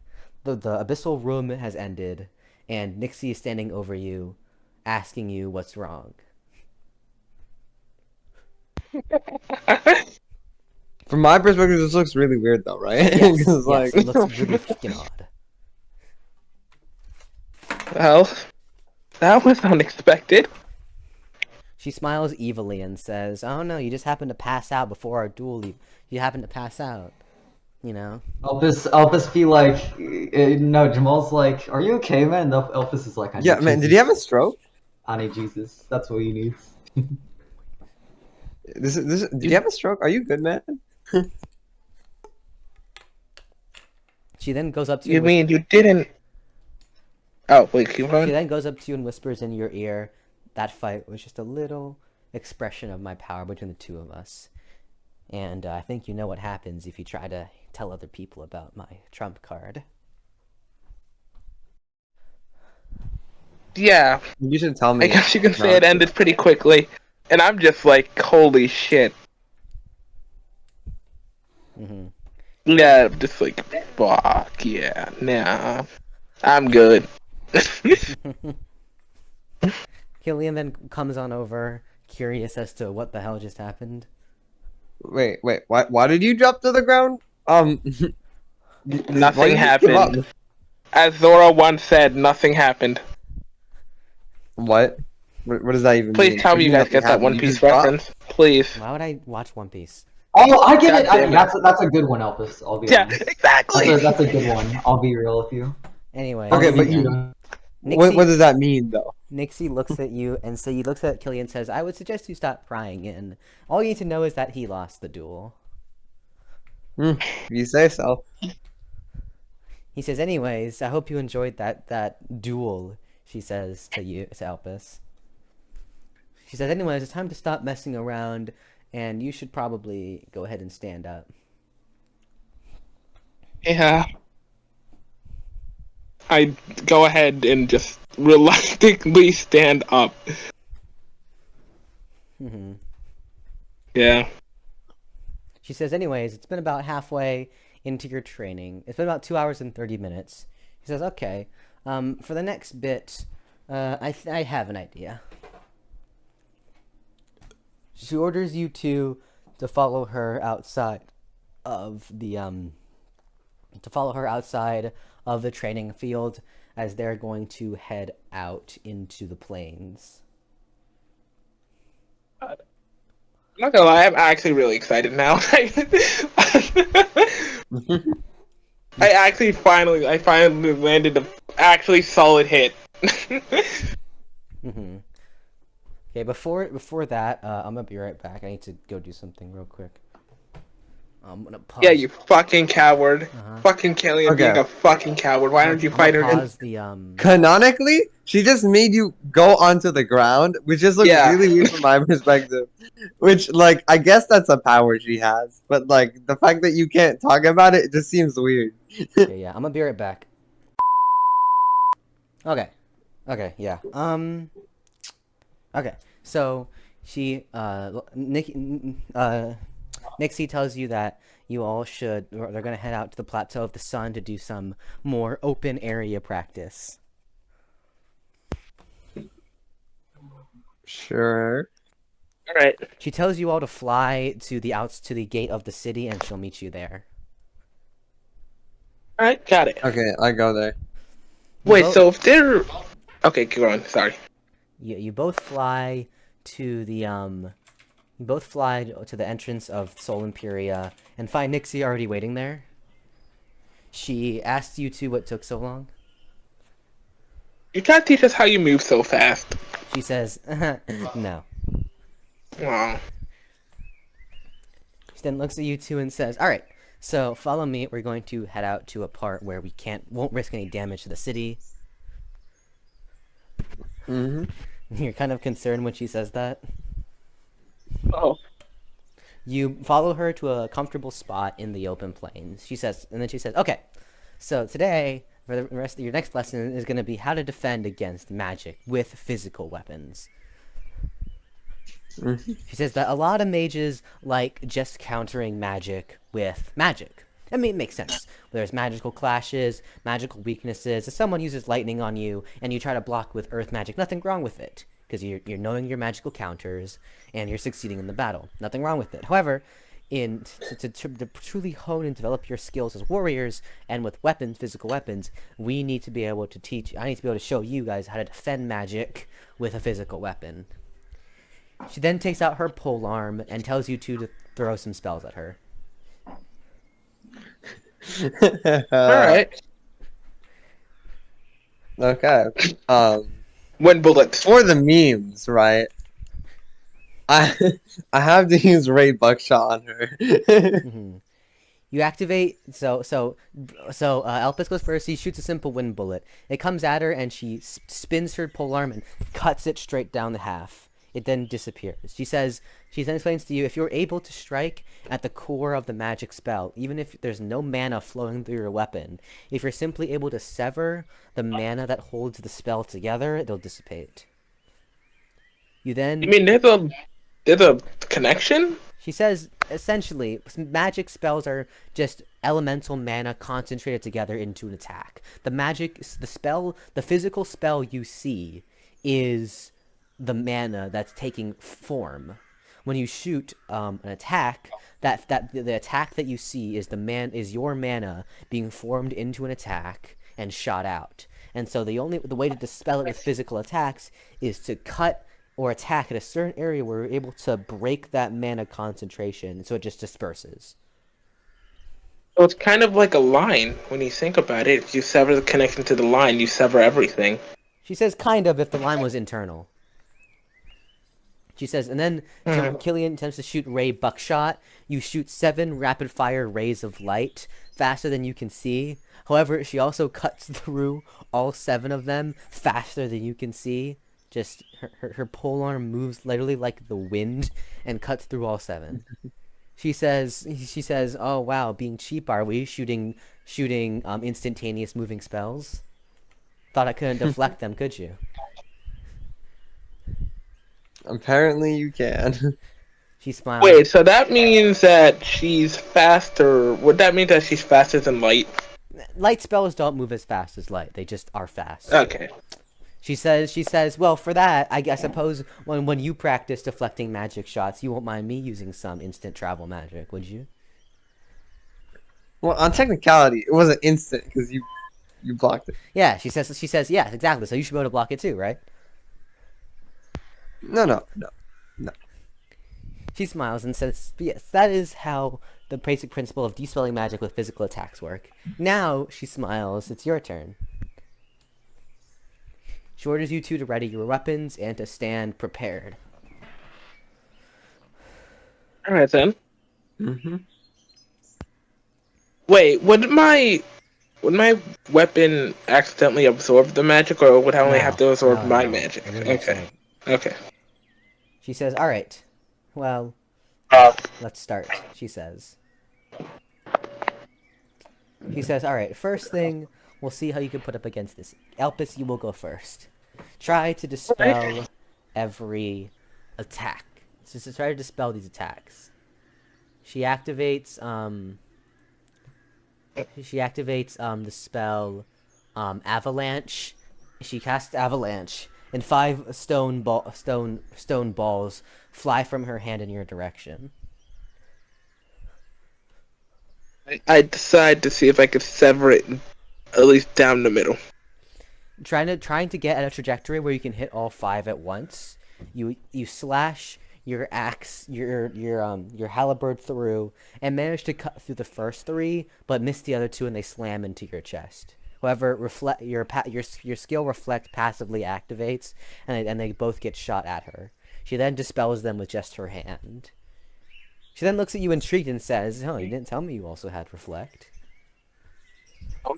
I mean, hey, if you're keeping secrets, why not me? Why don't I keep a bit of secrets myself? She looks at you and smiles. She looks at you, smiles sweetly, and then says, "Because if I wanted to get anything out of you, I could just torture you until you said something." I guess that's fair. She then goes back and says, "All right." Then she looks at Kylian, and she starts to smile more devilishly, like, "All right, your turn." I'm not gonna like this. No, you will not. She then says, "All right, try deflecting this." she activates the greater spell Stone Lance, and a massive lance of stone appears in her hand, and she throws it towards you at high speed. I quickly use Silver Skies and try to aim my spear in to like I guess meet the lance in the air. Yeah. You try to meet this lance, basically trying to stab through the weakest part of the spear at the lance at the tip, and to your surprise, you actually manage to dispel most of it. It doesn't completely dispel, and some it breaks off into smaller chunks, some of which slam into you, but they don't hurt you as much as the lance would have. Yeah. She says, "Okay, not bad. You both did a good job at dispelling greater spells. I thought that maybe starting with greater would be too much for your 2 weak asses, but I suppose not bad." She says, "All right, so time for another one." She says, super spell. Okay. She says, "You two, oh, yeah, you read." She says, "You read my mind." Oh god. She then tells you two you're gonna have to work together on this. She then raises her hand, and a massive golden bronze portal appears above your head, and she casts, whilst looking at you with a sadistic smile, Meteor Falls. The next thing you know, countless meteors are flying out from the portal in your direction, and although they're slow, they are large. And she says, if you can dispel 10 of them, I'll cancel the spell. Okay, I quickly fly into the air and try to strike at some of the meteors and cracking them. Follow behind. Flying up to the sky, not wanting to see what happens when the meteors actually hit the ground, you head up to one of them and manage to stab into the meteor. It takes a bit, but the meteor gets dispelled. You manage to dispel one. I go after another one. Yeah. Meanwhile, Elpis also goes towards one, and you attempt to smash into it with your halberd. However, it doesn't seem to work. You try one more time, and you manage to dispel it. You continue at this and you manage to dispel 5.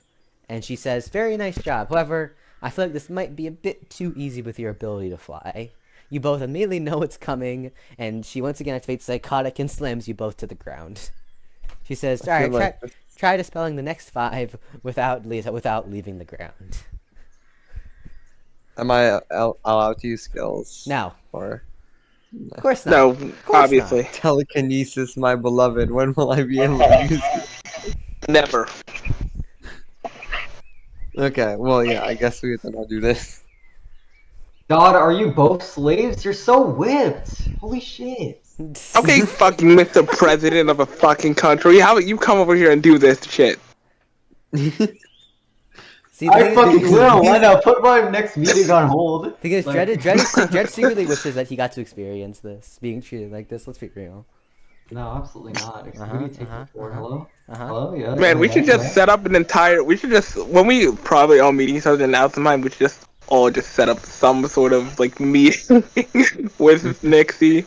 Just all do some sort of joint training. She'd still kick the shit out of all of you. There is no one currently who including could you. Take her on. Yeah, no. Yeah. Yeah, you don't mind, Elpis, if I just how do I say this? Bring the Secret Service to the meeting, because I'm not gonna be sure if I'm gonna be allowed to come by myself. No. Yeah, no one currently is strong enough to take on Nixie. Not at all.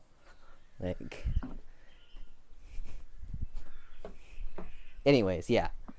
You're both grounded, and now you have to dispel the meteors from the ground, meaning you have much less time to hit them before they hit the ground.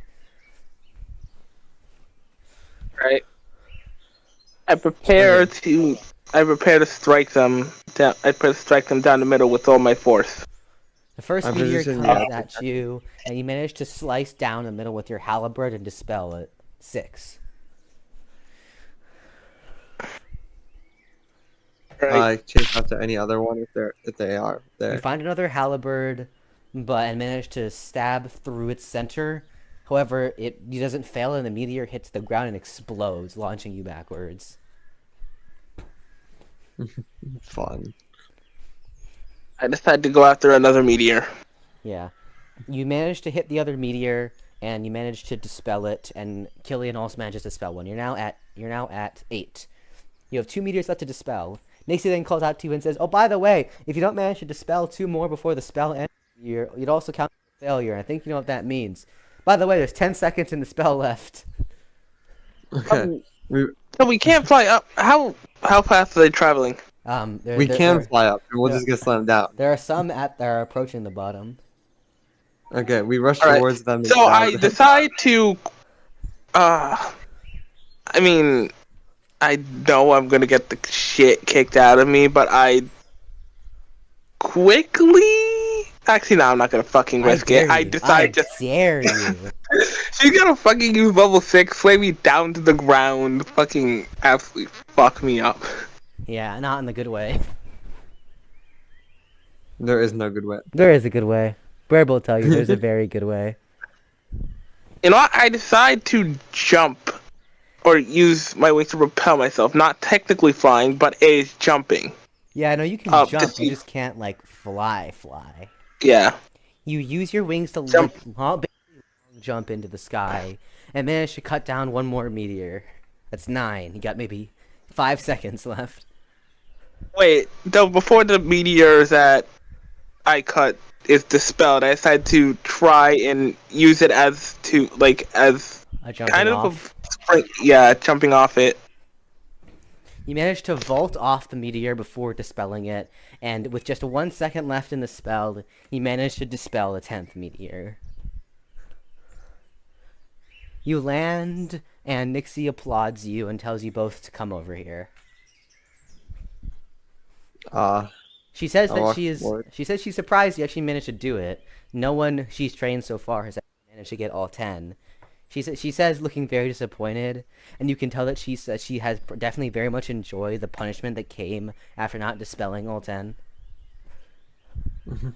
What were you planning on doing if we didn't dispel all 10? She just winks at you and says, "Would you like to find out?" No. She says, "Oh well." No. She says, "Anyways, yes, you didn't do a bad job. However, Kylian, see, while Elpis managed to successfully utilize his natural skills to get up and dispel the last 2 meteors, what the fuck were you doing?" I was reaching for them. He says, "Where are you now? You know, Elpis actually put in a lot of effort getting rid of a lot of meteors. You know, you seem to be slacking a bit. Perhaps my training isn't strict enough," she thinks. I attempted, That has to count for something. She says, "Oh yeah, you attempted, but you could have done better. I think I should probably up my training for you next time." This is unnecessary. She says, are you challenging my authority?" No. No. I've done no such thing. No, then please say, "Thank you for the more extreme training, ma'am." Thank you for the more supreme training, ma'am. Good. She then said, "Okay, so you two have definitely gotten more of a handle of how to dispel magic with physical weapons. Very good. At this point, it's like you have about 45 minutes left." She says, "Okay, with the time left, you know what? I think we should do like a progress check." She said, "With the last 45 minutes, I want you two to spar. Again, you can only use your wings and your weapons. I want to see how much you two have improved since yesterday." She says, "Oh, and it goes without saying, the person who loses is gonna have a lot of fun." She says while smiling. All right, when do we start?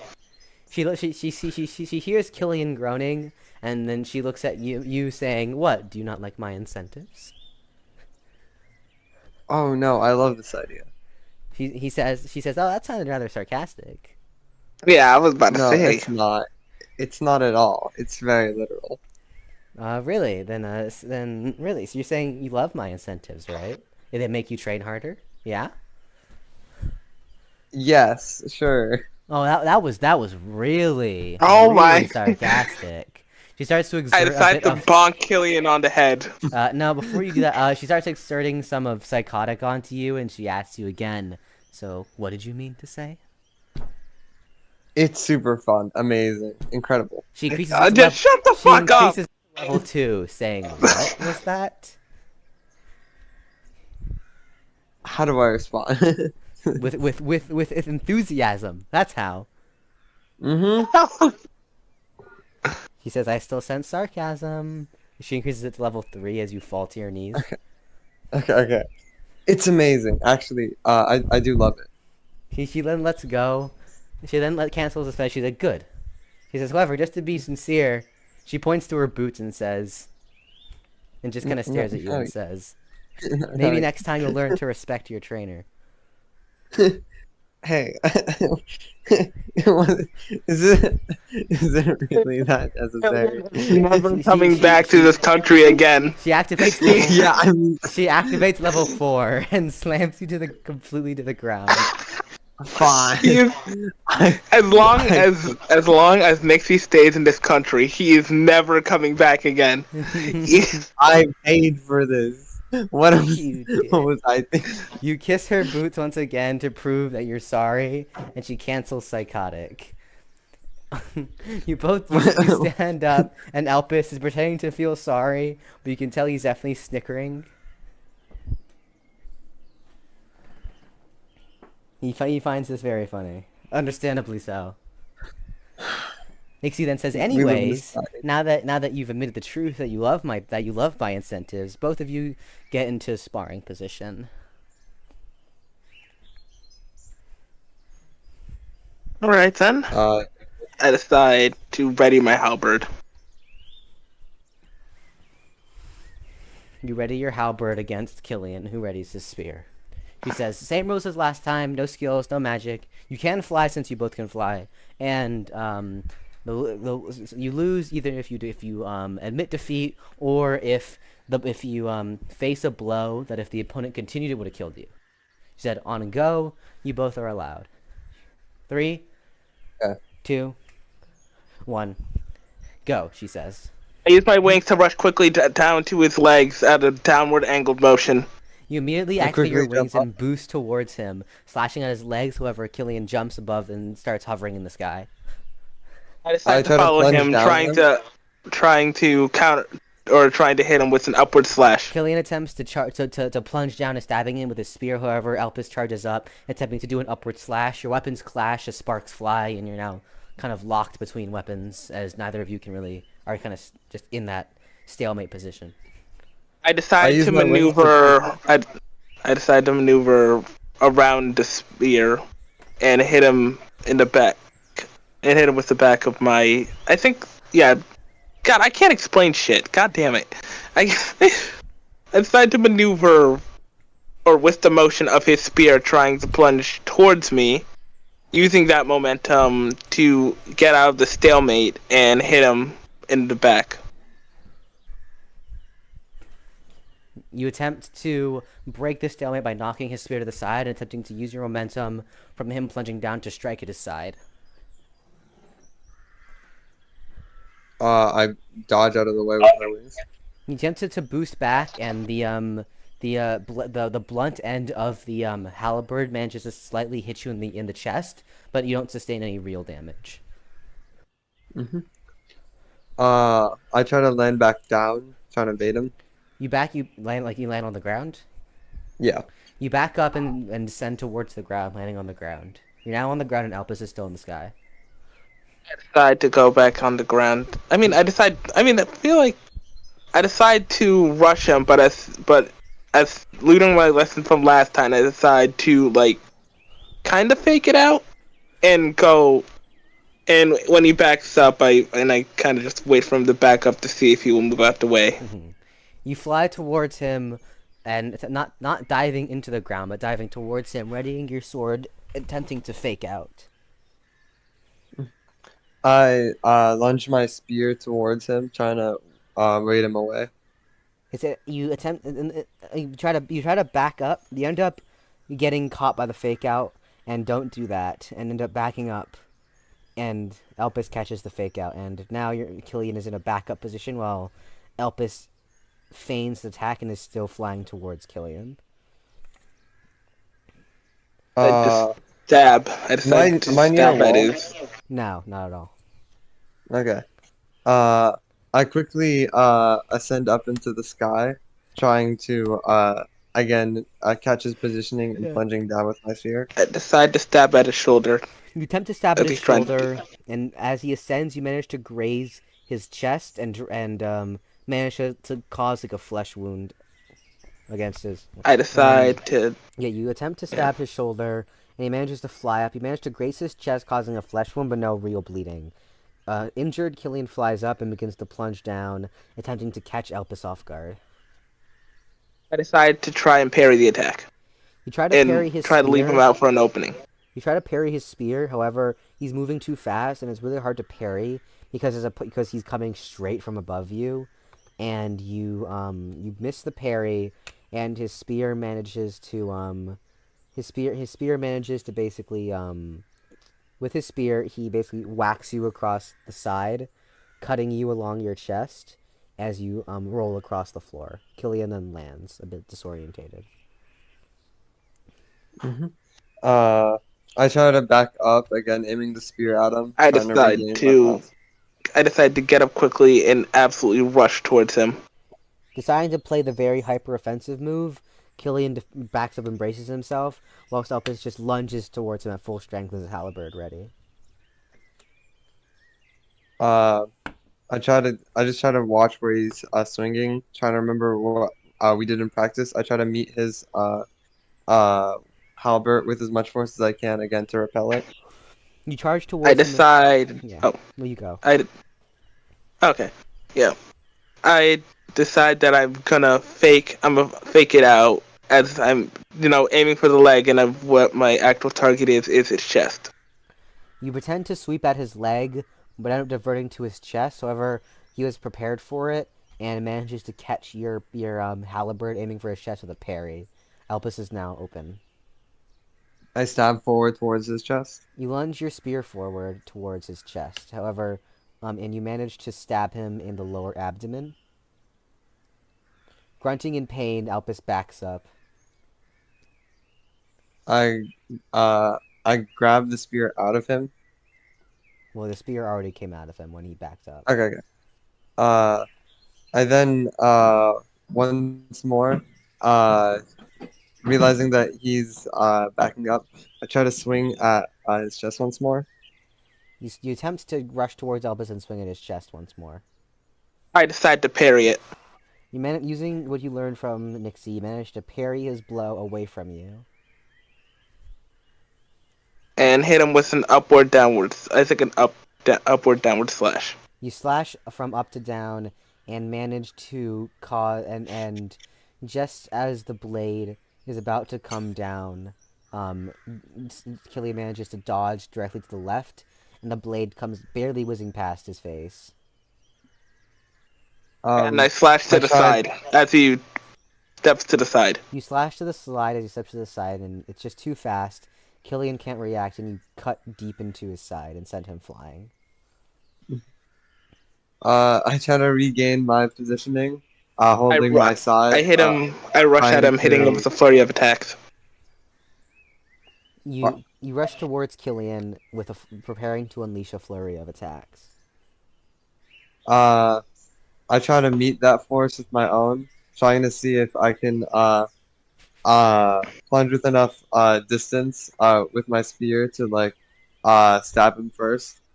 You both charge at each other, attempting to stab the other beforehand, and as Elpis's halberd comes down on Kylian's face, and Kylian's spear rushes towards Elpis's heart, you both suddenly feel a massive weight as you both immediately get slammed to the ground. Then you hear Nixie saying that this fight is over. She cancels Psychotic quickly, and you both stand up.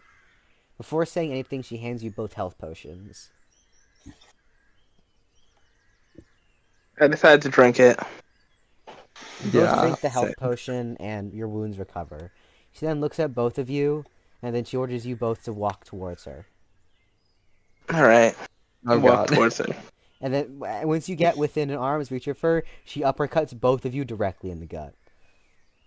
What was that for? You both fall to the ground, and she starts screaming at both of you, saying, "Your best strategy was to really mutually assured destruction each other?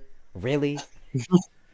You really were going to let... looks at Kylian first and yells, you really were going to let his axe just cleave through your head? And then looks at Kylian and looks at Elpis and says, really going to let his spear just run through your heart? The fact that both of you just completely gave up your defense and your own lives just in an attempt to kill one another completely disregards the whole point of fighting, why we fight as warriors.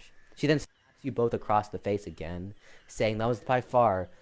she said that everything else up until that point was much better than it was yesterday. That their fighting had definitely improved and their control over their spears had definitely become a lot better. She said, however, that last attack, completely disregarding each other's lives for the sake of, even if you knew that I would intervene and stop you, the fact that both of you were so willing to just give up your own life and attempt to take the other for the sake of a duel means that you two quickly crack under pressure and completely disregard critical thinking and the lives of the person you're fighting against.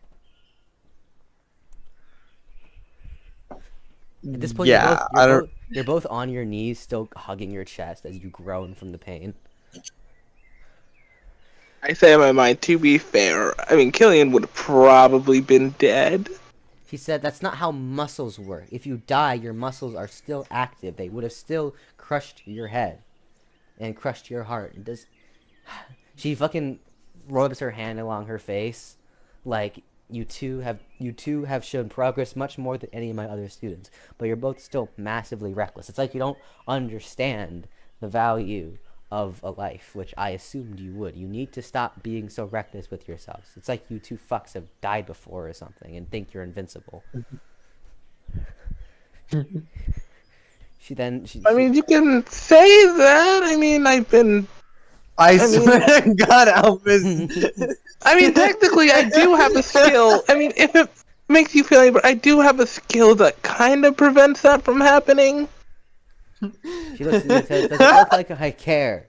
If you were relying on a skill not to die, then you're a waste of a warrior. I guess you're right.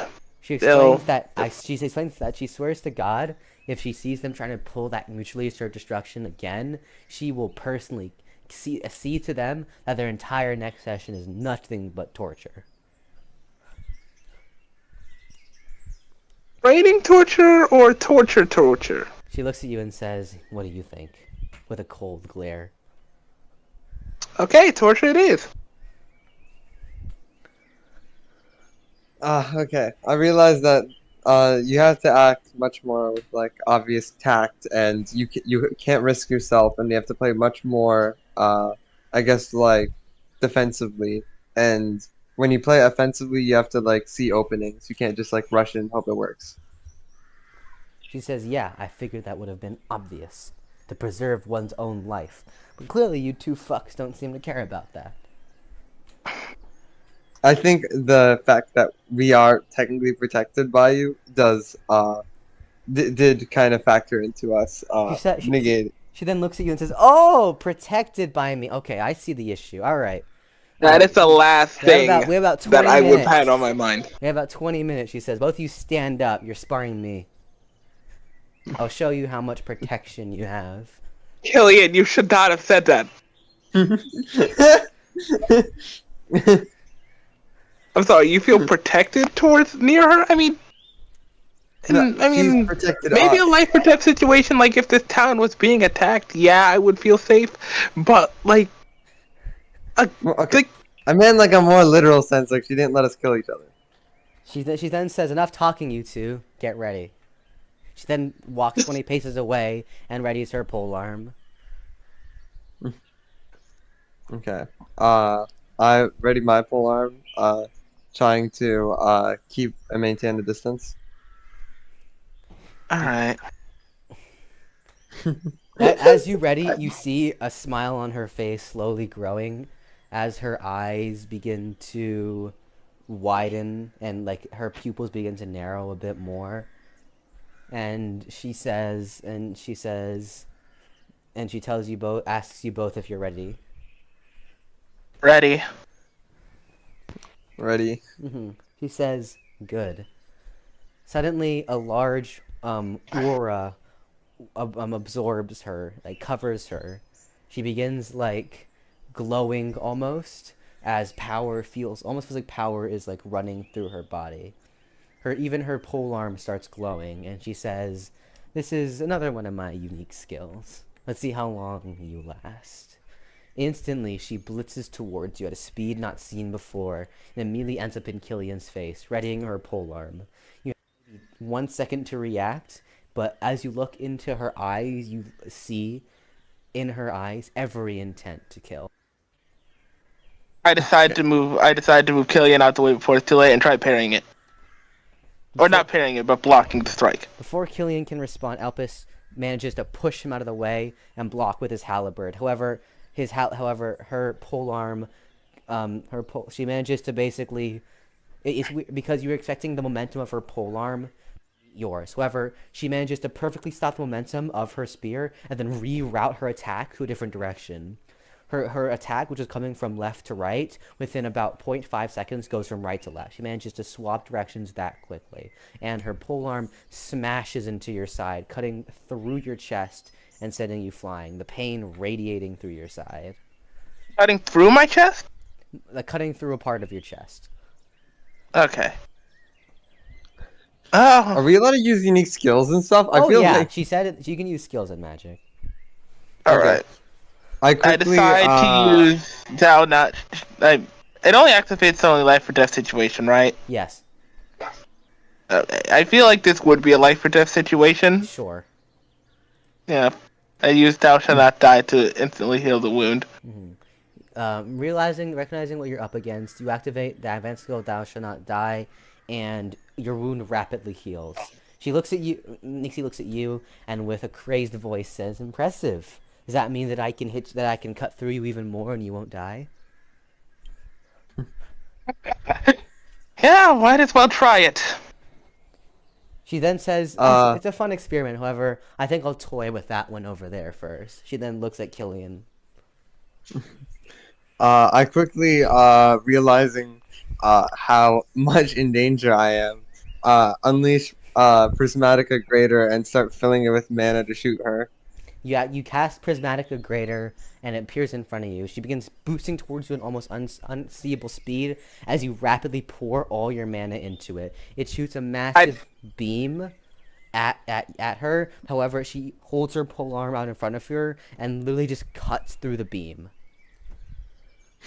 Okay, apparently you can do she that. Then approaches you and attacks from underneath you in an uppercut, knocks Prismatica into the air and stabs it with her polearm, shattering it completely. She then does a 360 spin and slams her polearm with the flat part into your side, sending you straight into a tree.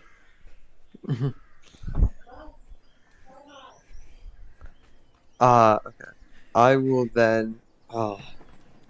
Okay. She then looks at you, still slammed up against the tree, and casts the super tier earth spell Greater Avalanche, and shots 10 large stone balls, each the size of your head, straight towards you. Do I still have mana? I decide to cover for Kylian, cutting the balls. You approach. You get in front of Kylian, and using your halberd, you manage to cut through the balls with only a few landing true on you, not enough to really damage you. She laughs and says, "Good to see that you're putting what I taught you to good use. However, it might have been a mistake for both of you to get so close together and right in my way of attack." She then activates Plate. She can cast the super spell before you can respond, Plate Cracker, and she then cast the spell Earth Rampart, and the next thing you know, the earth morphs into these snake-like things. Imagine like the earth moving up and down like a sine wave. The earth. The earth then moves up and down and begins like massive dirt snakes riding towards you. There may be a second before they slam into you, completely burying you under the ground. I decide to fly up. Same. You both fly up, narrowly avoiding Earth Rampart, but the next thing you know, she's looking at you again and casts Geomancy. Geomancy appears behind her, and she begins launching literally hundreds of bolts at you. And the question that comes to your mind is literally just, how much fucking mana does this woman have? I think Geomancy is a basic or greater tier spell, right? Greater. It's a greater. Greater, yeah. I quickly activate Vanguard Greater, trying to protect both me and Elpis by matching my hands together. You activate Vanguard Greater and Cross and create a shield. You manage to block out the shots and she cancels Geomancy. She said, Vanguard, huh? Sure, that could be fun. She puts her polearm back on her back and activates Vanguard Super. And she says, let's see what you can do against this. She puts her hands together and a massive ball of light appears in her hands. And next thing you know, she activates one of the Vanguard Super's abilities, Geo Beam. A beam of pure Earth energy begins flying towards you both in the sky. Can my ability block it? You can try. Okay. What tier spell is that? Super. Yeah. Okay. It's probably not gonna hold long if it holds. So I'm gonna try to do it and I decided see to what try to move out the way of the beam while it's occupied on Kylian. Meanwhile, Kylian crosses their arms together and attempts to block it. It blocks for a second, but then shatters. The shield shatters and the beam lands a direct hit on your chest, sending you flying. She then jumps up at a high speed while Kylian's still in the air and activates the punch of Vanguard, punches Kylian in the chest, sending him flying straight into the ground. He slams into the ground, coughing up blood, and only narrowly rolls to the. You only manage to narrowly roll to the side as she comes down, crashing, slamming her fist into the ground, unearthing the very ground you were on. I quickly use telekinesis, launching my spear at her, seeing if it can hit. Using telekinesis, you launch your spear at her. However, she just grabs it with her Vanguard and just tosses it to the side. I grab the spear back to me, getting ready. You activate telekinesis to grab the spear back to you. As she says, I think that she then charges at you with Vanguard, launching a flurry of aura punches at you. Wait, can I try activating Room of the False God and secretly kind of like disguising it in our area? You activate Room of the False God, and the entire area gets covered. And the area between all three of you gets covered. Meanwhile, she's still charging towards Kylian with Vanguard. I decided to camouflage the room, hoping that she probably didn't notice. You order the room to disguise itself before Nixie can notice, and it looks like you succeeded. Alright. Seeing how she hasn't noticed me yet, I decide to charge up Patience as a Virtue, and once it's fully charged, ask a room to teleport me next to her while I, fucking smack her with it. Well, assuming Kylian doesn't get fucking got by then, Hey, sure. can you last for 3 minutes? Like that, like do. Can I do an ability? I use a clip to try to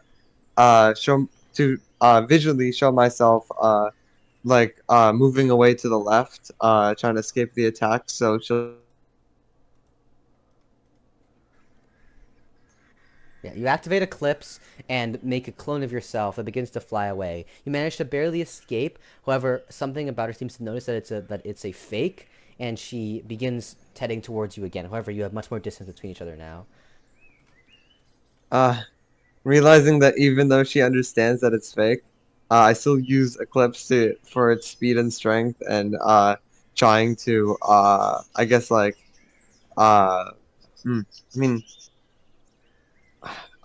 I ready myself, trying to use the speed to maybe outspeed her and catch her, and be able to maybe block an attack or something. You manage to barely outspeed her, and eventually, after a few more minutes of dodging, Patience as a Virtue fully charges. I decided to teleport near her quickly, so she doesn't have any time to react. You activate Room of the False God and teleport right next to her. And before Nixie's able to respond, you blast her with Patience as a Virtue. The full power of your unique skill Patience slams into Nixie as she goes flying back. You and Kylian regroup, and although deeply injured, you managed to knock her back, surprisingly.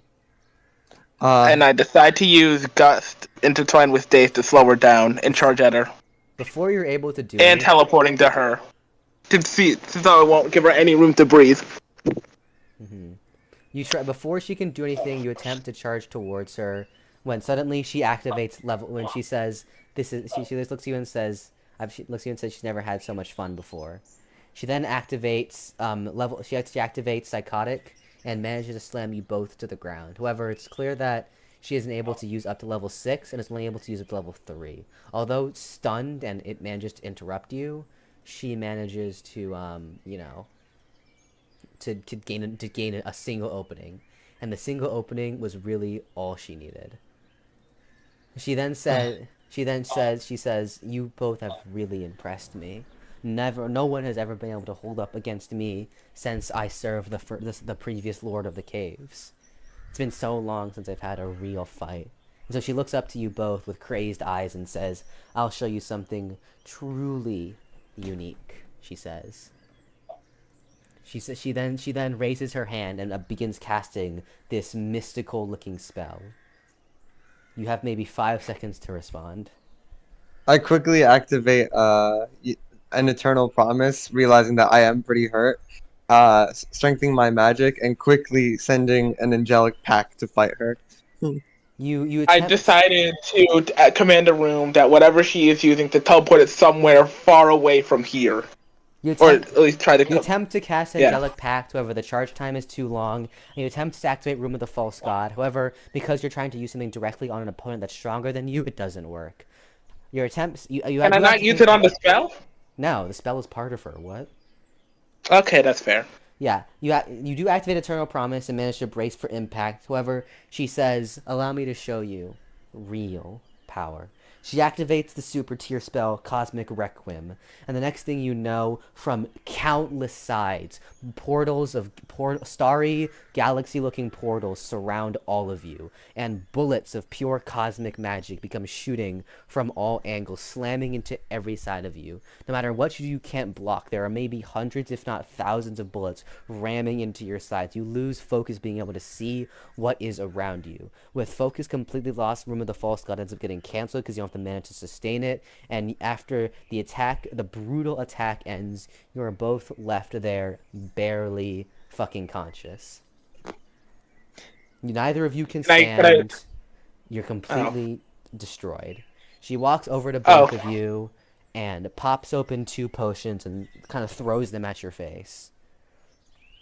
Don't worry. The potions activate and your wounds slowly heal. However, you note that after taking such a beating, even greater tier potions can only really heal the physical wounds. The fatigue and the strain that put on your body is still very much there. I guess I get up.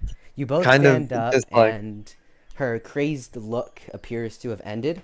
And whatever unique skill she activated to make herself that strong has also ended. She looks at both of you and says, "That is what power is." And once our training is over and you go on to do whatever you want to do, she looks at you both and says, "I admit, as much as I hate to say it, you both do have promise. Keep working at it. And from what I read from your Adventurers Guild, you're both young, and yet you're demons. You'll live for hundreds more years. And who knows? Maybe after you go off, become stronger. I'll always be here to come back and challenge if you ever feel like it." She smiles. She stretches and looks at you and says, "Because that was truly fun." While smiling like a literal devil at you. The only reason I'm alive is because of Elpis, so I'm still taken aback. I can't. No, I did not carry that fight. Bruh, I got slammed into the ground and bleeding. She says, "Well, that's about it for training. It's around 2. You two should probably go get some rest, something to eat. I'm gonna head back to the training field. See you two tomorrow," she says, waving you goodbye as she just basically disappears. Just laying on the floor. Just more or less. Me personally, I'm just gonna go home, eat, and then just meditate till I sleep. Just relax. Calm down. You tell Elpis that you're gonna head back and just kind of take in what happened. The one day I don't meet with Marcotte, he's just like, something happened. I'm just wondering if I did any type of damage out of that entire fight. God, I mean, you hit her. This is by far the lore session I have had the most fun in. Nixie is a great character to play. Holy shit! Just tossing you two around constantly, making full use of like the world and the magic I created is so fun. Oh my god! Just literally brutally harass. And you know, it'd be really funny if I made Nixie like really nice and sweet to Maroth if they ever meet. Wouldn't that be really funny? Like, yeah, like to Elpis and Kylian, she's like, you are my test subjects, and I will bully you. And then she meets Maroth, and she's like, aww. You know the worst part though is that I forgot Angelic Pact had a startup charge time, so I was like, oh, this will stop her, and then I guess like. I guess like that would be in character, you know. It's a really tense situation, and Yeah, just like no. nothing comes out. It's just like, wait a sec, wait a sec. Exactly. Yeah. Okay. So, Kylian returns to their room, and Elpis kind of lays there for a bit longer. Just looking up at the sky, I'm just like, damn, I really got my shit rocked. You can decide what to do next now, Elpis, since Kylian is going back to meditate. Well, I decide to get up, and seeing how my body's been fatigued, I just decide to go back to my rooms and I think we can end off for there today. Yeah. Yeah. All right, what's the time? Tomorrow, 5 hours and 30 minutes. Is that close? Yeah. No. Okay, even minus Dreadlore, it's still longer than Burbs. Let's fucking go. Let's go. All right, end the recording there.